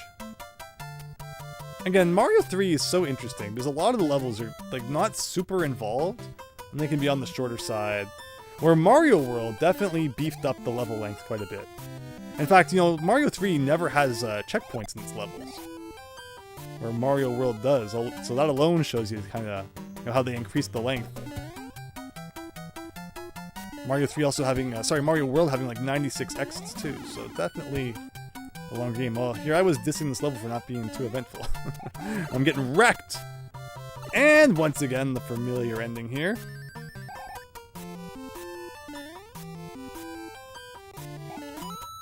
That's not gonna cut it. Hi Argy, hope you're having a great night. Thanks for stopping by. Just finishing up World 5 of Mario 3 here. Again, I guess I should use all these mushrooms to free up some space. Chica-mites! I like when there's a reason they can't talk. Oh, yeah, silent protagonists and such. Link, Gordon Freeman. No, we don't need to worry about Gordon Freeman not talking. he's like Banjo-Kazooie. You'll never see that guy again.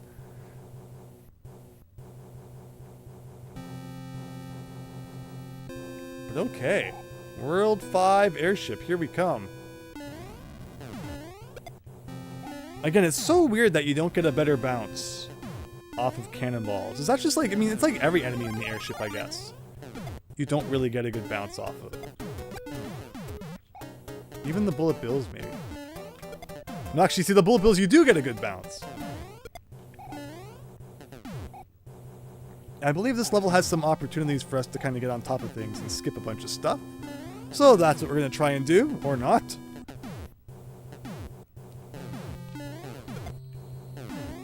Ooh, I was definitely clipping into that a little bit.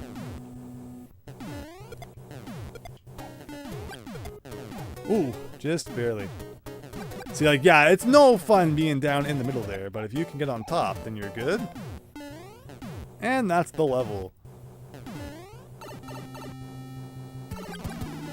And it's good old Roy time. Again, Windy surprisingly being the most difficult boss so far, although Roy, you know, turning on Earthquake mode there, almost got me, but not quite. And that's that. Morgan Freeman in Half-Life, says Daniel.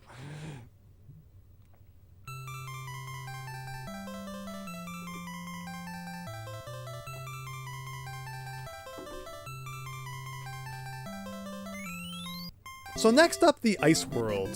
Some Mario games mix it up a little bit by putting the Ice World like way earlier. New Super Mario Bros. Wii, I think Ice is like World 3, right? The Ice World in New Super Mario Bros. Wii has that red button that you press to like, you know, turn some red blocks on. I was so hyped when I saw that because I thought that Switch Palaces were back. But unfortunately, you know, that was kind of the end of that. that thing that never showed up again in like any game. So maybe a whole bunch of P-Wings. Because there is something I want to do in this level. But like, it doesn't have to be a peatling though. It could just be a normal. If I use a fire flower, since we have so many of them. Again, not sure why the leaf never shows up in. Let's see. I was afraid I wouldn't get a leaf, but I think there's another power up later on, which will be a leaf. But yeah, why the leaf doesn't show up in the End Spade bonus game is very, very odd. No, not that one. That's what we're looking for. Whoa! I was really afraid for a second that that ball was going to come back down and crush me. So the reason you want to have a leaf in this level is, again, like, not a really significant reason. It's not like in 5-1 where you fly up and you find like a really interesting, you know, secret exit or whatever. But in this level, if you fly up somewhere up in the sky, I swear, I'm not making this up. Like, there it is. There's a door! And what's inside the door? It's a bunch of coins. Because what else would you expect? And another door. Oh no! If you don't make it really quick. No! I'm always letting go of it too soon. And we didn't get a single one. But yeah, you get the point. But like, again, like another really random bonus room that's just like, hey, it's the Mario game where you can fly, so we hope you're flying every 10 seconds. And like, they can't even fault you for flying over the whole level when you're literally encouraged. You know, to just fly in the most random areas. Alright, that was fun. And that brings you back here. But yeah, I always thought that was cool as a kid, even though I totally just butchered it right there. But World 6 has lots of neat secrets. In fact, I said we were going to do a no-hit run in World 6, so starting now. If Link does speak in the movie, they better have him say, "Excuse me." It is so true, they better. In fact, if that's not in the trailer, I won't even go see it.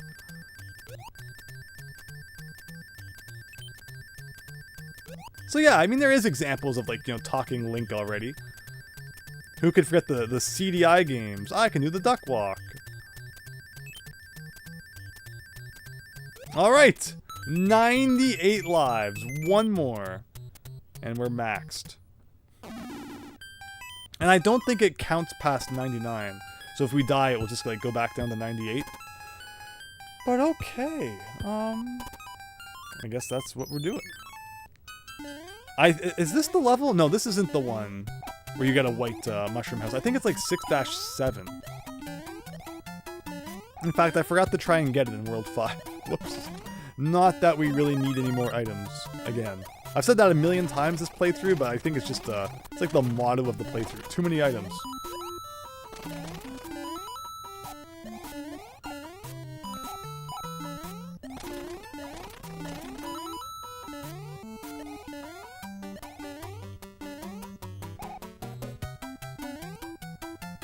And this little kind of climb you gotta do right here. Nothing too difficult. So like, that's slippery, and the wood blocks aren't. So once again, just like in Mario 2, the game is specific based on like which platforms are slippery and which aren't, which is not how Mario World does it. Mario World will set an entire room to be slippery, and not specific blocks. So it's interesting how that's actually a bit of a downgrade compared to Mario 3 and Mario 2. And when ROM hacking Mario World, I would actually do it so that platforms I wanted to be slippery would have blocks on top that would turn on the ice physics. And then ones I didn't want to be slippery would have invisible blocks on top, which would turn off the ice physics to give the illusion of what's happening in Mario 3. But, you know, you had to find a workaround because the Mario World engine, for whatever, was more primitive in that sense at the very least. But alright. Alright, no hit run, here we go.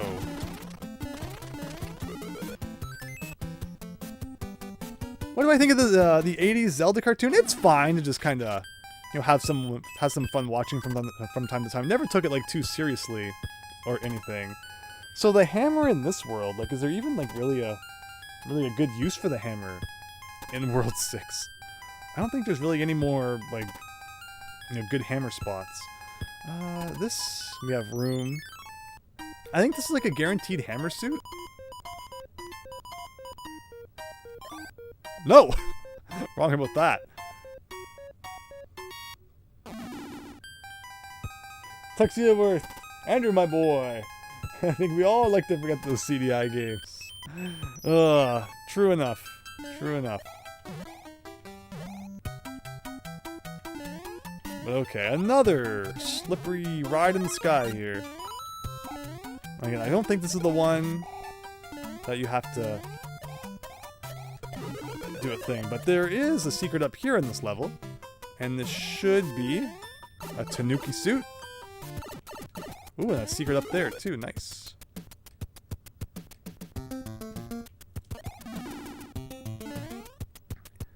But it's funny because, you know, like the real secret you want is down here, and you usually just put like a couple extra coins in the attic up here because you really need coins. And hey, 99 lives, everyone! We did it. Took us till World 6 though. And from there we can just like skip the whole thing. I was shocked how long the P power lasted there.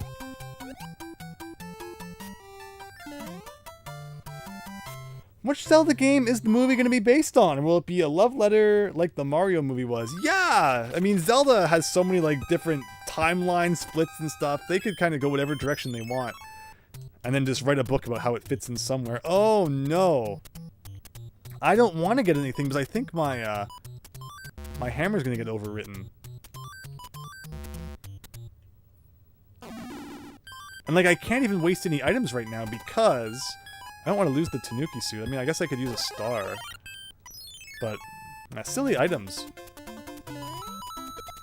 There you go. Have you ever seen anyone defeat a Podobo? That's new. And this moving platform's always been kind of funny. It's an odd looking one. I think you can defeat Rotodisc with the statue. But you gotta be like right on him, right? Oh. Not like that. Like if I do... Yeah, there you go. So this room has a star in it, where if you're really quick, you can get the Boom Boom and defeat him with it. And can you defeat Rotodisc as well with the statue, right? Yeah. 2-for-1 combo right there. Let's see if we can get rid of these guys and do that.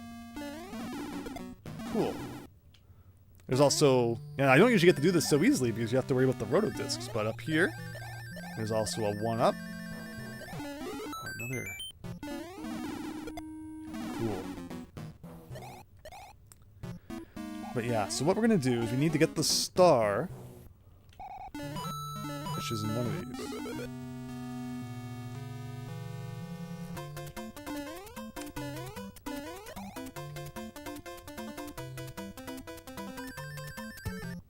Yes! And then you get the upside down question mark. I don't think I've ever actually successfully done that in my life. Finally, something went right on video. Congrats on 25K, Brady. Thank you. So yeah, wow, way long ago I was supposed to mention how this is a celebration of sorts for the 25,000 subscriber milestone, which only took longer than it probably should have, but you know, it's my fault. But I really appreciate all of your support, and just thank you so much, everyone. The Mummy! Wow, The Mummy's a fun movie. Twist. But yeah, big stream for a big crazy milestone there. I mean, I appreciate all of your support and hope you continue to enjoy the stuff coming out. Oh my gosh, did you see like the boomerang downwards? That was like a really big gravity or something there for some reason. Can I skip this by just doing this? Yes, I can.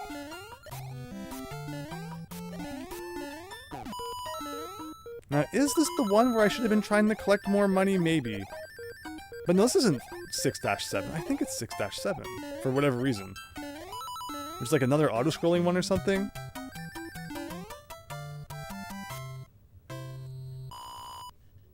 Kingdom of the Planet of the Apes, Ma KCC. Okay, so if I had... Again, remind me if there's anywhere else to use the hammer that's not like just here, and I think there's like one more rock coming up. But before we get to that, it's level 5, everyone. I see I missed that spade. We need to go back and do that. Level 5 was always such a funny one as a kid. Because it loops around forever until you realize that there's a secret path you need to take in the ceiling. Did you see that? There's a cutoff behind the wall there. Wow, I don't usually ever come this way. Usually I enter this pipe and then go through here. But there's actually cutoff in Mario 3. Behind that wall. Interesting. Okay, so, to beat this level, it's like right here when you... Oh, really? Really? Well, the reason it loops forever is because you gotta go back in here and get the leaf back. Yeah, those throwing guys have never been my favorite. Same with spikes. Any enemies that throw stuff at you, get them out of here. As I was saying. Thankfully, you can try as many times as you want. What cutoff, David? Oh, you didn't see it. Well, I guess we gotta go back through the pipe again. When I go through this pipe to the left, look at the right side of the screen. You can see the background. To the right. Like, the wall doesn't stretch far enough. So you see the stars to the right there. Hopefully it should show up on stream. Look at that. Right through the gap. So I think this is where we want to go up, right? Because this is where the Koopa is. So we grab this guy. We fly up here. Throw this guy in here. And that's how you beat level 5 of World 6. And you don't have to beat this level. The reason you want to beat this level is because it takes you to a mushroom house that I think has a guaranteed hammer suit.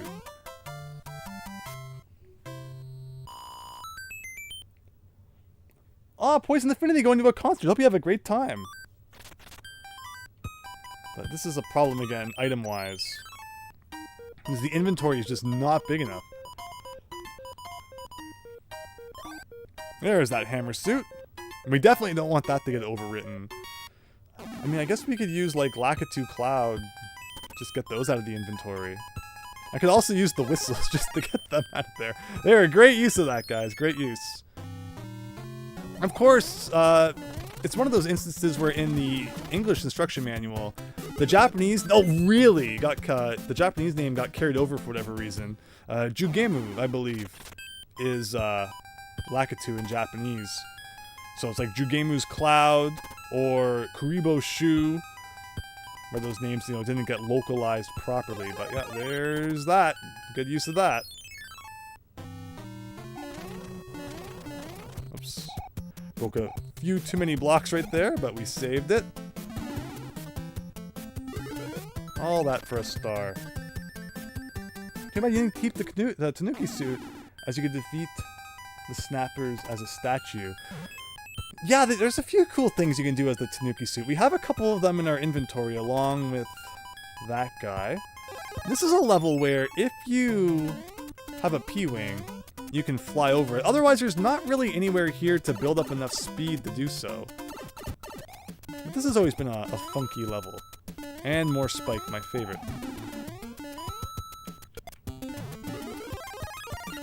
Alright, all that just for a fire flower? And there's a few secrets hidden in this level somewhere. Like that. I'm just looking at the background, trying to see if there's like any, you know, blocks where you can tell there's an invisible one-up. I think there's an invisible one-up somewhere. Yeah, right here. That? Well, welcome tonight, everyone. We're almost done with the Mario 3. We played Mario 1 and 2 earlier. No lost levels tonight, but definitely soon. So if you're looking forward to that, be sure to stay tuned.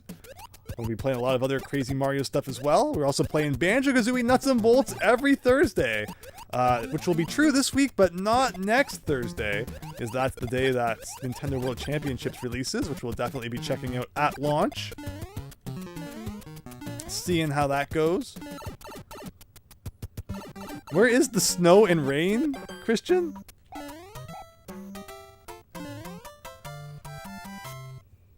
Sneaky Suit Statue Stomp can kill Rotodiscs. Yeah! Thwomps, Boos, and Hotfoot, just to name a few. Yeah, it's really like you can defeat pretty much everything. Same with the Hammer. Hammer is also really good. And we forgot this guy. So might as well go back and get it. Not that we need any more lives.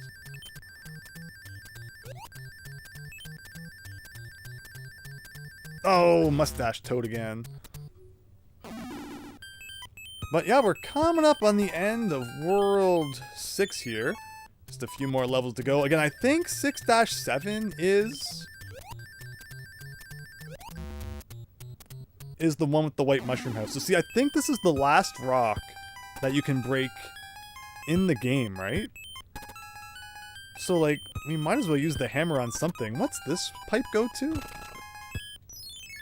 Again, it's been so long since I've even thought about this. What? That's it? That's the worst use of a hammer ever. Maybe that spade game in World 3 is even worse. But, like, you could use the hammer here to skip that, but then, like, I could also do this. Or this. And skip level 7 that way, too. So.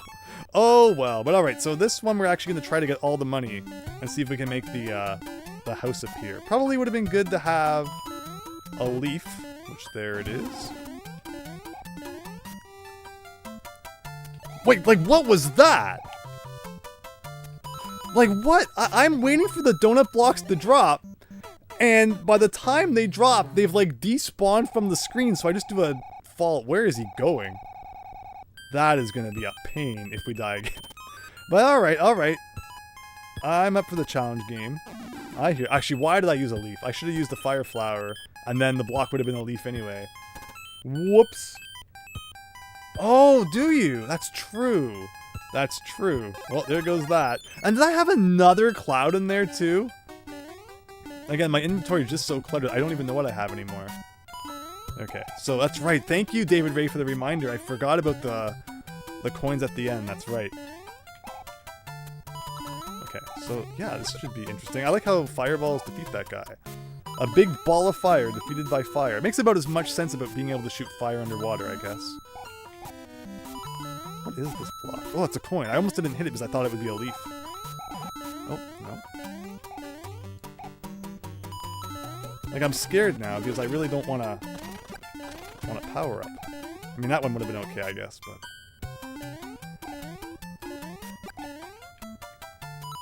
Uh-oh. I did not expect the screen to scroll up at that point. And back to start we go. Here I thought I was being smart by starting from the top, the top and working my way down, but was not correct.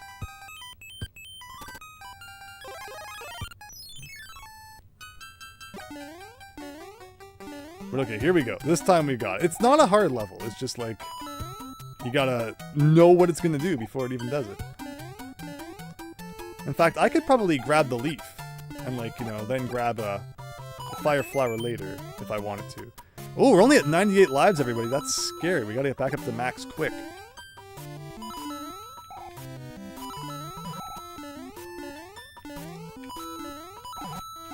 I always think that's gonna be a multi-coin block.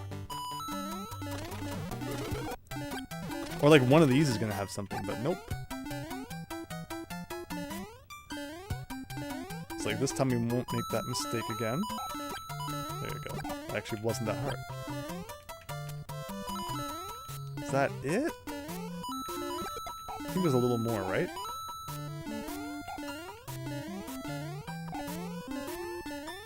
That's the end.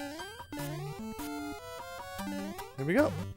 Interesting use of donut blocks there, but the best part of the level is definitely getting to melt all this. Again, it's the ice world, but the blocks that you can actually, melt with fire don't show up until the last couple of levels. This should have been, like, introduced level 1.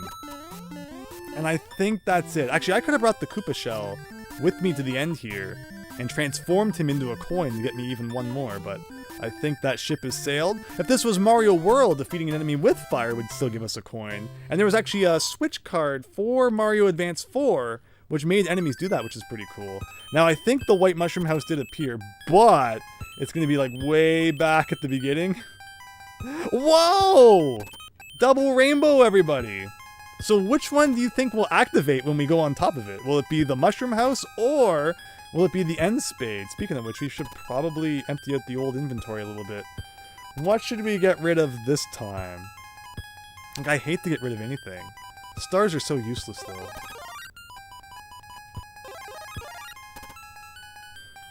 Check your inventory first. Thank you, David Ray. But okay. Look at the flashing cloud there. It's interesting. Anything else funky we can do?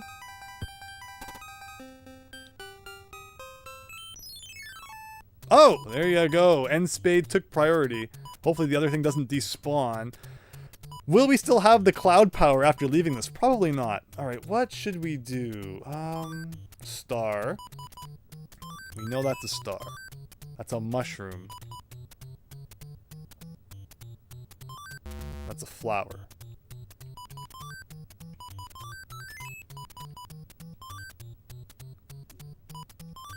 Aha! Okay, perfect, perfect. What's that, like our 4th puzzle completed? Oh! And then instant travel to the white mushroom house here. And that's the anchor. Yeah, it's, you don't see too many of those. Because I usually don't, I mean, the World 2 one, the World 4 one aren't too bad. But yeah, the World 6 one, probably haven't gotten that one too many times. But it wasn't actually too hard. It's just a matter of, you have to remember to have that fire at the end.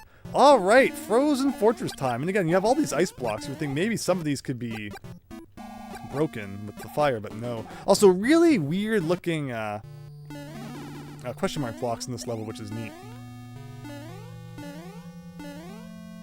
Because I think what's going on here is that some of the white color palette has been changed to black. That's why you see the screen doing that weird kind of pattern on the right. Because it's the same background that like level 1 had, but they've just taken the palettes and changed them to black, which is why the black, or rather the white that would normally be on the question mark blocks is black, because it's a shared palette. Weird, I know, it's very strange. But okay, that should do. And I'm always expecting to have 2 Boom Booms after playing Mario Adventure. How about 4 Boom Booms? Remember that?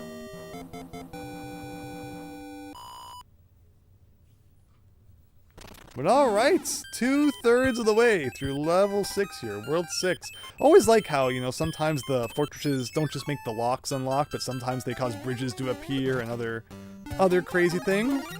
A weird grass level in the middle of Iceland here. Gonna try not to let Spike get the best of us. Always like this block kind of in the middle of everything. Also, there's a big old H and a big old secret mushroom on top of it. I think this is our first instance of these plants, right? It will come back a bit in World 7. Now, what's the point of that? No, really, what was the point of that? Oh, I think you have to fly. There's like coins up in the sky. But no time for that. 3, take it or leave it. Okie dokie. And here's kind of the final area of World 6. One of these has an interesting secret. Level 9, I think, is the underground one, right? Yes. Another weird underground level, which I think, again, you can fly over that wall if you have the means to do so. But instead, we're swimming underwater. Should have brought the old frog suit, which I think we wasted all of, so there goes that plan. Also get munchers here. I think there's a P-switch somewhere, right? It's like one of the only instances that demonstrate if you hit a P-switch, munchers turn into coins in this game. You can also hit munchers from the side with a throw block, and it will turn them into a solid block. And that comes up in ROM hacks sometimes, but very, very, very rarely seen in the main game, if at all. I'm trying to think of any levels that have munchers and throw blocks. But see, now they'll turn into money. There's a flower we didn't really need. Interesting level. You kind of get to choose if you want to do the upper path or the lower path. Actually, I think I was supposed to stay up there. One of these pipes was the exit pipe. There you go. And that's 6-9. You tried to mess with the palettes on Nesticle back in the 2000s. You want to see...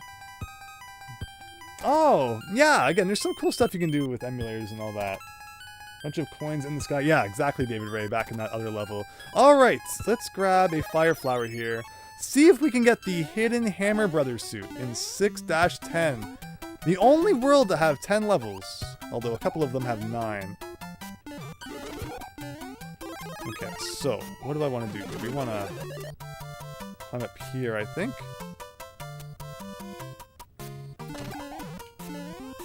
And just as we saw demonstrated, if munchers are around, when the P switch is activated, they'll turn into coins. And by being able to go down here, we can get the hammer suit. Now, the only time you can see a sliding hammer suit is if you collect it while you're already sliding, because if you duck on a ramp while you're the Hammer Mario, he doesn't normally slide. So that was a very brief glimpse of one of the rarest sprites in the game, sliding Hammer Mario. Hope you enjoyed. But yeah, that's the kind of main secret you get in this level. Although the problem is, by collecting that, now we don't get to enjoy any of the other, meltable blocks, because Hammer should still have broken the ice blocks. That would have been cool. And I remember never liking this jump as a kid. But we did it. And there you go. Don't lose it, David Ray. Fingers crossed, right? That's the thing about, the special power-ups in Mario 3. Like the racoon, it's like all over the place. But the other ones, you can defeat this with hammers, right? No! Wow, I was sure Rotodisc could be defeated with hammer, but only Tanuki statue. Very interesting. And this is kind of a tougher castle. Boos are definitely going down with the hammer though, right? There you go. Let's take our time. What about these boos? I think you can get these ones too, right? No? That's concerning. Let's see what we can do. Oh, there you go. I knew you could do it. I mean, I was also sure you could do it with the Rotodisc, so I guess not always right. I mean, maybe you still can't do the Rotodisc. Maybe I just missed or something. Let's try this again. No, I guess not. Alright, so far so good. Oh, maybe we get this weird room, but the hammer should make it easy. 2 for 1 combo right there. Play some Bubble Bobble.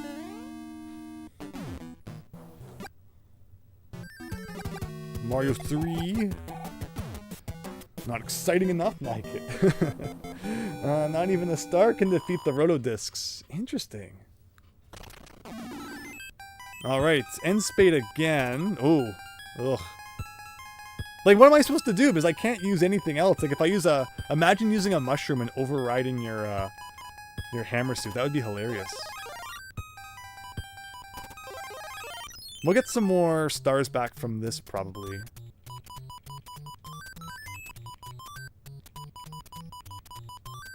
No.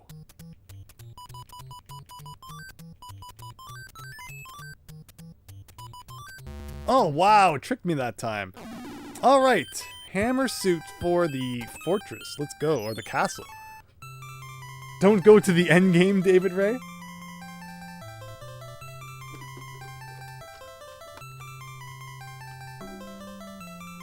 It's a seal balancing a crown.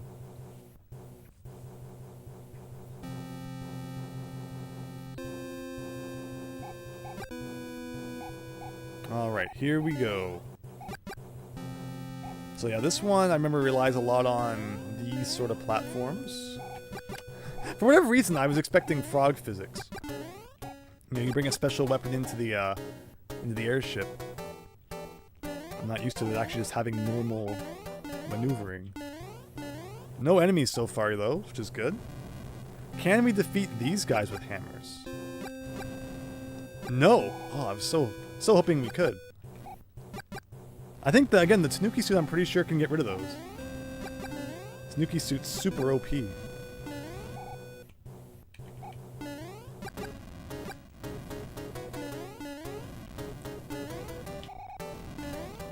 And again, I'm not even going to risk overwriting it.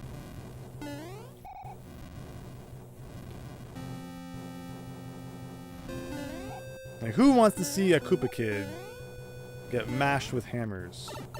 Only problem is that they're kind of tough to aim. No? No hammers? Weird. Bowser definitely goes down to hammers, though. We'll definitely try to do a hammer Bowser defeat. Yes, David Ray, right? Is he gonna say something interesting, or... I mean, Hammer Mario's not like that weird. Hey, you! How about lending me your clothes? No dice? What a drag. There you go. What a weird random text box. And she gives us another P-Wing. 99 lives, Hammer Mario, here we go! World 7! Once again maxed out.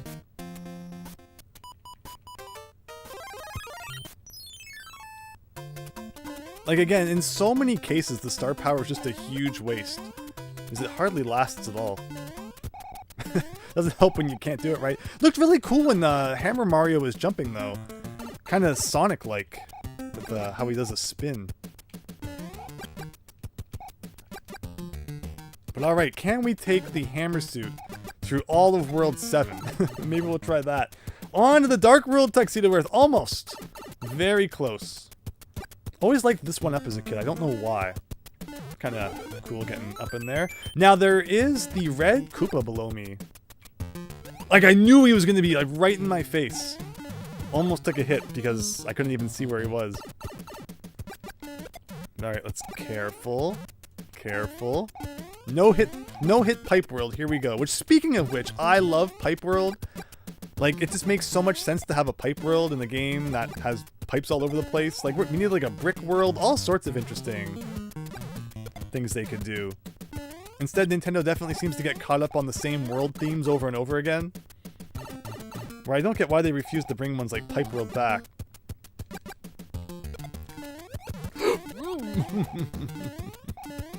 Ugh. I think there's a one up here somewhere. There it is. Not that we needed it.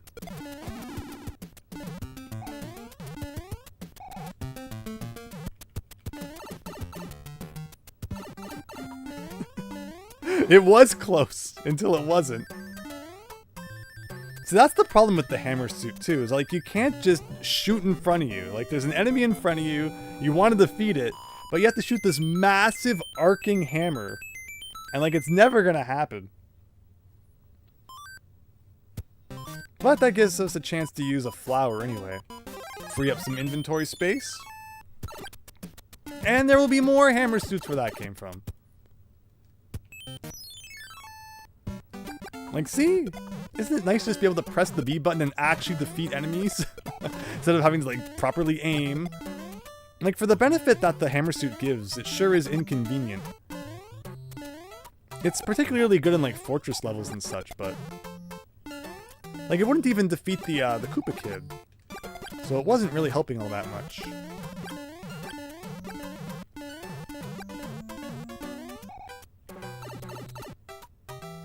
Pipe Maze has a really good map theme. Yeah, absolutely. Pipe Maze is a lot of fun.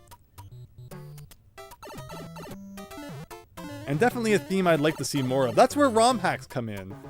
ROM hacks typically have like a pipe world or something of that nature. New Super Mario Brothers. No, not this one. Actually, is it this one? Okay, this is gonna work. Had a, you know, a couple of pipe-themed levels.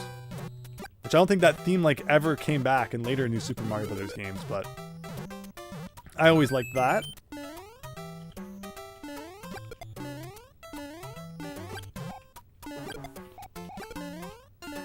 I don't know how I didn't take any hits there, but I'll take it, I guess.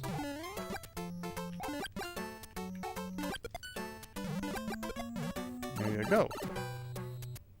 This is too relaxing. Yeah, Mario 3 kind of a laid-back game, huh? We're almost there.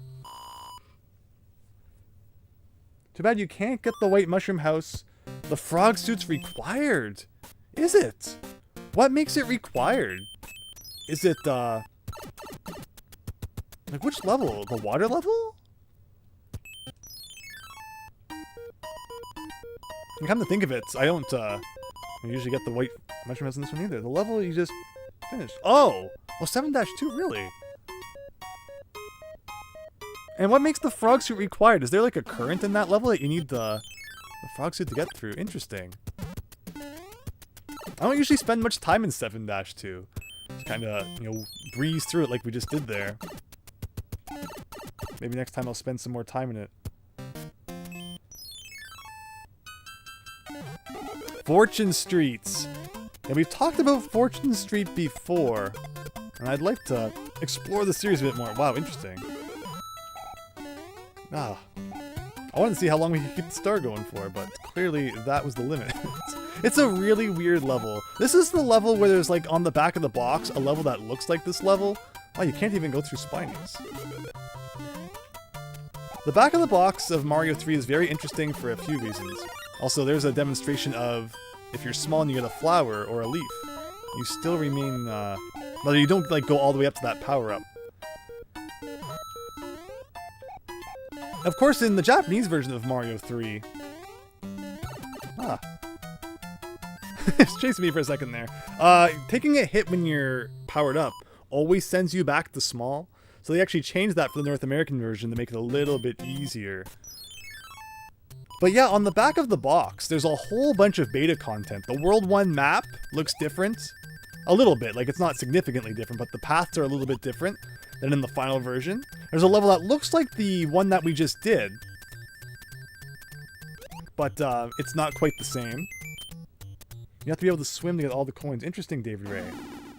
So in this case, this is the correct path, but we still want to do the 7-5. This is one of the trickier levels in the game. It's definitely lives up to the pipe maze theme, where you kind of got to figure out where you're going. But it is also a completely skippable level, just like 6-5 was. Something about the 5th levels of worlds not being required.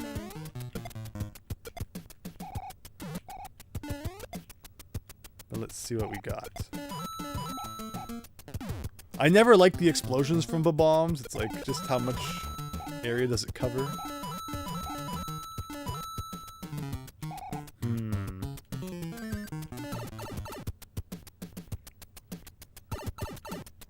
I have experienced the unused levels. Back, again, when I was doing more ROM hacking. I've opened up Mario 3 in a level editor before. And you can edit things and get access to the unused levels that way. It's pretty neat, for sure. It's interesting, you know, how much unused content there is in this game. Okay, something like this. I don't think it's this one. Nope, not this one. At least the time stops moving when you're going through the pipes. It does Tuxedo Earth, yes, that's correct. This is, yeah, but I wanted to come down here and grab this. Oh, I thought maybe it would be a leaf. Fire flower, interesting.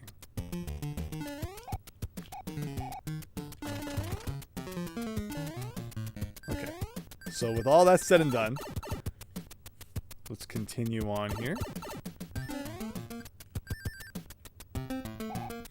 Oh! Wait, okay. Uh-oh, uh-oh. Or maybe we could go down here, okay. Yeah, that's just a shortcut.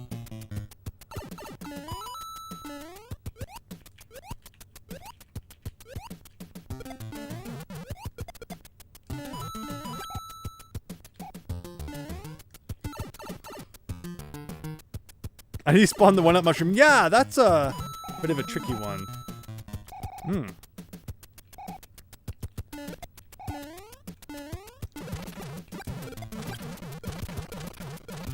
I think we need to make a bridge here, right? Yes.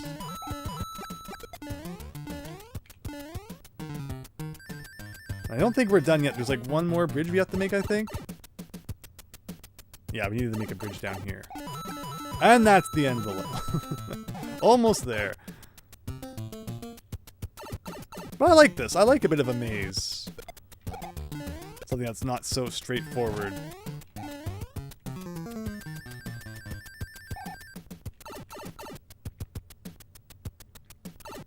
And just like that. So the whole point of this level, beating this one, is to get to the mushroom house that was on the other side of it. Going through the pipe, I don't believe takes us anywhere, but it does take us somewhere weird, so we'll check that out briefly. Run through here. And on the other side, yeah, you get jammed inside this weird spot on the map. Where as a kid, you'd be like, well, there has to be something to this, right? It can't just be a dead end. You think maybe if you had a hammer, you could, somehow get through that plant there. But nope, it's literally just meant to be a dead end. Where you can kind of look around and see what's coming up. But otherwise, you're forced to go back. And the real prize was this guy right here. And do we have room for it? Barely.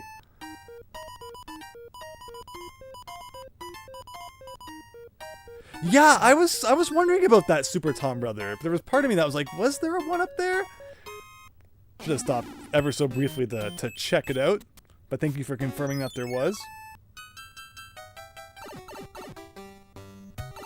Pointless pipe, David, right? Absolutely. So yeah, this is one level where the frog suit can be kind of useful. But we don't have any left. Beautiful. And there's like, a ceiling for some reason that you can't even see. You got good old boss bass swimming around, although it's, again, the boss bass at least shoots other enemies at you. Alright, well this is going wonderful.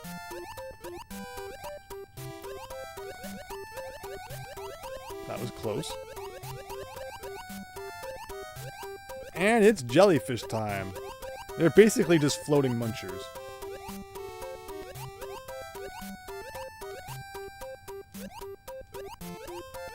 This is giving me shmup vibes.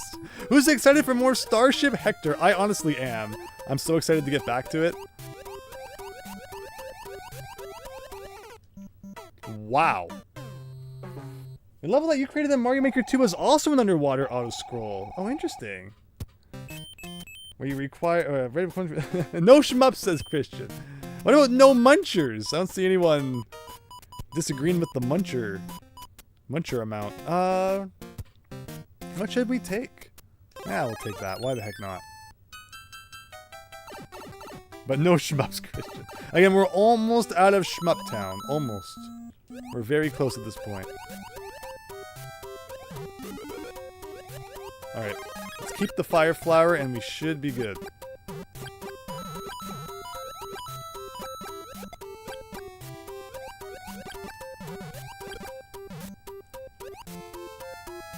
This is not what we want. Okay. Oof. It's a cool level though. Mario 3 definitely has, a fair share of auto-scrolling levels, but they're all pretty decent. I mean, I guess every world except the 8th one ends with an auto-scrolling level, although pretty much all of World 8 is auto-scrolling except for a couple exceptions.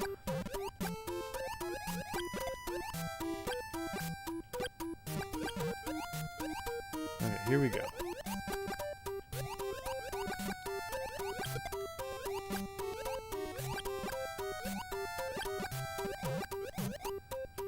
We should have it this time. Don't need that.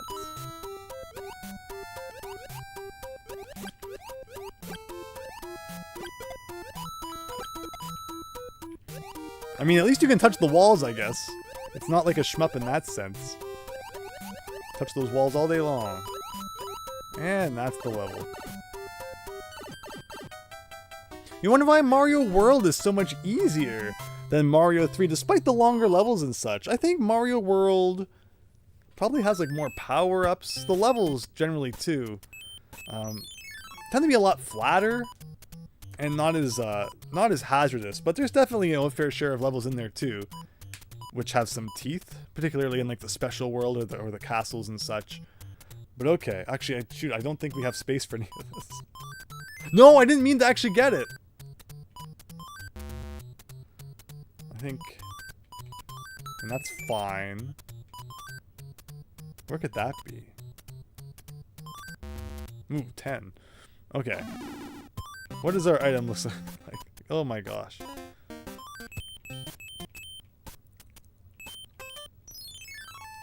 Does the camera actually go up and down for this part, David? Yeah, I believe it is during that level.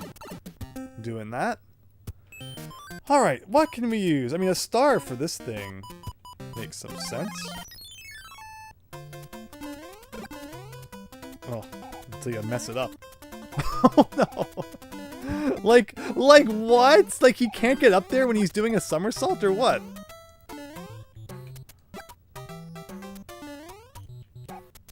Wow, they really spend like all day before they go back down. Okay. There you go. It's not that hard.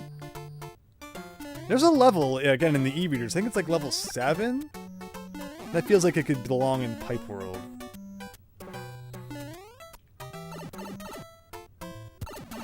With lots of plants and stuff coming out of pipes. Okay, okay. Don't override the hammer suit, David Ray. I'm trying not to. Like, we only have one of those, huh? That's so silly. What else can I use just to get rid of stuff? Like, how many P-Wings do we have? 1, 2, 3, 4, 5. Like, let's use a P-Wing in this next level. Not that we need any more lives, but I think if you do this... Which one? This. Like, there you go. And you can just repeat this over and over and over again by going out of the room and coming back in. So if you get to this point in the game and you're lacking lives a little bit, don't be afraid to take advantage of it.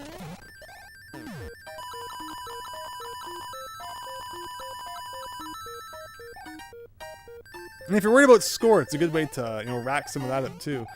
In this case, though, it's another kind of maze, which is kind of neat. What's this? Oh, Tanuki suit. But I have the P-Wing, right?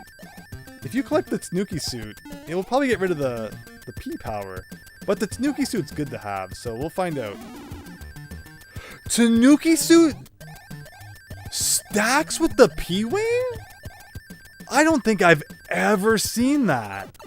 I was sure it would overwrite it. That's awesome. Now, where the heck are we now? So, it's like a weird side room thing. Go in here. But yeah, the real exit, which this is like the weirdest room right here. I don't get how come it looks like there should be enemies, but there aren't any. Like, did they take them out because they thought it was too tough? But the real solution is to fly up into the ceiling here.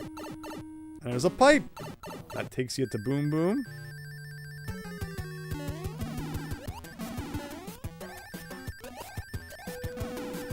There you go. Hold still for a few seconds, said David Ray. What was your favorite in the entire game as a kid for all the coins? Poison Infinity. No, absolutely. I hear you there. It's fun just collecting all the coins. You bet they don't stack in the SNES and GBA versions. Isn't that interesting? Like, if a game gets, ported, what sort of oddities might not have been noticed and carried over? Like, people are finding all sorts of, little changes in the Thousand Year Door HD, for example. P-Wing is probably more of a stat change than a full power-up. West Scoot, which welcome! Hope you're having a great night. The P-Wing is gone. Would be cool if there was a way to, glitch the P-Wing and just have it forever. I feel like with enough ingenuity, something like that might be discoverable. But otherwise, hey, it's those blocks that we saw back in World 4 in that secret room that don't normally show up until right now. But if you do the secret room, you get to see like a sneak preview of everything that's going on. You can get like spikes, which is rare to see in just an ordinary level. Usually they're reserved for like a fortress. Otherwise, you ride these blocks and that's the level. But again, we talk about things stacking. If you touch that leaf, you lose the Tanuki suit, which is just absolutely absurd. That's probably something that was fixed in a later Mario, remake, if I had to guess, re-release. That's definitely a video that could be made. It probably already has been made, little differences like that. But okay. And that's the level, I think. I think there's also a one up there somewhere, but we don't really need it. I say as I still try to get 3 stars. You have a hard time believing that getting the Tanuki suit allowed you to keep the P-Power. Isn't that true, right? I'm shocked. I'm shocked personally.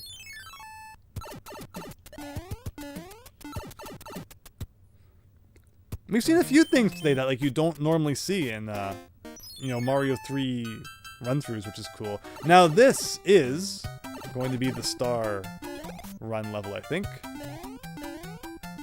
How will we fare with the Tanuki suit is the question. Hopefully it doesn't mess us up at all.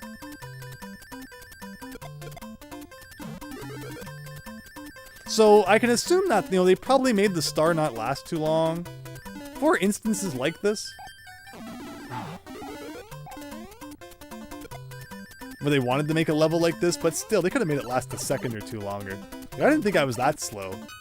And it was picky. But to make up for it, have 5 1-ups that you don't need.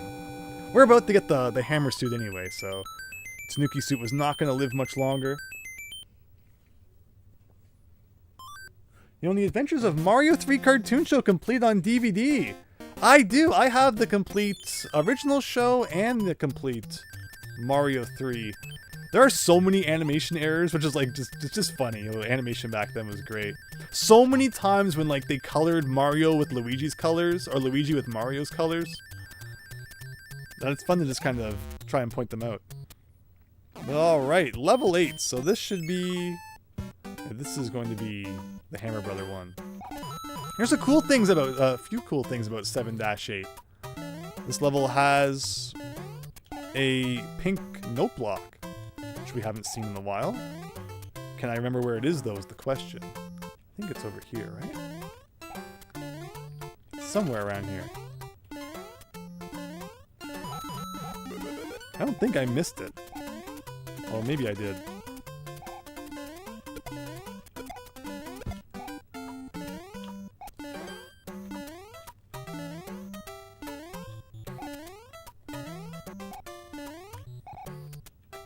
I should have tried to defeat at least one of those guys when I had the star power. Whoops. Regardless, though, it doesn't matter because we're going to get the hammer suit in a second anyway. I was sure there was a pink note block somewhere around that beginning portion there. There's a white block that we haven't seen in a while. Wow, that guy just like fell right through.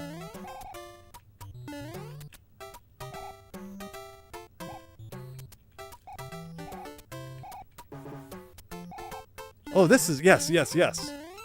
That's what we were looking for. Now, it starts off looking like the one from World 3 where we got a bonus item at the end, but I don't believe it's the case in this one. This one actually has a normal ending that sends you back down to the main level.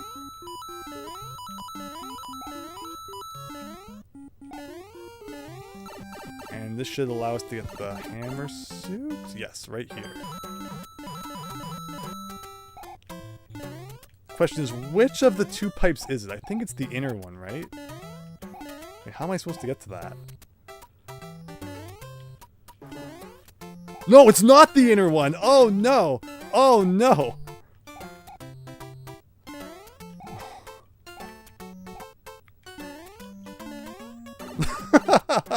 Well, that was a big series of events, but it worked out in the end. No ramp in this room to get a sneak peek at sliding Hammer Mario.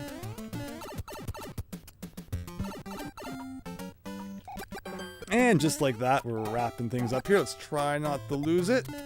See if we can keep it for the rest of the game and defeat Bowser with it. That would be cool. Of course, one neat thing about the hammer suit is that you can not get hit by fire when you're ducking. But okay, a fortress? No, still level 9. What's level 9 again? Level 9. 7-9. What the heck is 7-9? Oh, this one. This has always been a weird level. Okay, so it's like, again, living up to the world name, a bit of a maze, but it's not really that big of a deal. There's a level, once again, like this in the e-reader pack, which had a big e-coin hidden in it too. Basically, the e-reader levels are really great. Definitely check those out if you haven't seen them. But yeah, I think you just like get the... I mean, that's right, you don't get to skip the whole thing, because I think the pipe to exit this level is actually within the maze somewhere, right? Yeah, so you have to get to there. So we're gonna have to work our way back in and figure that out. Yeah, weird. This is a level that had completely slipped my mind until we started it. But it's all good. And there's a hidden 1-up somewhere, I think.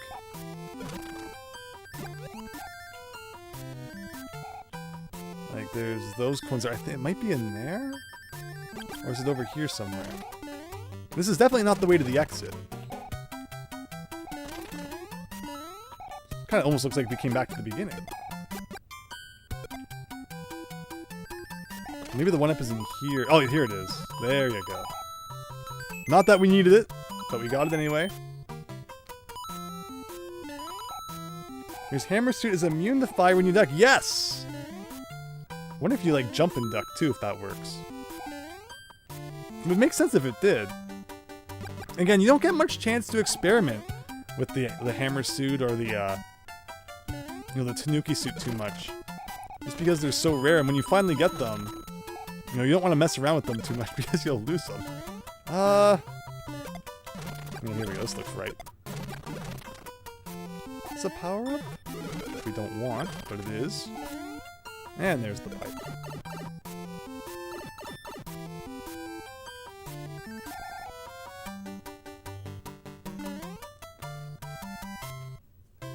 King Koopa referred to himself as Bowser in one episode of the Mario 3 cartoon, but I'm pretty sure it was a one-time thing, right? Yeah, he was Koopa pretty much until, Mario 64 when Bowser became more prominent. Like, what do? I can't really... I can't really use anything. Like, we don't need to play the end spade, I guess. Oh, I never even got that, that mushroom, though, so we have to do the end spade. But I don't have to win it. I could just, like, throw it.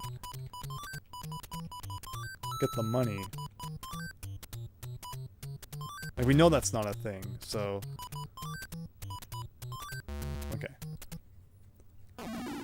Just in case this one is, like, a hammer suit.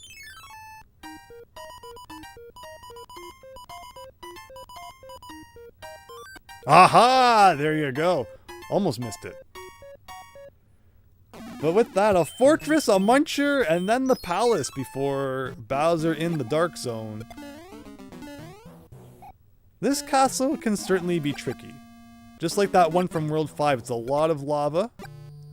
The floor is literally lava. There's a star in that block, I think. It's weird because, like, your momentum determines, like, how far hammers go. Again, you spend more time trying to figure out, like, the trajectory of your hammers than you do actually playing the game when you have the hammer suit. You get to see that cool spinning animation again.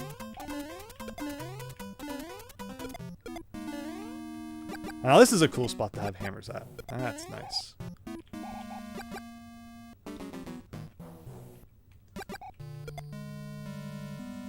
I was hoping to demonstrate it, but he just, like, really did not want to shoot us.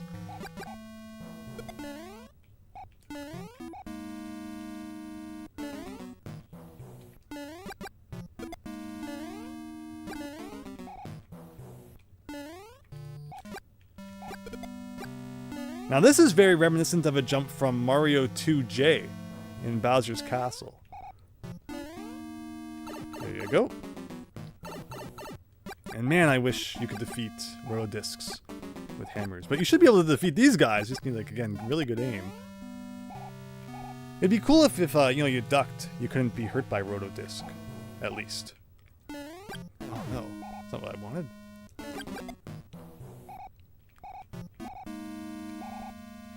Have to have, like, good timing for this guy. Oh, no. There we go. Can you hit him, like, before the fight even starts? That'd be cool if it worked. Ah, there we go. All right.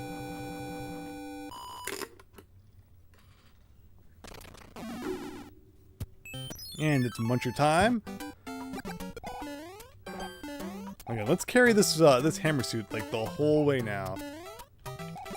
No more fooling around.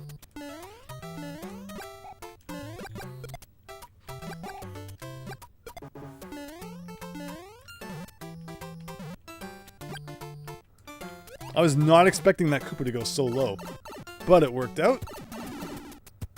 Shoots. This is going to overwrite my hammer suit, isn't it? Is it? I swear, a mushroom better not overwrite the hammer suit. Oh! Oh, I have another page still. I'm so used to being maxed out. I didn't even realize we had one more page to go. Phew, because it would have overwritten it otherwise. Hey, it's a muncher plant! Piranha plant. Yeah, that's a pretty terrible transformation. That's like right up there with the Scatulas from Ocarina of Time. And unfortunately, from what we saw last time, hammers don't defeat the Koopa kids. Like, that's so weird. But once again, this one's about a lot of, you know, spinning the thing there. But, like, you don't have to if you're just really careful with your jumps.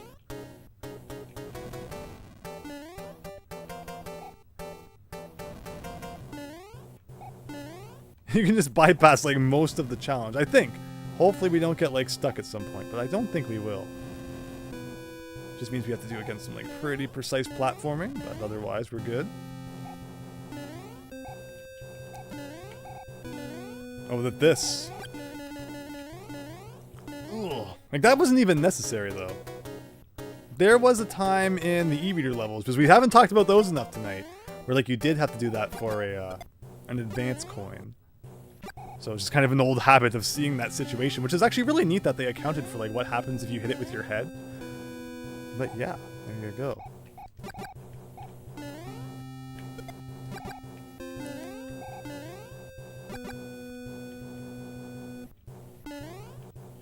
Now, what's this all about? Like, see, just don't even deal with those guys. You don't need to.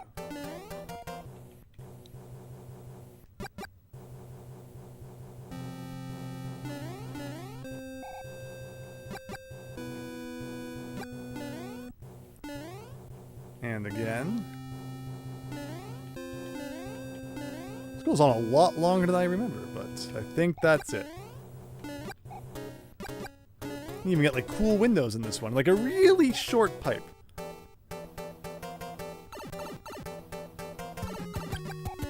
Like, see, hammers just go right through. I mean, if you really want me to, like, jump on you that bad, I was trying to jump over him. He was convinced that I was just going to kind of get, you know, jammed in the corner and take him out. So there you go. 7 down. I think 7 went pretty smoothly. Not too much silly stuff happened in 7. I think I was pretty good. If you eat the Koopalings while wearing the hammer suit, the king will ask to borrow your cool clothes. That's true, that's true. Yeah, he's going to say it again. I think this is the second world in a row we've seen this now. No dice.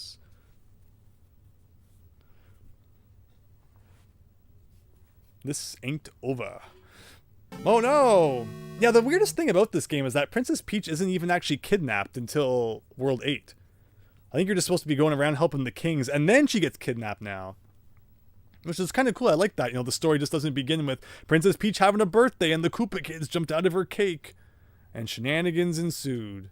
And they got very unoriginal for a while there. For the reason why Mario was going on adventures. But okay! World 8. With hammers. I'm sure will last about 3 seconds. Again, hammers kind of, like, not so helpful, because by the time, you know, the arc is done... Can you defeat a cannonball with a hammer? That's a really good question, actually. Again, if you could defeat, like, this with a hammer, that would be great. I don't trust the explosion to, like, not hit me. See, the hammers even go through the cannonballs. Like, that's silly. Hammers should kill everything.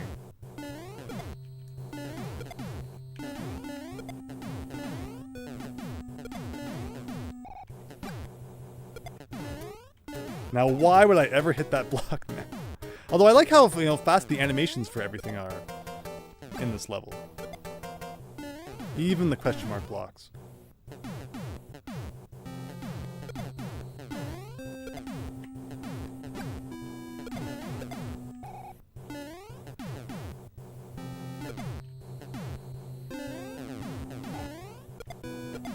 Almost there.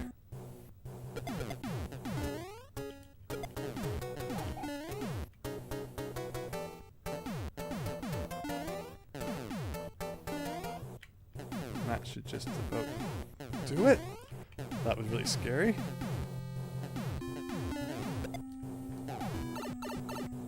I think it's just a Boomerang Brother here. There we go. Oh shoot, that's right. No, I have a whole new page now for all this stuff. Okay. New Super Mario Brothers games came out of Miyamoto's phase of we don't need a story. They did. They did indeed. And like there's a difference between like not needing a story but just like like I don't know. Question is, are they over that now? Does the 1000 Year Door remake prove that they're back to their old creative ways? All that I just did, and I lose the hammer suit to that, and that. Look, we start talking about Miyamoto and his hate for story-driven game, and everything falls to pieces. It's the Miyamoto curse, I swear, baked into Mario 3 years ago before anyone knew. I like how those are, pipes down there, right? Like, if you could just get to those, I guess you could go in them. But I'm sure they're probably not connected to any sort of exits or anything, proper rooms. But it does make you curious what would happen if you could get to them. Still, though, we have hammers in reserve, so we're definitely gonna take one to Bowser and see what we can do with that.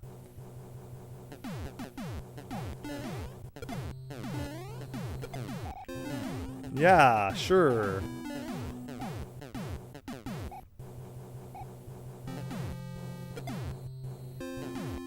What's with that bomb? Like, it blew up before it was even hardly on screen.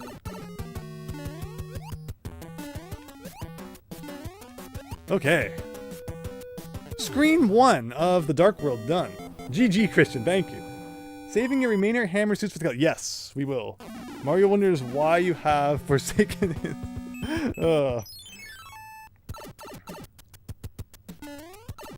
The Mushroom Kingdom is Mario. Some say, yeah. So it's so confusing. Like, what is the Mushroom Kingdom? Like, how far does it reach? Like in 1000 Year Door, I think it says Rogueport is part of the Mushroom Kingdom. In which case, why the heck is it such a dump? But there you go. All right, I think this one. No. I thought one of them was a power-up. There you go.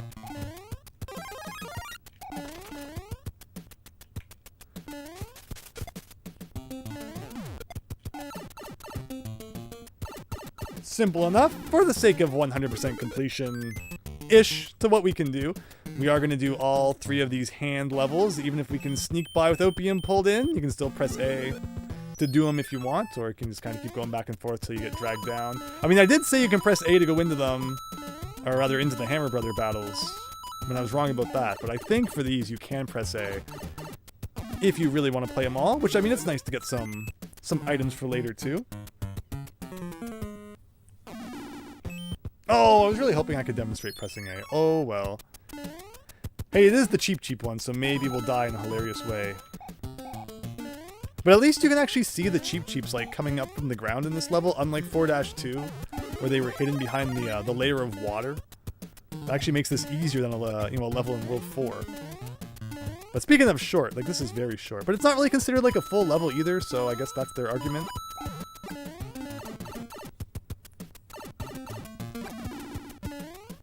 Why do they call it a kingdom when Peach clearly controls an empire? Yeah, they probably need to think about that one. But alright, this level can be tough if you're not ready for it. In fact, this level's a lot better, okay, if you have a leaf. With all the P-wings you have at this point, you can also just fly over the whole thing if you wish.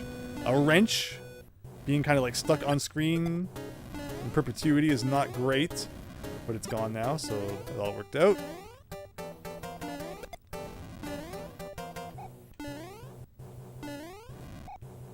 I like that you can duck under that, like it feels so wrong.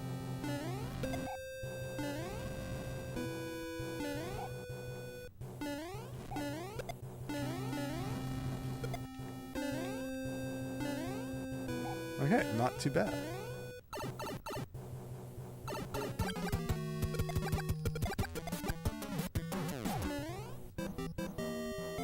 And then we get a break from the auto-scrolling levels for a little bit. As we actually go into what kind of feels like a normal area of World 8, aside from the dark overworld map. But one thing I want to do here, we have all these P-Wings. Another case of, hey, there's like a secret up in the sky that unless you get like flight speed in this really kind of small area here, or you equip a P-Wing, you can come up here and grab a whole ton of money, just like in that World 7 Fortress, but not really like as much money. But still better than some of the secrets. You can also see there how like there were some coins off screen you kind of couldn't grab, except I somehow got one of them. And then you come in here, and you get 3 1-ups, which again, we don't really need. So I believe that those shapes you see in the sky, at the beginning of outdoor levels in Mario 3, there's a sprite that randomly generates these. So every time you play, I think these are in a different spot. Like, you don't really think about these weird item-shaped clouds, I guess they're supposed to be. But this is kind of an interesting little feature that it's easy to not think too much about and overlook. But yeah, otherwise we could be doing a whole bunch of crazy platforming here. Instead, we're just kind of flying. Ooh, can we get one last thing? Actually, it's going to be really tough because of the weird jump you do when you have this. Much. Oh, of course. Should have jumped a little earlier. I thought Mario's feet were like the ends of chicken bones. Also, I thought the wrenches thrown at you were bones too. Yeah, I mean, they do kind of look like the wrenches, I'll give you that. Here, of course, you get the good old quicksand secret. You go down to the bottom here. I always forget which one is which, though. You get the choice of 2 different bonus rooms. We'll continue our Mario 2 strategy of picking the right side. One of them has a power-up, one of them doesn't. This one does not have the power-up. But you can get a bunch of money, so take your pick. Also, very rare sighting of the blue wooden floor there, which is cool to see.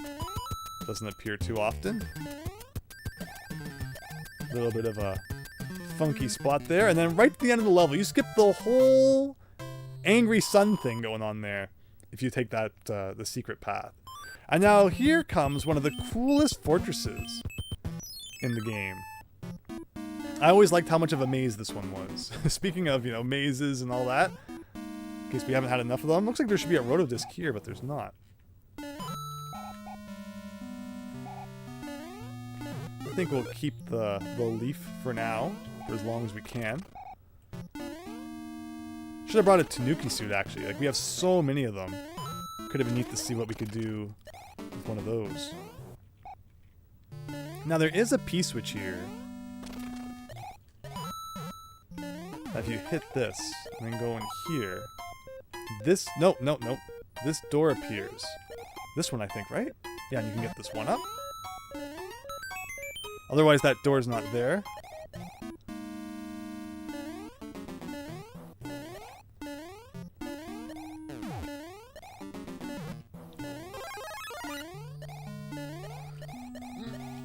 RIP! Try to get too ambitious there. Quicksand secret is mean. Imagine finding that by accident and killing Mario over and over again trying to find another one. Yeah, I mean, that one starts to scroll a little bit when you land in it, so I guess that's the trick there. What game did we play recently that did have something like that, though? It might have been Mario Wonder, where there was just like random quicksand you had to go in one time or something. But yeah, see, this is fun. I've never played this level with the Tanuki suit, so we have to experience it in a whole new way. Are you insta-dead from... No, you're not. You can't insta-kill Dry Bones with the statue. Interesting.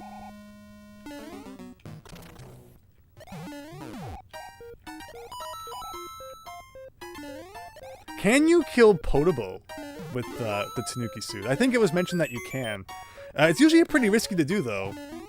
Because he's like overneath, over top of the ditch there. Oh wow, really? But there were cases in some castles where like it would come up through a bridge and you could try it on that. It's like that's how you're supposed to do that. I was just kind of getting...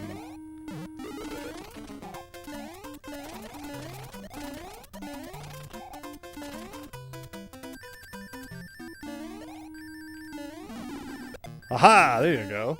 That was cool. Can we kill you? Oh no! Oh no! Well, there goes that. Again, it's a matter of, like, you just have to experiment, right? Like, you don't know until you try. And, it's just so inconsistent. But, you know, so hammers can defeat boos, but they can't be defeated by the statue. Interesting. Why didn't you use the P-switch in that door, David Ray? Which one might you be referring to now? This is the way that I beat the level, as you just saw. You know, there's naturally other kind of doors and stuff you can dip through, but that's always been my path. Fake pitfalls with secrets in them are mean. Agreed. Mega Man 1 and 2 are full of falling down pits to go forwards in levels. The nice thing about the Mega Man scrolling, though, is that, like, it's very gradual, right? Like, the screen scrolls, and then, you know, you kind of have a look at what's coming up before you're actually forced to go through it. David Ray. Yeah, I mean, it's just so weird, right? Like, it seems to be so inconsistent what you can and can't do with some of the power-ups. But we're having fun finding things out. Not like there's any reason not to. We have enough extra lives. I thought I was going to fit there, but guess not. This level doesn't have a power-up, I don't think. So we're really going to kind of have to get our thinking caps on here.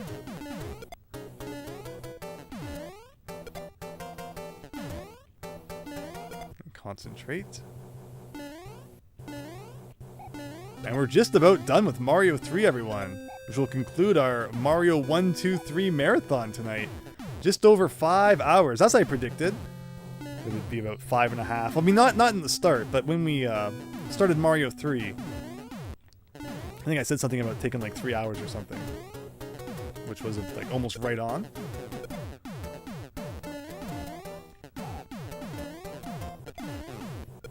Which is, yeah, more than the usual 6 that I thought it might take. I like how the first level of this world had just like a boomerang bro you had to beat, and then like every level since has been boom boom. Feels like we're playing Mario Adventure here. But alright everyone, the final level. Here we go. Actually you can, but you have to be in invincible state mode plus... Oh yeah, okay, well I mean that makes sense. In this game, yes, they are Rocky Wrench. Did I say Monty Mole? I don't think I said Monty Mole, but it's very possible that I did as well. We have 2 hammer suits. Try and give Bowser an old heave-ho hammer style. Since when has that ever not worked, just running through the statues? Am I just delirious after 5 hours? I was sure you could just run through that. Maybe if you're small. There goes that plan. Just pretend I'm still Hammer Mario, definitely.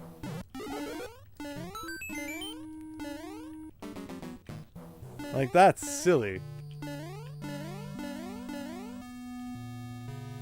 GG, or not.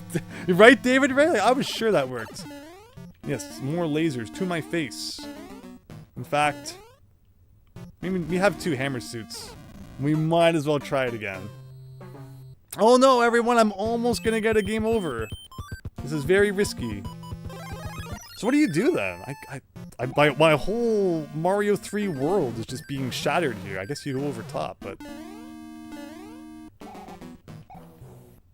And now we take it very slow. I'm gonna defeat every single thing I see. Like this guy, get out of here. Wait, that's sorry, no, wait, Rotodisc, you can't though. Ah. Okay.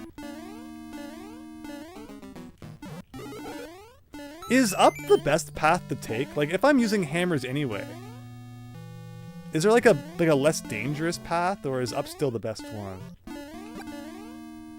I don't usually think about it.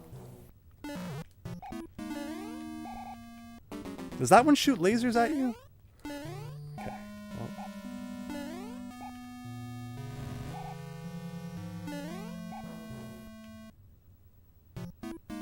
Okay.